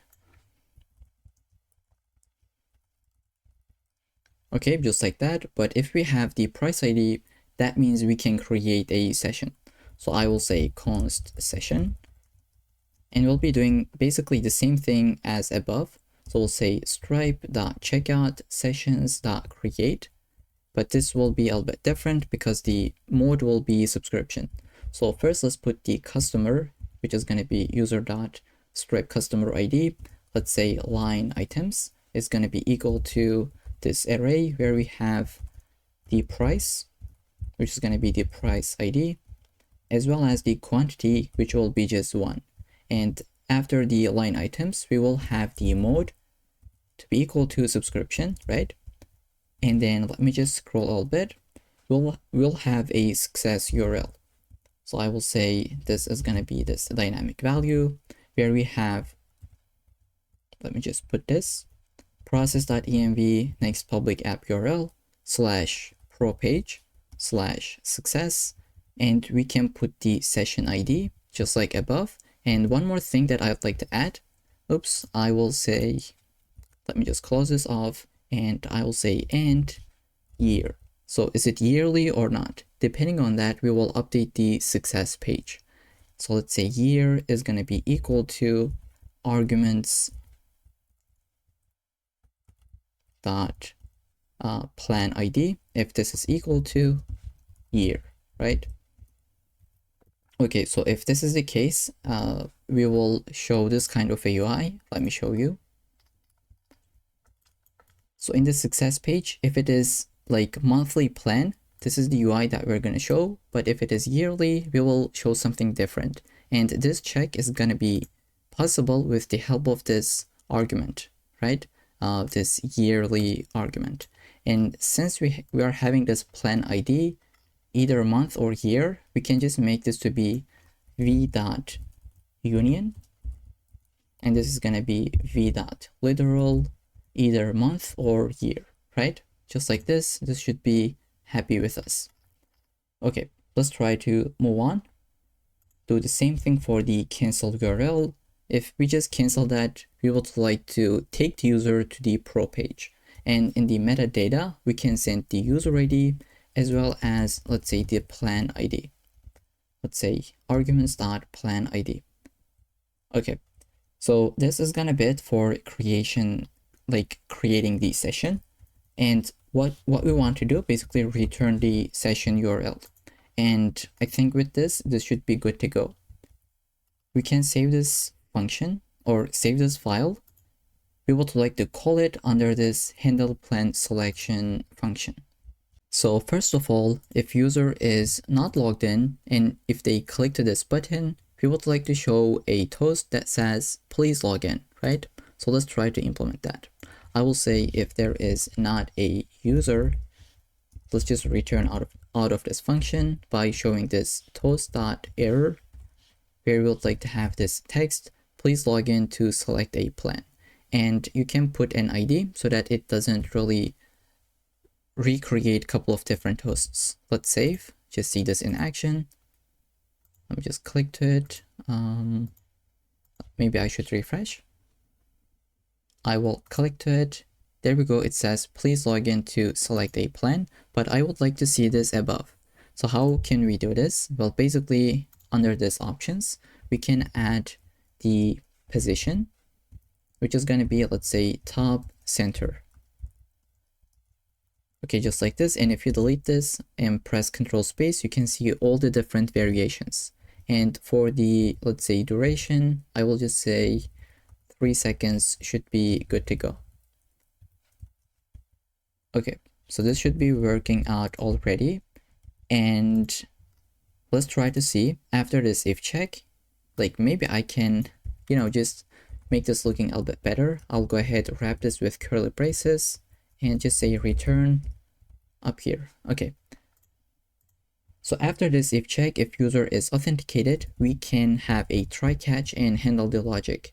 But up here, I will say set loading plan, and I will say give the plan ID that we're getting as an argument. So depending on this loading state, as I said, we're going to see this kind of a loading state for the buttons. If you click to this one, this would have this processing UI.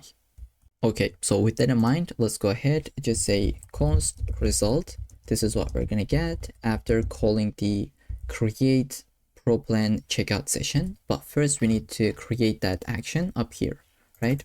So I will just say maybe below this constant, let's say const create pro plan checkout session, which is going to be an action. Let's say use action api.stripe.create pro plan checkout session. So there we go. This will give us the action where we can really call it, await it, and this wants us to pass the plan ID, and we're going to get a result. And if you take a look at the result, it is the checkout URL string, like this object that we are returning, right? And we'll say if result has the checkout URL, could you please take the user to that page. So let's say window.location.href is going to be equal to that checkout URL. And let's handle the catch. I will just show a toast. So basically I will copy it and paste it. And we can even console log the error itself. And here what this says, so string is not assignable to month or year. So where are we getting this plan ID? So let's say this is either month or year, right? We just made it to be a union type. Okay, so let's try to test this out. I will go ahead, try to click to this one. Please log in. Let's try to log in.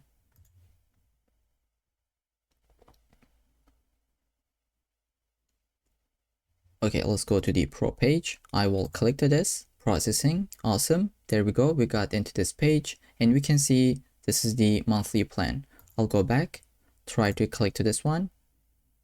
This should be yearly plan. Okay, I'll go back and try to send the request a couple of times to get rate limited. Send once again. And just one last time. There we go. There was an error initiating your purchase. Please try again. Maybe here we can just say if error is including the rate limit exceeded. So let's say if error message includes rate limit exceeded, we can just say you have tried too many times, please try again later, right? But in the else case, we can render this part and just console log the error in any case. Let's go ahead, try to send this once again. Okay, looks like it doesn't, like the rate limiting completed. Let's try to just get that limiting once again. Okay, you have tried too many times, please try again later, which is about 1 minute later, right? Okay, this is an awesome use case for rate limiting, and you can just customize it by visiting this file. Okay, so with this, now what is going to happen when we when we pay for the plan, nothing will happen in the background, right? We will not update the database because we are not doing any logic after paying. So for this, we need to go into the route.ts, just like we have handled this event, checkout session completed. We need to handle another case where we say when the subscription created. And this is going to be in the next section. Okay, so let's try to handle this case where we are listening for the customer subscription. Let's just say customer subscription created. In this case, we would like to call a function called, let's say, handle subscription not created, but instead we'll say absurd, because this function will both handle the case where the subscription created or the subscription updated. So there is another event called updated that we can listen to. And in this case, we will just call this function, either it is created or updated. So that's why I am calling this as absurd. And here I'll just put the event.data.object just like above. And this would be our session. And let's try to break out of this once we hit this case and call the function. So let's try to create that function maybe after this one. So async function, give the name, take the, I think this time we'll be taking the subscription, and we can take the event type. So let's say event type, which is going to be type of string. And let's go ahead, try to add that type into this function. So let's say event.type. Okay. So here in this function, we can basically get the subscription. We would like to get the Stripe customer ID. So let's say const Stripe customer ID from this subscription.customer, and we will just say get the user as well. So I would like to say await convex.query. We can basically call this, and if there is not a user, we can throw this error where we say user not found with this customer ID, right? I'll just say user not found for Stripe customer ID, and we can even put the Stripe customer ID in the terminal, in the console, right? and what this says. For now, let's just put it like this. Is it going to solve? Okay, so here it says you cannot put this. So what I'll be doing is to basically make this a dynamic string.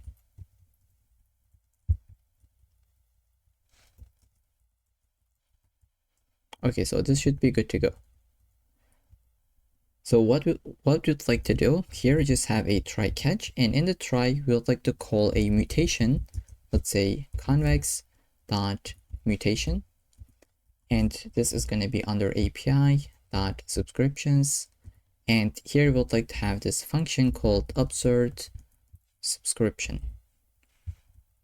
And here we're going to get a couple of different arguments, right? So let's say we would like to have the user ID, which is going to be user._ID. We would like to have the Stripe subscription ID. So let's say Stripe subscription ID, and we would like to put the status. So it is either active, canceled, you know, whatever that is, whatever coming from Stripe. We would like to put the plan type, and this is going to be either month or year, right? So I will just put it like this. We go under the subscription, items, data, get the first one, and we get the interval, and we are just typecasting this because otherwise this is going to complain, I believe. For now it doesn't because we have this error in the first place, but we should put this as well. Then we would like to put the current period start, which is coming from the subscription, and let's say end, and if this is going to be canceled at the end of the period. Okay, so these are a bunch of different fields that we have for each subscription, so we need to send them when we try to create or update a subscription, right? And here we can just basically say console log, it has been processed successfully. We can send an email as a success message, and in the catch we can just say, you know, error processing this subscription. Okay, so let's try to create this function because currently we don't really have it. I will go under the subscriptions and try to create that mutation. So I will say export const absurd subscription, which is going to be not a query, but rather it will be a mutation. Let's import the mutation as well. We're going to have the arguments, which is going to be an object of these fields where we have the user ID, Stripe subscription ID, and all these. Then let's say we would like to handle this with this handler function. First, we can just check for the existing subscription. So I'll say const existing subscription await context.db, and we can just say dot with index. Let's say query, go under the subscriptions. Then we would like to do with index where we have this by Stripe subscription ID, and we're gonna put that into the query. Let's say q dot equal to Stripe subscription ID, and we can get the unique result. So this will just check if there is an existing subscription. If there is, we would like to update it, but in the else case, we would like to create it because this function handles both of those cases. So if it is existed already, we can say await context.db.update, but we don't have updating convex. Instead, we have patch. So we'll say update this document existing subscription dot underscore ID. You need to pass the ID, then the values. So we can just put the arguments inside, I believe. Then we'd like to do the same thing for the else case. I will just say this time we would like to create one, right? So I'll say await context.db.insert subscriptions and put the arguments. And this will return us the subscription ID. Okay, and what we'd like to do is also update the user document. Now, what do I mean? If you take a look at our schema, here we can see when user got a subscription, it is going to have this field where it says current subscription ID, because for now it is undefined for a user, right? Once we subscribe, we would like to update that field. So I'll say await context.db.patch where we would like to update this user with this value. And finally, after this if and else, we can just say return the success field to be true. Okay, so this is the function that we have. If we take a look at it, we don't have any errors here. We just have the error any types. Let's try to fix it. So here, if you hover over this, it says a TypeScript ESLint, no explicitly any. So I'll just try to copy this entire thing, go into the ESLint, and I would like to add it under my rules, which is going to be an object, let's say, and just paste that value. And we can delete this ESLint part, wrap this with quotes, and we would like to just say off. By default, it is error, but once we say turn this off, we're not going to get those errors. There we go. And we can save, and I think we can just test this out. Once a user subscribes, right? Once the subscription created, we're going to call this function, which we have a typo. So subscription, it should be.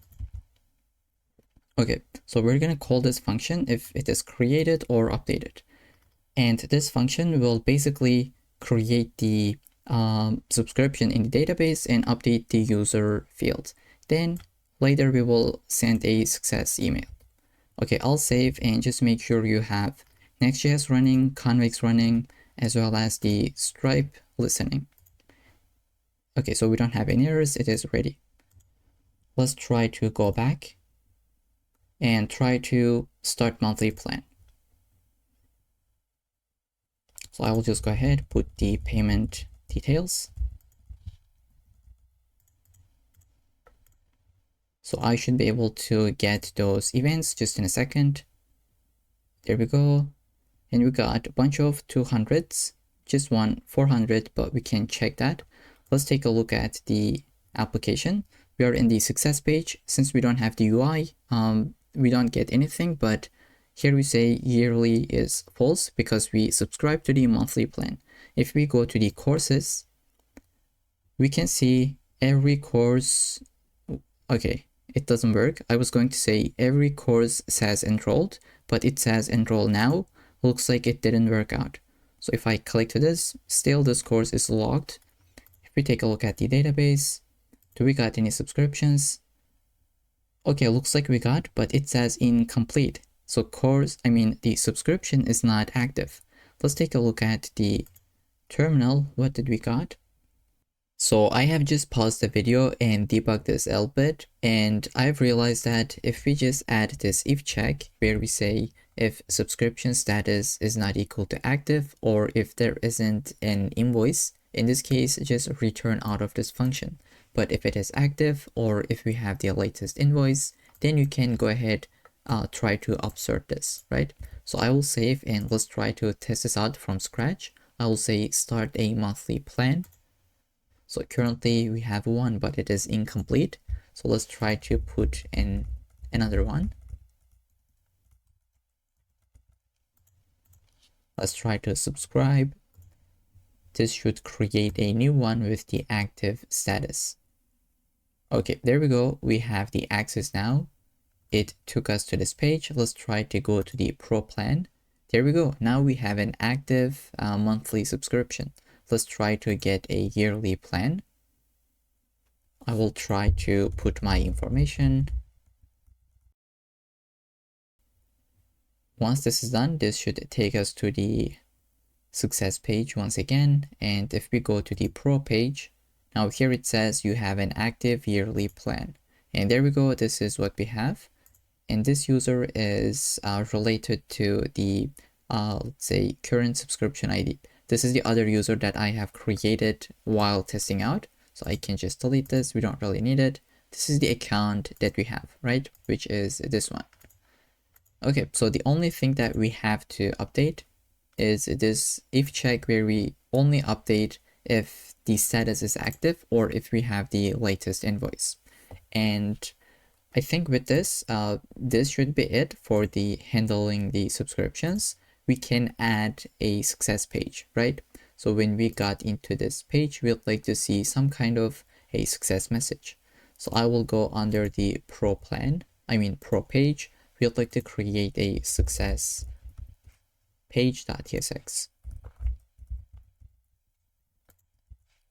Oops, I didn't mean to do it. Let's say refce, and this would be mostly the UI.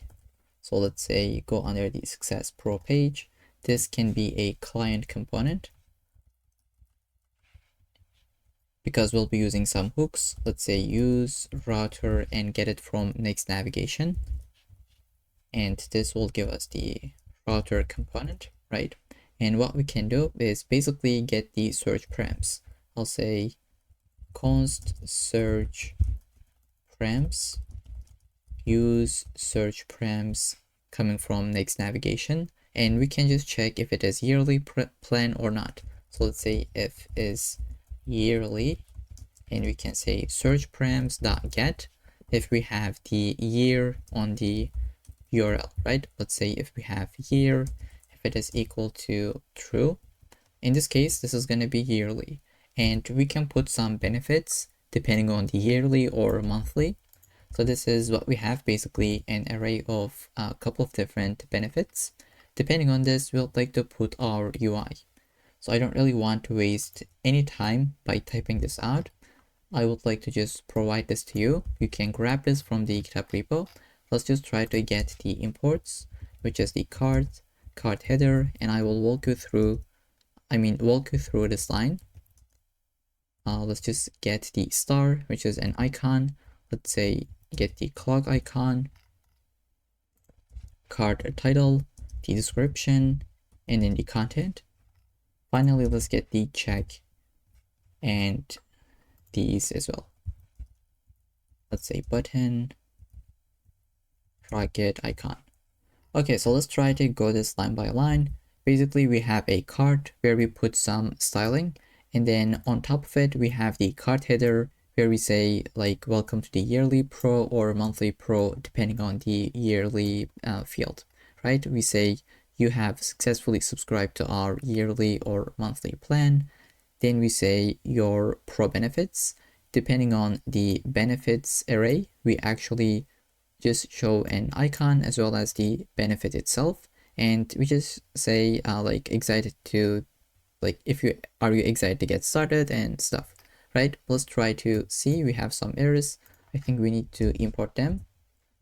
What this says basically, okay, again, let's just say this is going to be the success page. It is an ESLint warning that we have handled previously as well. So let's try to see. There we go. It says welcome to the yearly plan because this is what we have in the URL, and these are your benefits. If you click to this, what is going to happen? It would take you to the dashboard page, but we don't really have it. Let's try to fix it. Let's just say take us to the courses page. Okay, and what I want to do also update this minimum height, right? So let's say the height would be screen.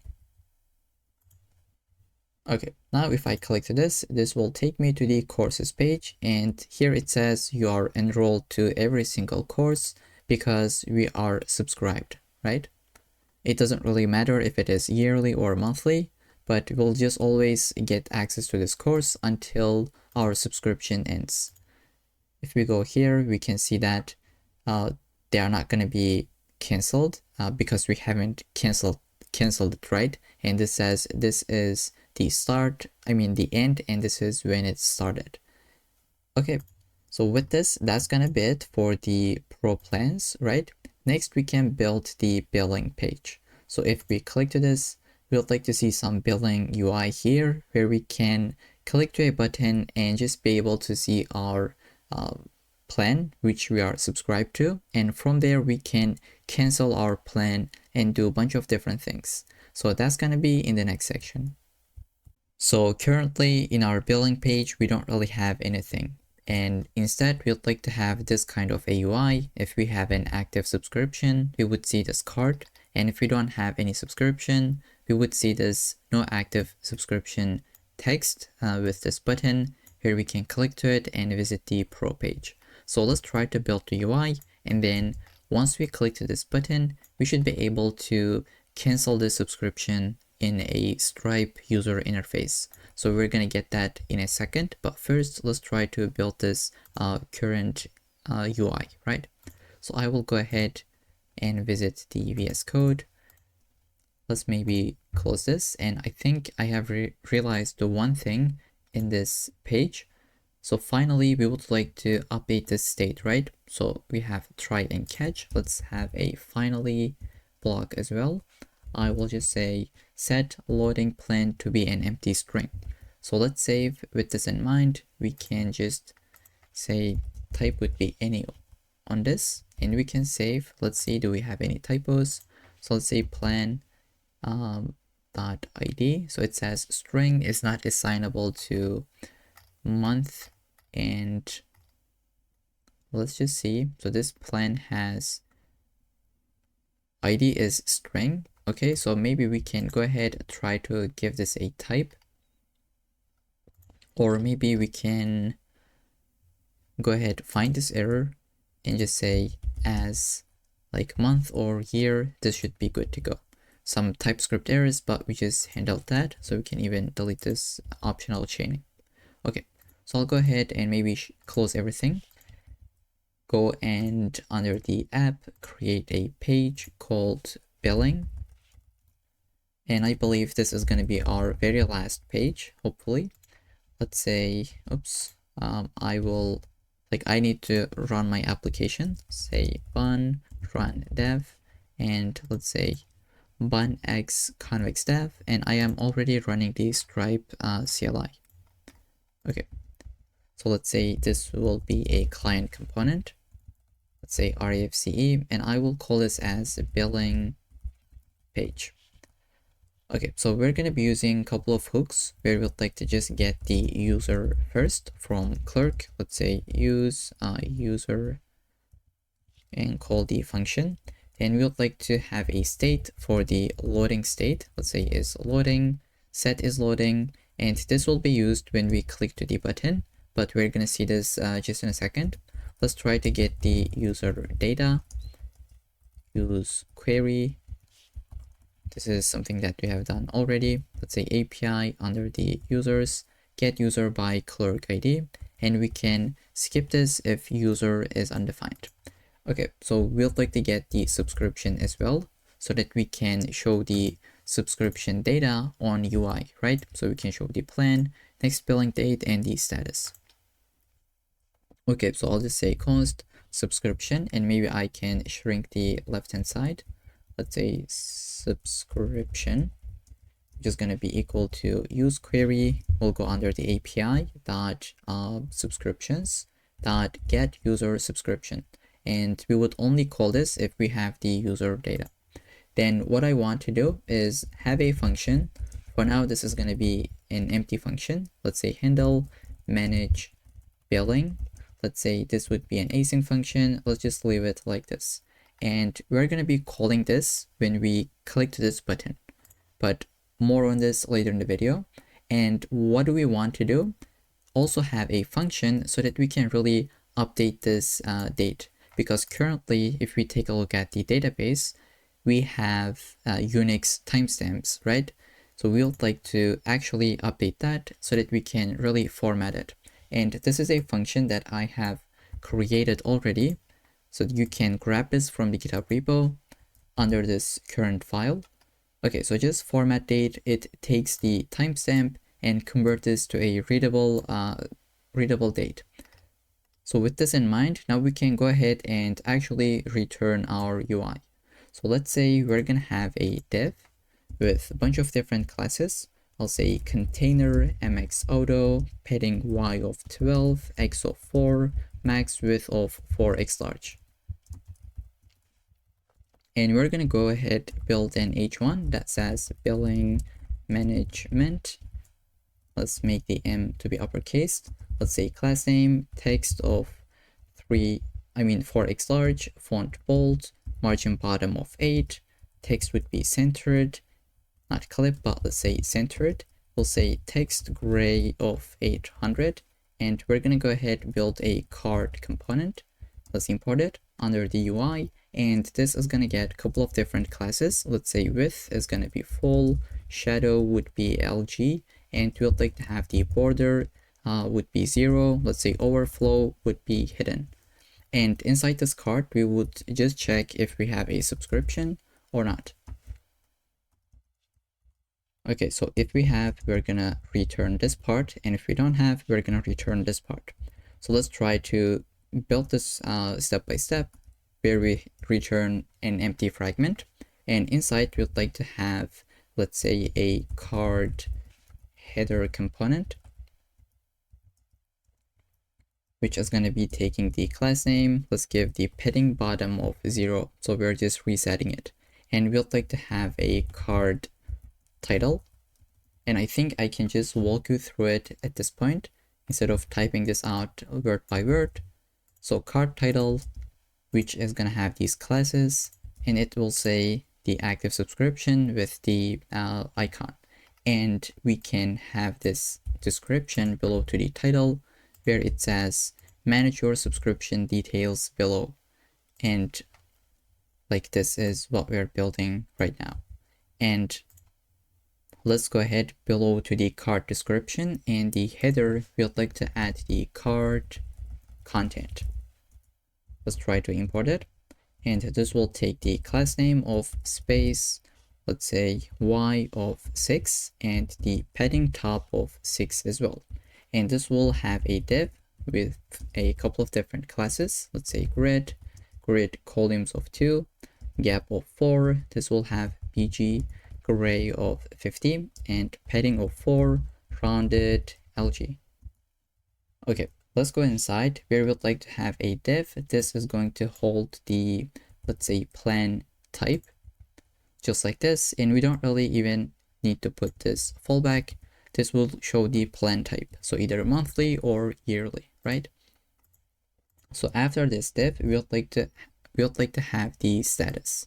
I will again copy this and paste it. We don't really need this part where we just put the status, either it is active or not. And then we would like to have one more div where we just put the next billing date, and we're using this format date function so that it is readable, right? And if the subscription is going to cancel, right, we would like to show this thing. There is going to be an alert here, even though we cannot see it in this demo image, but it will say in the next billing period, your subscription will end. So let's try to put it, and we will see this once we cancel our subscription. Okay, so this is what we really have for the card content. Lastly, we would like to build the card footer component. So I would like to again just copy it and paste it, then walk you through it. So basically, we'd like to import this component, get the button, and get the loader to component or the icon. So this is a button. When we clicked it, we will call this function, and this would be disabled if we are in the loading state. And if we are loading, we will see some loading skeleton, but else it would say manage the billing. Okay, so that was the case if we have a subscription, right? Now here we would like to have if we don't have an active subscription. So this is only UI. That's why I will just provide this to you. You can get this from the GitHub repo. So let's try to get these icons. This link, I think this should be coming from next link. Okay, so just do Control Z and try to import this and get the Zap icon. Okay, let's try to save and just see this in action. I will refresh the billing page. I should be able to see some yearly yearly plan, because this is my active subscription, I believe. Okay, so what is going on? Let's try to refresh. Okay, there we go. It says this is your status, like it is active. This is the yearly plan, and next year today this would be next billing date, right? And let's try to update this UI. I would like to just say height would be screen, and instead of adding this into every single page, I think we can add it to the layout. So here if we delete this, this is what we're gonna have. But if we go into the layout.tsx, we can basically say min height would be screen, and this should fix it. Okay, there we go. I think this is a better solution. So with this now, the UI is working as expected. So I will just go into the database, try to delete every single subscription so that our UI can update. There we go. It says you don't have any subscriptions, and we can go under the users. We can just try to delete the current subscription ID as well. Okay, now when we click to this would take us to the pro plan. Let's try to activate the monthly plan just to check if the UI will update or not. So this will process just in a second. We should be able to get the success page, and it should update the database as well. Okay, here it says welcome to the monthly pro plan. Let's say billing, and there we go. We have a monthly plan, and the next billing date will be next month today. Currently it is active. And now what we would like to do, when we click to this button, we would like to have a billing portal, and for this we can use Stripe to open up that page. So this is going to be in the next section. Okay, so when we click to this button, we would like to open up a billing portal page. So let's go ahead, handle that function. I will shrink this. When we click to this button, this function will run, right? So which is this button. So here, what do we want to do? Basically, first, I just want to say set is loading to be true for a second. Then we'll have the try catch, and finally as well, let's say finally block, where we would like to update the loading state. Now in the try, I would like to just handle this in the API routes. So I will say const response, and I will say await fetch /API /create billing portal, and this is the endpoint that we're going to create just in a second. So here we're getting something, let's just ignore that, and we will say the method is going to be post method. There we go. We're going to get a response JSON, right? And what do we want to grab from this is going to be the URL, which is going to be the billing portal URL. And we can say if there is a URL, could you please window.location.href, so basically push us to that page. And in the else case, we can throw a new error with the message, let's say fail to create a billing portal. And in the catch, we can just say toast.error.message, or something went wrong. So here, let's say type would be any. Okay, now let's try to create this endpoint. So basically, I will copy this name, go under the API, just click to the API folder, just make sure this is selected, and open up a new file, paste it, /route.ts. So it will create these folders, but I think we didn't need the API. So let's try to delete it and do it once again. So let me just give the access to this. Let's say delete permanently. Okay, under the API, we should only have this folder name /route.ts. Okay, so under the API, we have this endpoint. Let's try to build it. This is going to be pretty simple. So let's try to just build it. So what I want to do is have an export async function, and this is going to be a post method. So we are going to go ahead, try to get the user ID from the auth function, which is coming from Clerk as well. So this is how you can access to the authenticated user in a API route, right? So we'll just say if there is not a user ID, that basically says user is not authenticated. So I would like to return this Next.js response. Let's try to import it. There we go. And if we pass this if check, we can have a try and catch. Let's say const user, and we would like to send a request to the clerk, which is going to be a query. So we'll like to say Convex. I just said Clerk, but I just did a mistake. It should be Convex, okay, not Clerk. We'd like to send a query to the Convex. Let's say const Convex new HTTP client coming from Convex, and we'd like to put our public Convex URL. There we go. This is what we have done previously as well. So I can just say convex.query, where we'd like to get the user by clerk ID. And here we'd like to pass the clerk ID, which is going to be this user ID field. And we'll say if there is not a user, or if the Stripe customer ID is not provided, we can just say this Next.js response, right? User not found, and status is going to be 404. But if we pass all these if checks, well, basically we can create a billing portal. So I will say await Stripe, which we need to import it from the lib folder, right?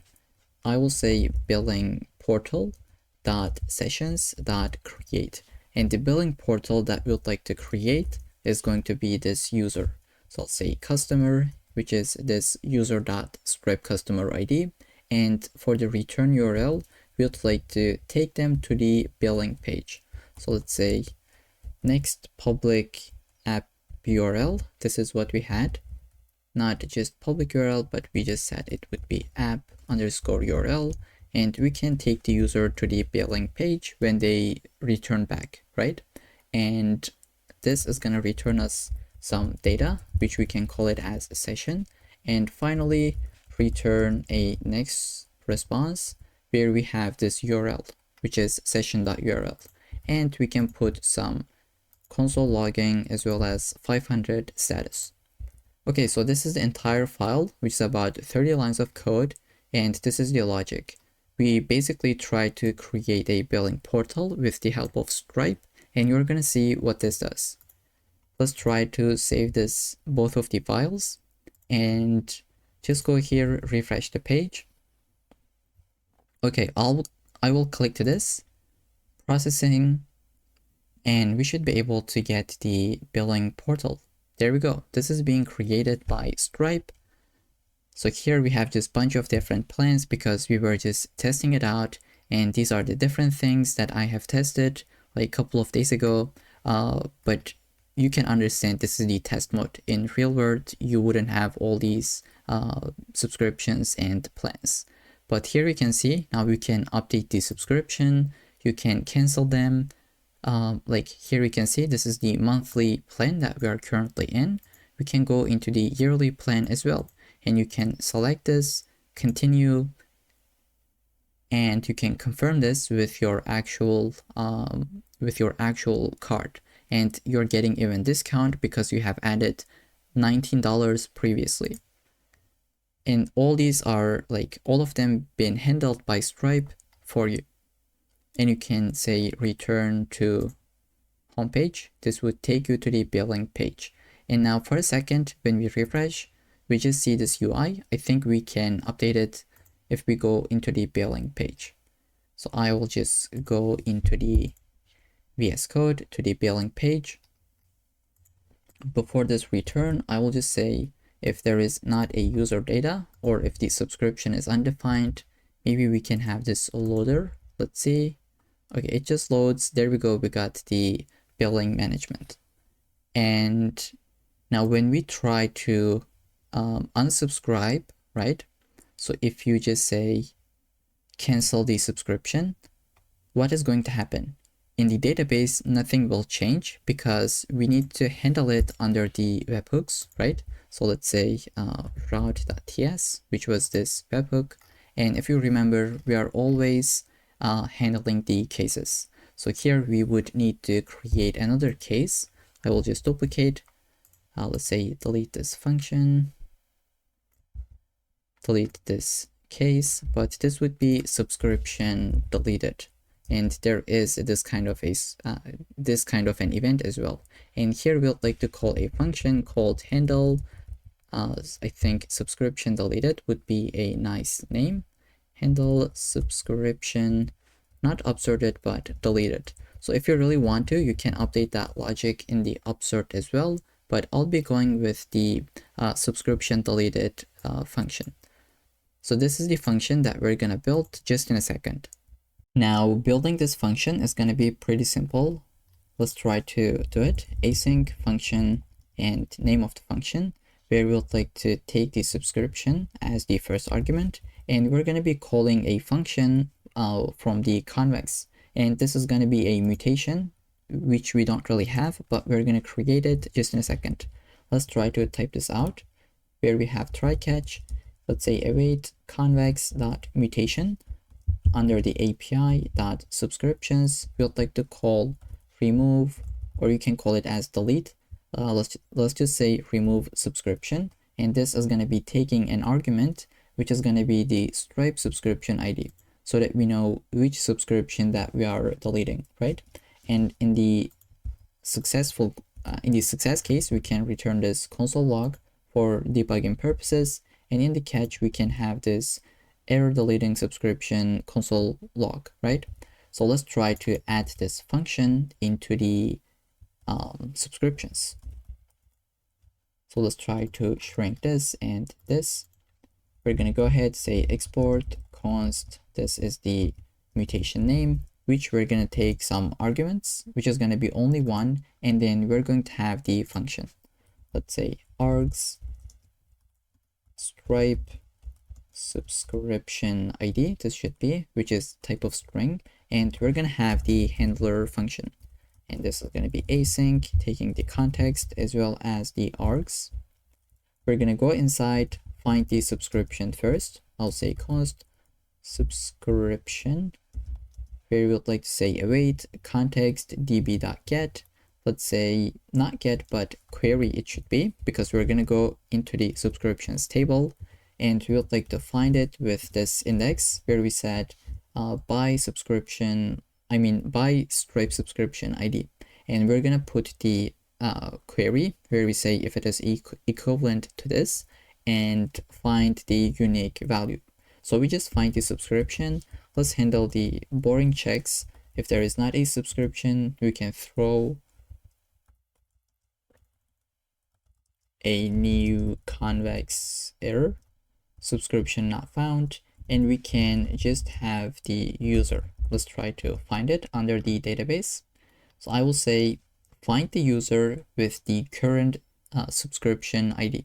So let's say await context.db.query the users table, and with the index, let's say dot with index. And if we take a look at the indexes, we don't really have something like by current subscription ID. And let's try to add this index into our schema.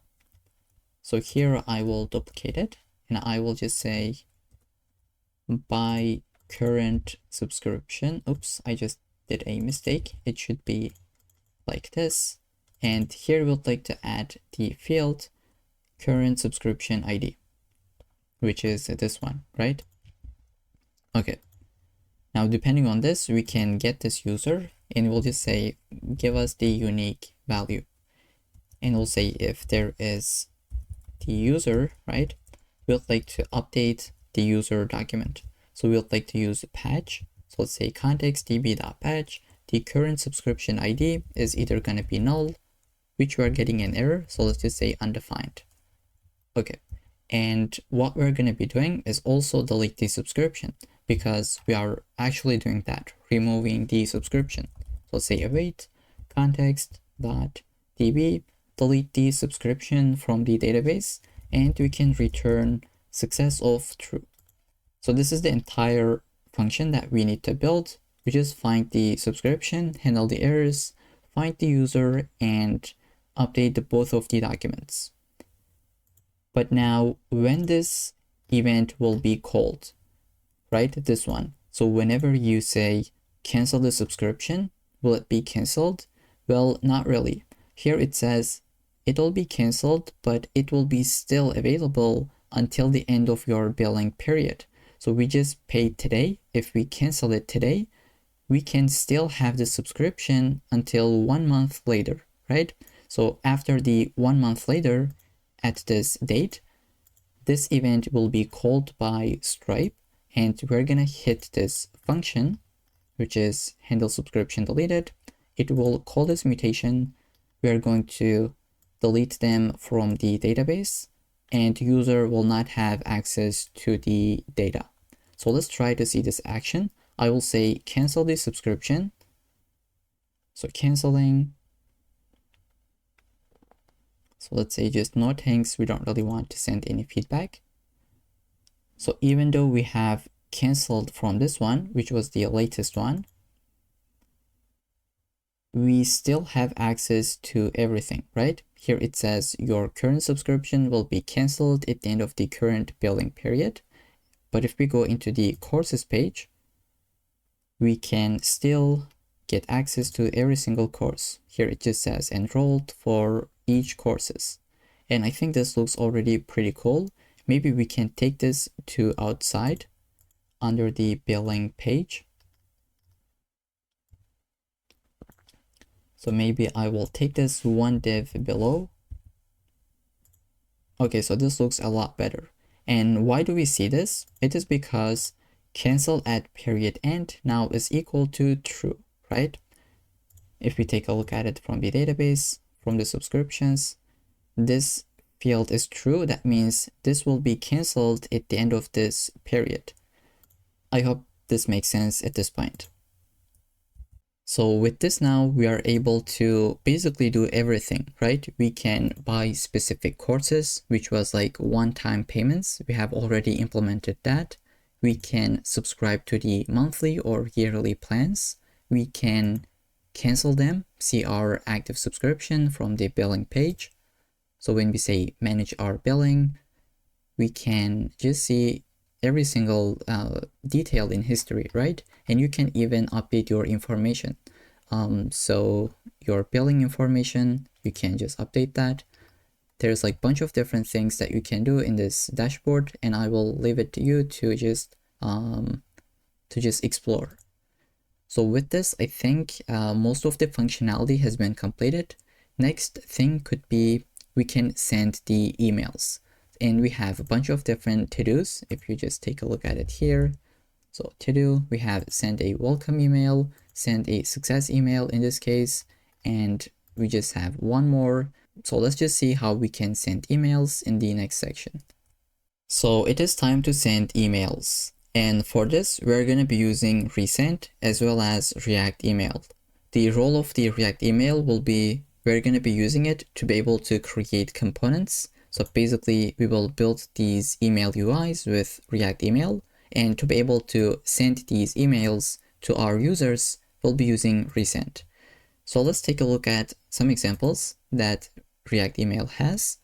So there are a bunch of different templates that you can basically copy and paste. So if you just go here, you can see the React code. This is a functional component that you can copy and paste. And under the hood, it is using a bunch of different React email components. Here you can see, such as body, container, HTML, image, etc. We're gonna get into this just in a second. And if we just scroll to the bottom, we can see there are a bunch of different CSS styling, but they are in JS, right? This is how should we doing it. And as I said, we're going to see this in action, but this is really convenient where you can see the mobile version and desktop version, as well as the code if you really want to use it.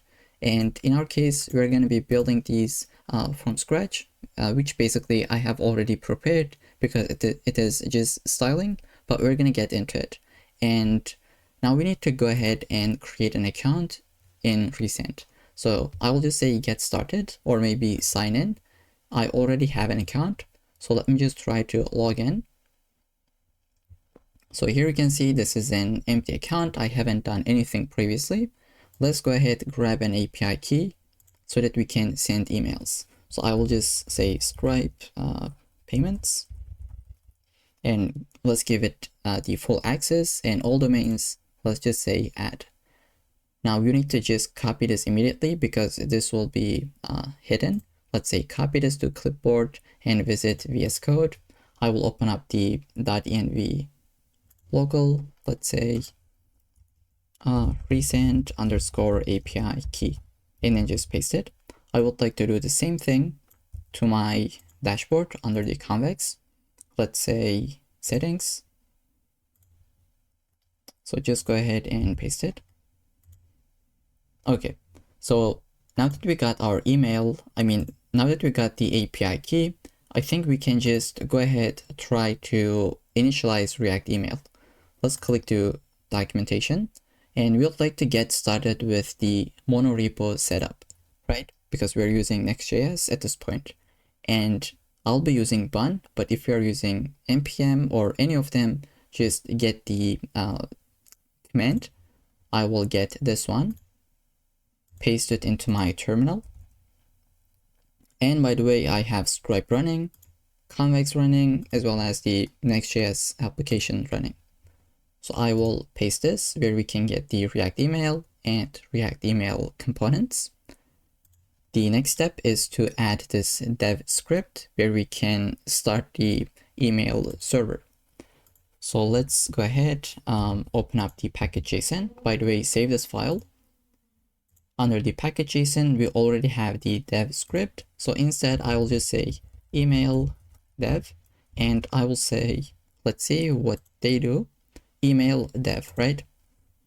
But now this assumes that you have the email folder under the root, but we are going to have it under the source. So let's say emails, and let's create one called welcome email.tsx.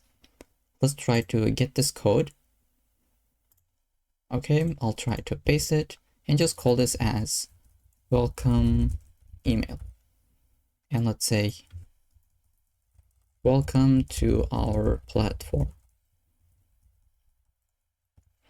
Okay, oops, we have typo, but there we go. Now, since this is expecting the emails folder to be under the root, but we have it under the source, right? Let's try to just run this. This will crash. Let's say bun run email dev.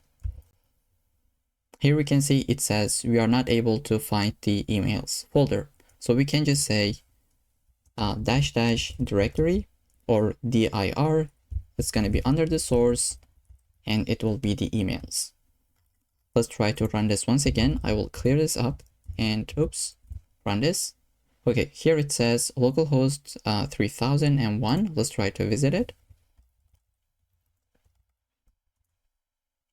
So we can see our emails without actually using it. So these are the demo.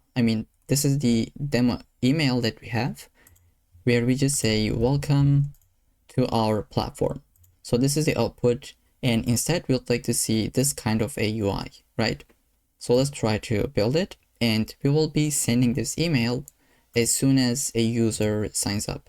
So if you go under the http.ts, we have a to-do. Once a user signs up, once we create it in the database, we will send a welcome email, right? So let's try to maybe just build the UI, and then we're going to send the email. So now go ahead under the GitHub repo, find this file, right? Under the source, under the emails, welcome email.tsx. And you can copy that entire file and just paste it. This is what I have done. Now I'll just walk you through it. So almost like half of this file is just CSS styling. So I will skip explaining those because they are just like having some background colors, font family, margin, padding, width, height, border radius, that kind of thing. But the main part here is that we have a functional component that we are exporting, and we are getting a bunch of different components from React email/components. And this component is accepting two different props, such as name and URL. And we are going to be using this name to be able to show the name of the user, and the URL is going to be under this link. When they click to it, the user will be taken to that URL, to that link, right? And this is the exact same output. Here we can see like this is the markup where we just say welcome to masterclass. We are thrilled to have you join our team. And by the way, if you use slash, like single quote instead of this apos, ESLint will warn you. So that's why I am using this. Just keep that in mind. This is nothing than doing this, right? Okay, so this is the output. I think there is no logic here, so you don't really need to worry about this. The only thing that we're using, a button with the URL, which is coming from the props, as well as the name that we are rendering on the UI. Now, how can we call this when the user signs up? So we need to go ahead and configure the resend first. Let's say under the lib, I will create a file called resend.ts, and we'll like to export the resend from here. So first, let's just say import resend, and this should be inside curly braces. We'll say from the resend package, but I think we haven't installed it, so it should be oops, I can't type, resend, right? Let's try to get the package. I will just open up a new terminal. Let's say bun add resend, and we'll be using this just in a second. Okay, so it looks like we got the package. I don't have any warning. It is under the node modules folder. So I can say const resend, and let's initiate one, new resend, and our API key is resend API key. Let's try to export default this. There we go. Now we should be able to use it in this file and any other places. We're going to go ahead and just say await resend. Let's try to import it. We just need to go above under the resend file. We need to just grab this. Okay. Let's say, okay, resend.emails.send. This is the function that we would like to call with our payload. So the first thing we would like to do, like who is sending this email? Let's say from master class, and then your email address. Now for testing purposes, we can use onboarding at resend.dev. But do not use this in production, otherwise your account will be banned from resend. So only use this in development, okay? Otherwise you should use your own domain, and to be able to use it, you need to just set this up in like here in the resend dashboard, which is pretty easy to do. But since we are just trying to test this out, I think this is completely fine to use it in the development. Okay, so from this user and to whom, which is this email that we are getting, right? We are grabbing the email address of the user that just signed up, and the subject, let's say welcome to master class. There we go. And then the actual content. So you can put it as HTML, but since we are having it as React, we're going to go ahead and just say welcome email, and we need to import this as well. This is the functional component that we have just created. So let's go here under the source. We need to go under the emails and get this one. Okay, let's try to scroll down here. We'll just call this function. So you can call this actually as a function because this is a function in the first place, right? Even though this looks like a React component, and it is also a function. There you can see this is the signature that we have. So it is completely fine to call it like this and put your props where we have the name, which is the name of the user, as well as the URL that we can put, which is going to be, let's say, process.env. We would have something like next public app URL, which is going to be localhost in this case. So what this says, string or undefined is not assignable to a type string. So let's say we are sure this is always going to be there because we have added it into our .env local. Let's say next public app URL, it will be there, right? Okay, so as I said, we should be only using this in development. So that's why I will go ahead, wrap this with if process.env.nodeenv is equal to development. Otherwise, you shouldn't be using this onboarding domain, right? You should have your own domain here in production. So I will wrap this with the if statement. Okay, let's try to save, and I think we can test this out right now. I will delete the to-do. Let's try to delete this user from our application so we can really sign out. So I will delete this user, and I will also delete this user from the Clerk dashboard. Let's say clerk.dev, because if you don't delete that user from the Clerk dashboard, this event will not be sent, which is user created. Let's see, this is the master class application. Let's say users, and let's try to delete both of them. This is the user that I have created while testing it out. So for now, let's just delete all of them. We can go ahead, even delete every single subscription, purchases as well. Okay, in our database, we only have our courses. So I will try to sign up, and hopefully we are gonna get an email.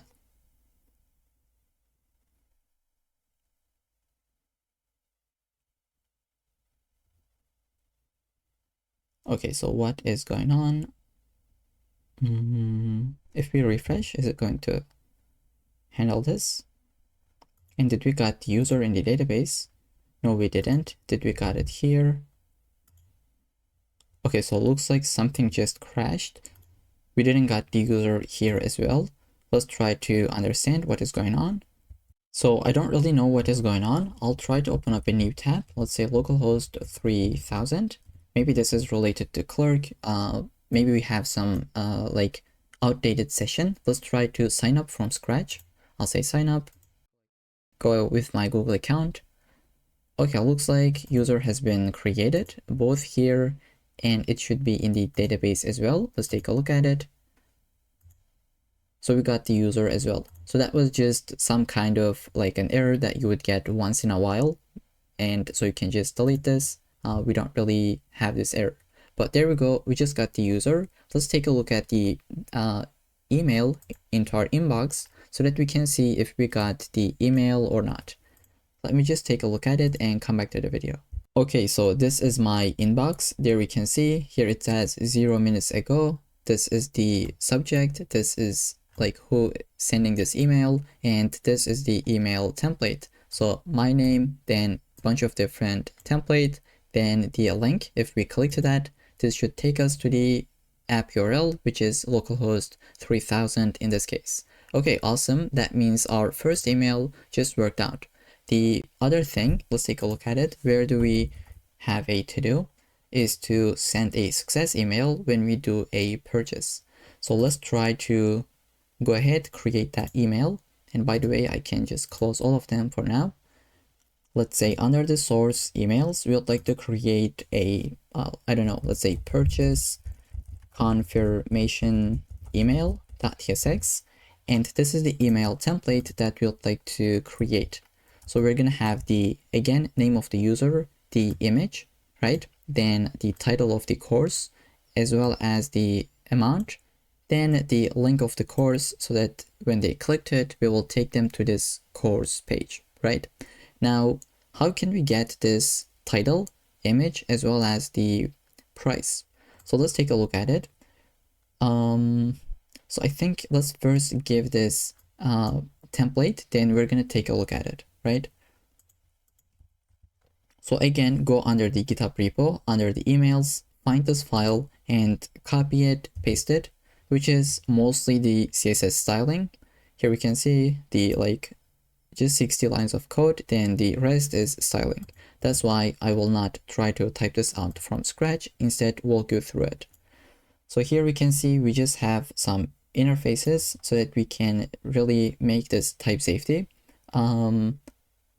We have our UI and we're using a bunch of different props. So the customer name, course title, course image, course URL, and then the purchase amount. And just in case they are empty, we're having default values. And I think we don't really need it. So if you want to, you can delete them, but I'll just leave it here as it is. Okay, we would like to call this function, this email, when we record a purchase. So we're gonna go ahead and just say await let's say resend, try to import it, emails dot send, and let's put our payload where we would like to have the from to subject as well as the React template. So again, I will say we are sending this from this account to this user, which is going to be user.email. And where is this user coming from? Well, it is coming from the database. Then the subject, let's say it is going to be purchase confirmation or confirmed, just like this. Then finally the React email template. Let's say purchase, I think it was confirmation email. Let's try to import it. So this wants us to put the customer name, let's say user.name. This wants us to put the course title, right? But how can we get the course title? We can say session.metadata.course title, but we don't really have this in the metadata, because if you take a look at the stripe.ts, under the metadata, this is not the function, this is proplan. When we buy something, a specific course, this is the function that we are calling. And under the metadata, we are just sending the course ID and user ID. What we should do is also send the course title, let's say course title, and we can send the course image, maybe course price as well. Okay, so just like this, we should be able to now pass them to here because we're going to be getting them from the metadata. I hope this makes sense.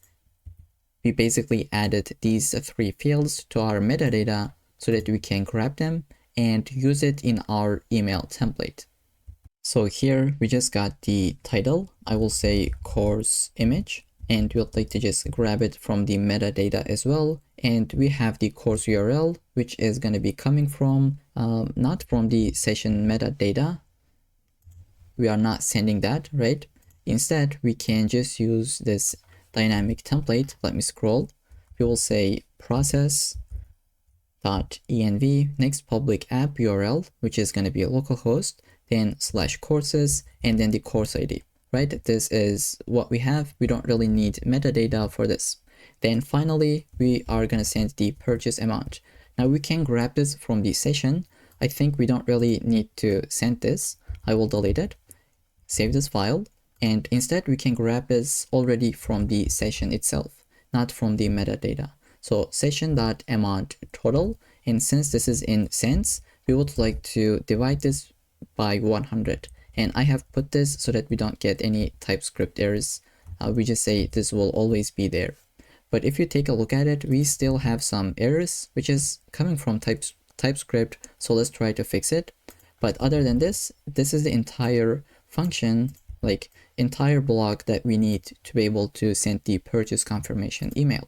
So I will just go ahead, say if there is session.metadata, and if there is session.metadata course title. Oops, this is annoying, but let's say also if there is the course image. So what is going on? Let me just break this down for you. Okay, only then we would like to call this, and here we can see we just got rid of the TypeScript errors. Previously it was saying maybe this is undefined, but we are saying, hey, only if we have these values, then call the this block, right? And one more thing, I would like to only call this if we are in the development mode. So let's say process.env.nodenv. If it is in the development, then we would like to use this onboarding at recent.dev. If you have your own domain here, then you don't need to put this part. Okay, so with that in mind, let's try to save and try to purchase a course. I will go into my application. Let's try to enroll into this course. Hopefully we are gonna get that email. So let's put the details and pay for this. It is going to create the purchase in the database, hopefully. Okay, now let's take a look at the UI. Purchase was successful. Let's go to the course. we should be able to see the content. And let's take a look at the email if we got it. So it didn't work out. I didn't get the email. It is because I just had a typo. So instead of course.image, it should be course image URL, right? So I will just go ahead, update it with this one. And from the meta, we're going to get the course image URL. So hopefully this should be it and it should be working out. Maybe you can actually update this with course image. Maybe that would be a better option, but I'll just go with the course image URL because this is what we are sending from here. And let's try to do this from scratch. I will delete this purchase and try to buy this once again. So it is logged already. Let's enroll into this.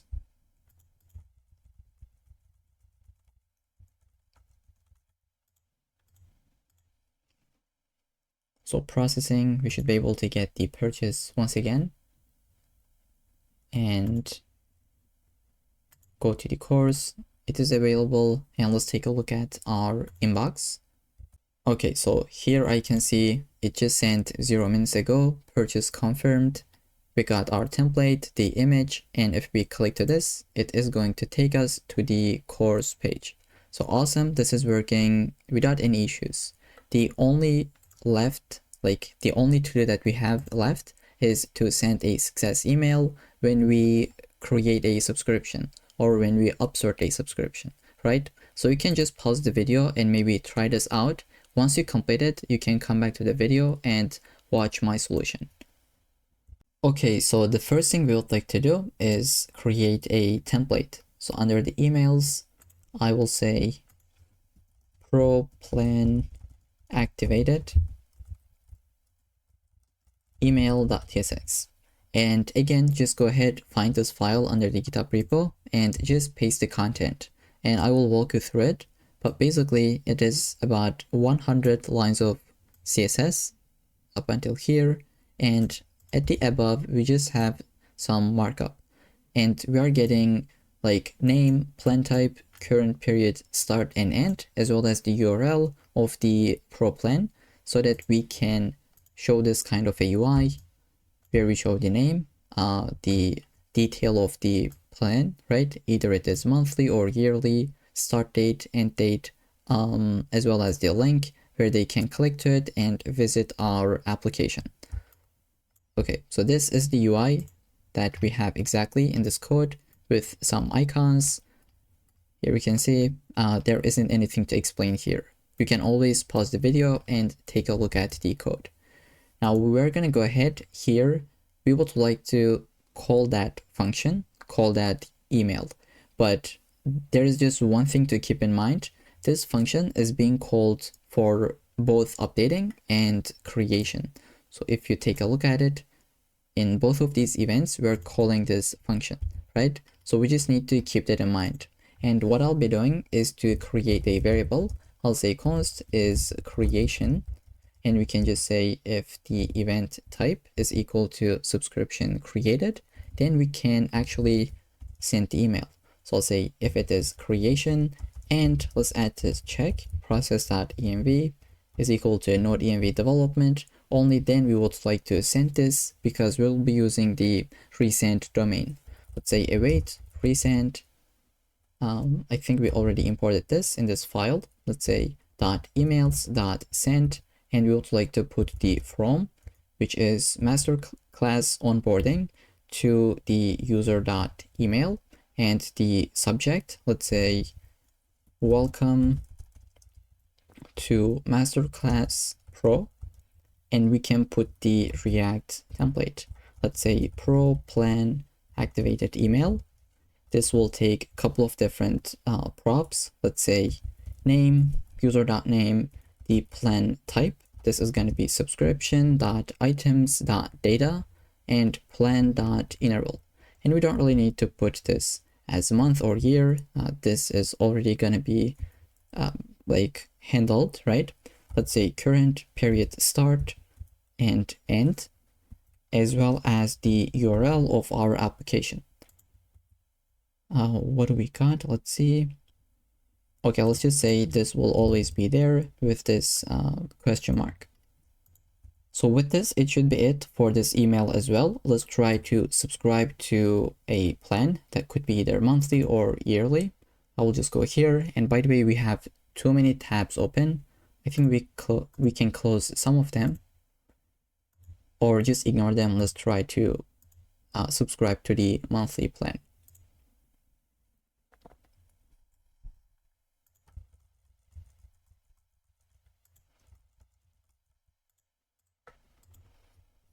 So this should create the subscription in the database.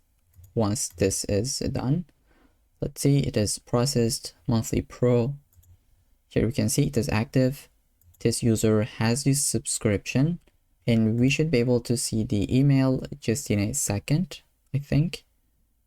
So I didn't get the email, and the reason is Stripe is thinking that we are updating our subscription instead of creation. So this line is coming from here, if you can take a look, and the event type is customer subscription updated and not created. That's why we didn't hit this if check and didn't get the email. But why did we get updated instead of subscription created?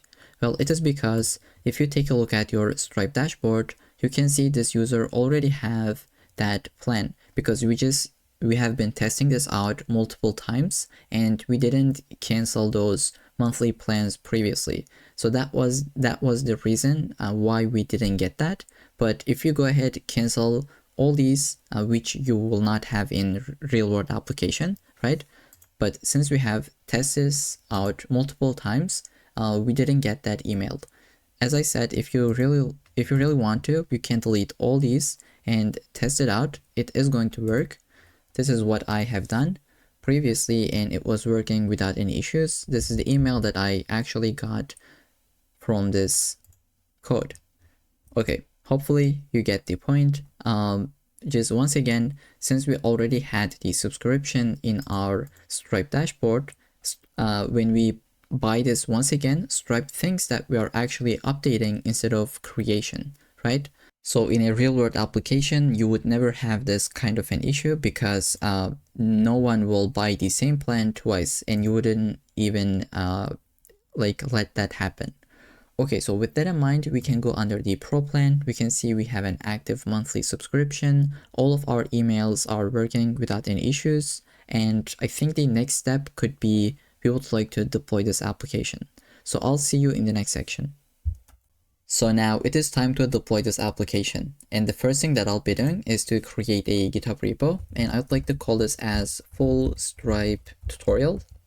You can call this really anything, but this is the name I'll be going with. And until I publish this video, I'll keep this to be private.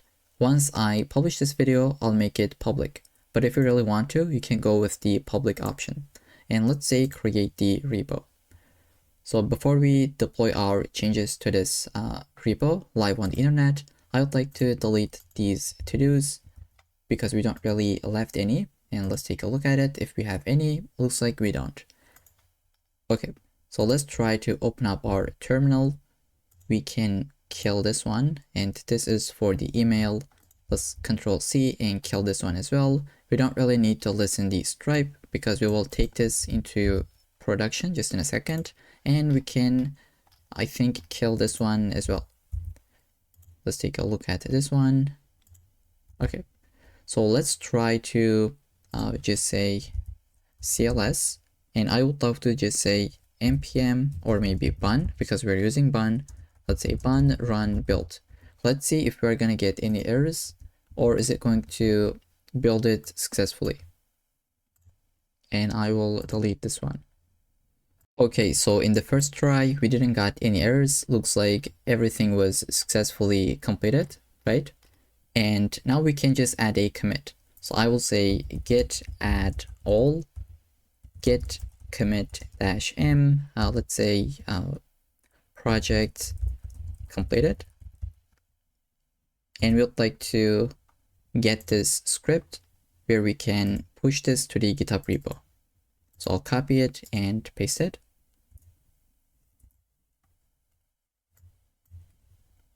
And just in a second, we should be able to see this application live on the internet, right? We don't have the .env local, so it looks like everything is completed successfully. I will go into my Vercel account, and this is the latest repo that we have. We would like to deploy this, so let's say import. And before we just say deploy, let's try to add our environment variables. So I would like to go and visit the .env local. And basically I will get everything that you see here except from this one, because in deployment we're not going to have a local host running. So in the first try we will deploy the application. Vercel is going to give us a URL, then we're going to take it and put it into the environment variables once again, then deploy it. So I think you're going to see this in action. We would like to just delete, or maybe take this above, or I think we can just delete that. I will copy everything and just paste it here. Okay, there we go. Okay, I can talk. There we can see everything is being added. Let's just say try to deploy this.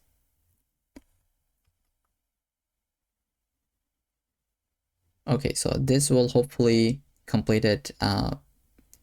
This will be completed without any issues, and we're gonna get a live URL so that we can add this next public app URL to here and just see if our application is gonna work without any issues. So once this is done, I'll just be right back. Okay, so I just got the congratulations message. It has been deployed. Let's say continue to dashboard. We should be able to visit our domain and have our application up and running, but the payments are not going to work initially. And you might be asking why? Because if you remember, we talked about it, the webhooks in Stripe. We said that we'll be using the test in the local development. Once we go into the production, we need to add an actual endpoint URL here, right? So let's try to do it. I will first copy this and add it into my environment variables. So I'll just go under the settings, environment variables, and let's say add a new one. How can we add it? Let's take a look at it. Okay, here, this was the value, and just make sure that you have deleted this trailing slash, right? And we're gonna go ahead, try to get this name, which was next public app URL. Okay, so let's try to save it, and we have a warning. Let's see. Okay, it is fine. This is a public thing that we can expose to the browser. And just make sure you don't have that slash at the end. Let's say save. Okay, so here it says it has already existed. And looks like we put the local host. So I will go ahead, try to actually replace it with this one. Let's say edit. And just say save. Okay, once you have saved this, I think this will deploy this from scratch, or maybe you should say deploy it manually. So I will go under the deployments, click to this one. I will say deploy the latest commit. Okay, let's say redeploy.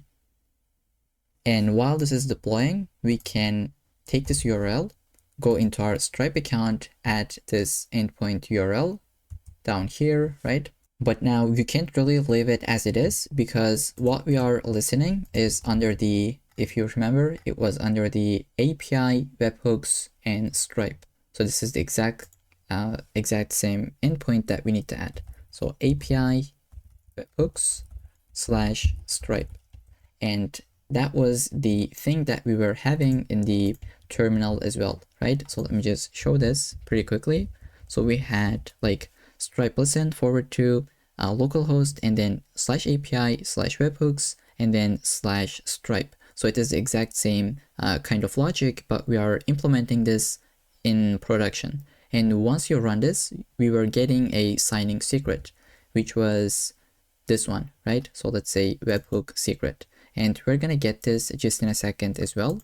Let's say we would like to listen for a couple of different events, and you can always check this in our code under the route.ts.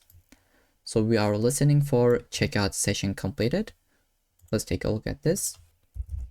Check out session completed.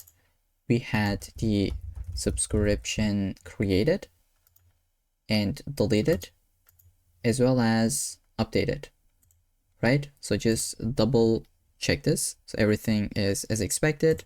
Then we can say add those events and just add the endpoint. You can put a description as well, but I think we don't really need it in this case.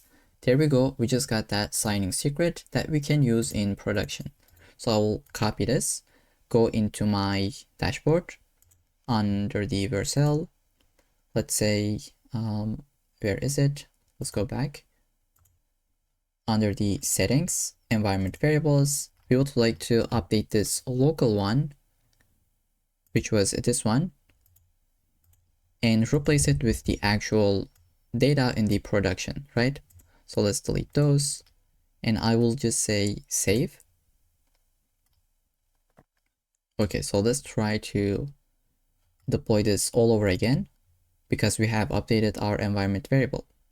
I would like to say under the deployments, select the latest one and redeploy manually.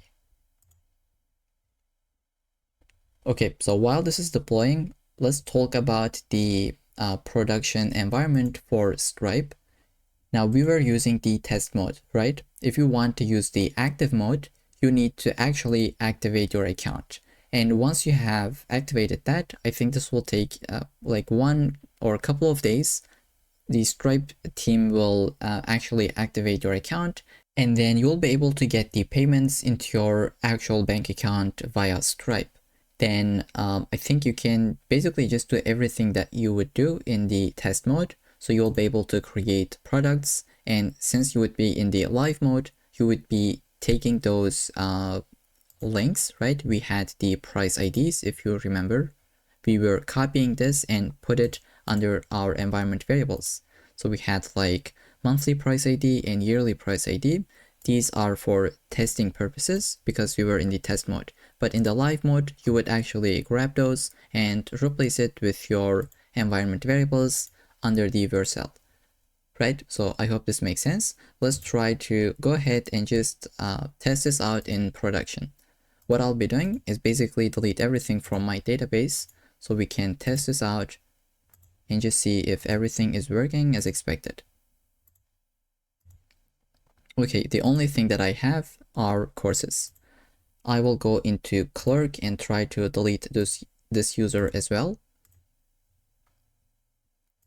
And let's try to test this out in production, right? And I don't know why I put this here, but let's put it next to the database. Okay, so I'll just say sign up. Let's go with my Google account. Let's say continue.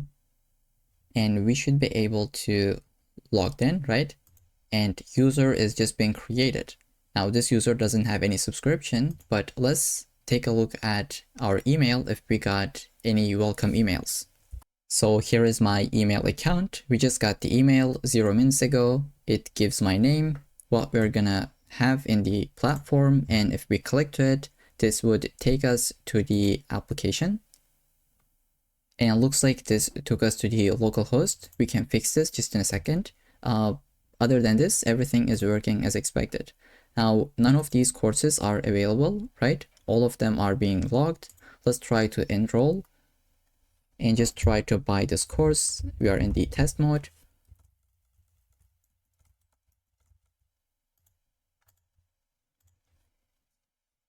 Okay, so we are going to process this, create a purchase in the database, and it will create, oops. Okay, so it looks like we are being redirected to the local host. We're going to fix it just in a second.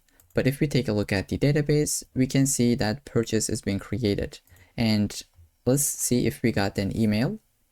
So we didn't got the success email, and we talked about it previously. We would only be getting it if we are in the development mode because we are using the domain of recent. If you have your own domain here, let's say no reply at yourdomain.com. In this case, you can delete this if check and be able to send emails to everyone. But since we are in the development mode, we don't really want to send this in production, right? Okay, so we're not going to get emails in production with this setup, but I showed you how we can make that work by adding your own domain to the recent.com dashboard. But if we take a look at the course page, which was this, now it is not logged, we have the course, it is up and running. And when it comes to the success page, it took us to the localhost. It is because in our environment variables, in Convex, the next public app URL is equal to localhost.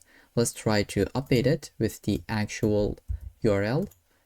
So I will just say edit this dude, paste this one, and make sure you delete the slash at the end. So with this, now it should be working out without any issues. I'll try to buy another course. Let's say enroll to this one.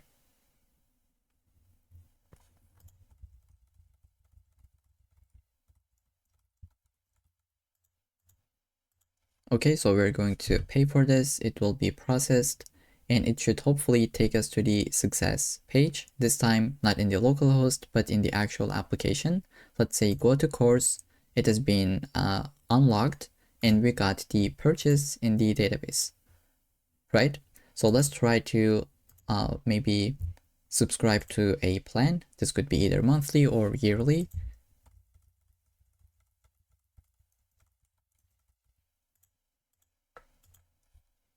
Okay, so again, this will process it, take us to the success page, hopefully create a session in the Stripe and put it into the database.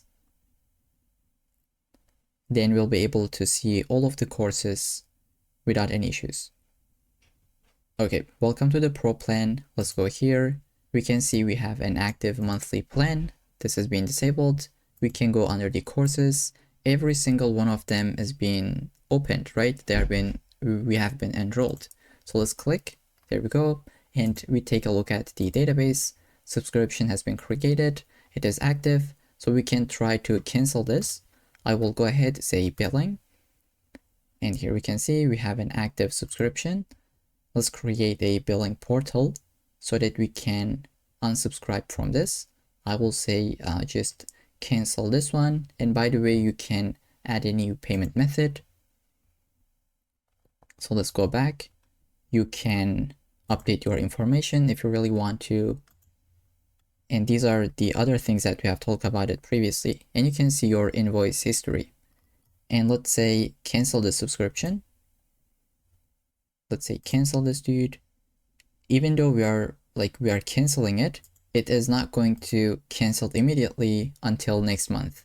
Here we can see it says your subscription will be canceled at the end of the current billing period, which is going to be next month. So until next month, we are able to see all the courses with their details. And if we take a look at the database, now it says this course will be canceled at the end of this period. And this is our entire application, I think, without any issues. It is working. The only thing left is like emails. You would set up your domain here. And by the way, you can see all the emails that you have sent. Once you set up your email, you should be able to get those emails in production as well. So I think that's gonna be it for this entire video, where we have implemented basically everything that we have told in the introduction part. I hope it was helpful and you were able to see that Stripe is not actually that complicated to work with. And a huge shout out to today's sponsors, which were Convex, Clerk, and Upstash. And a huge thanks to you for making this video possible in the first place.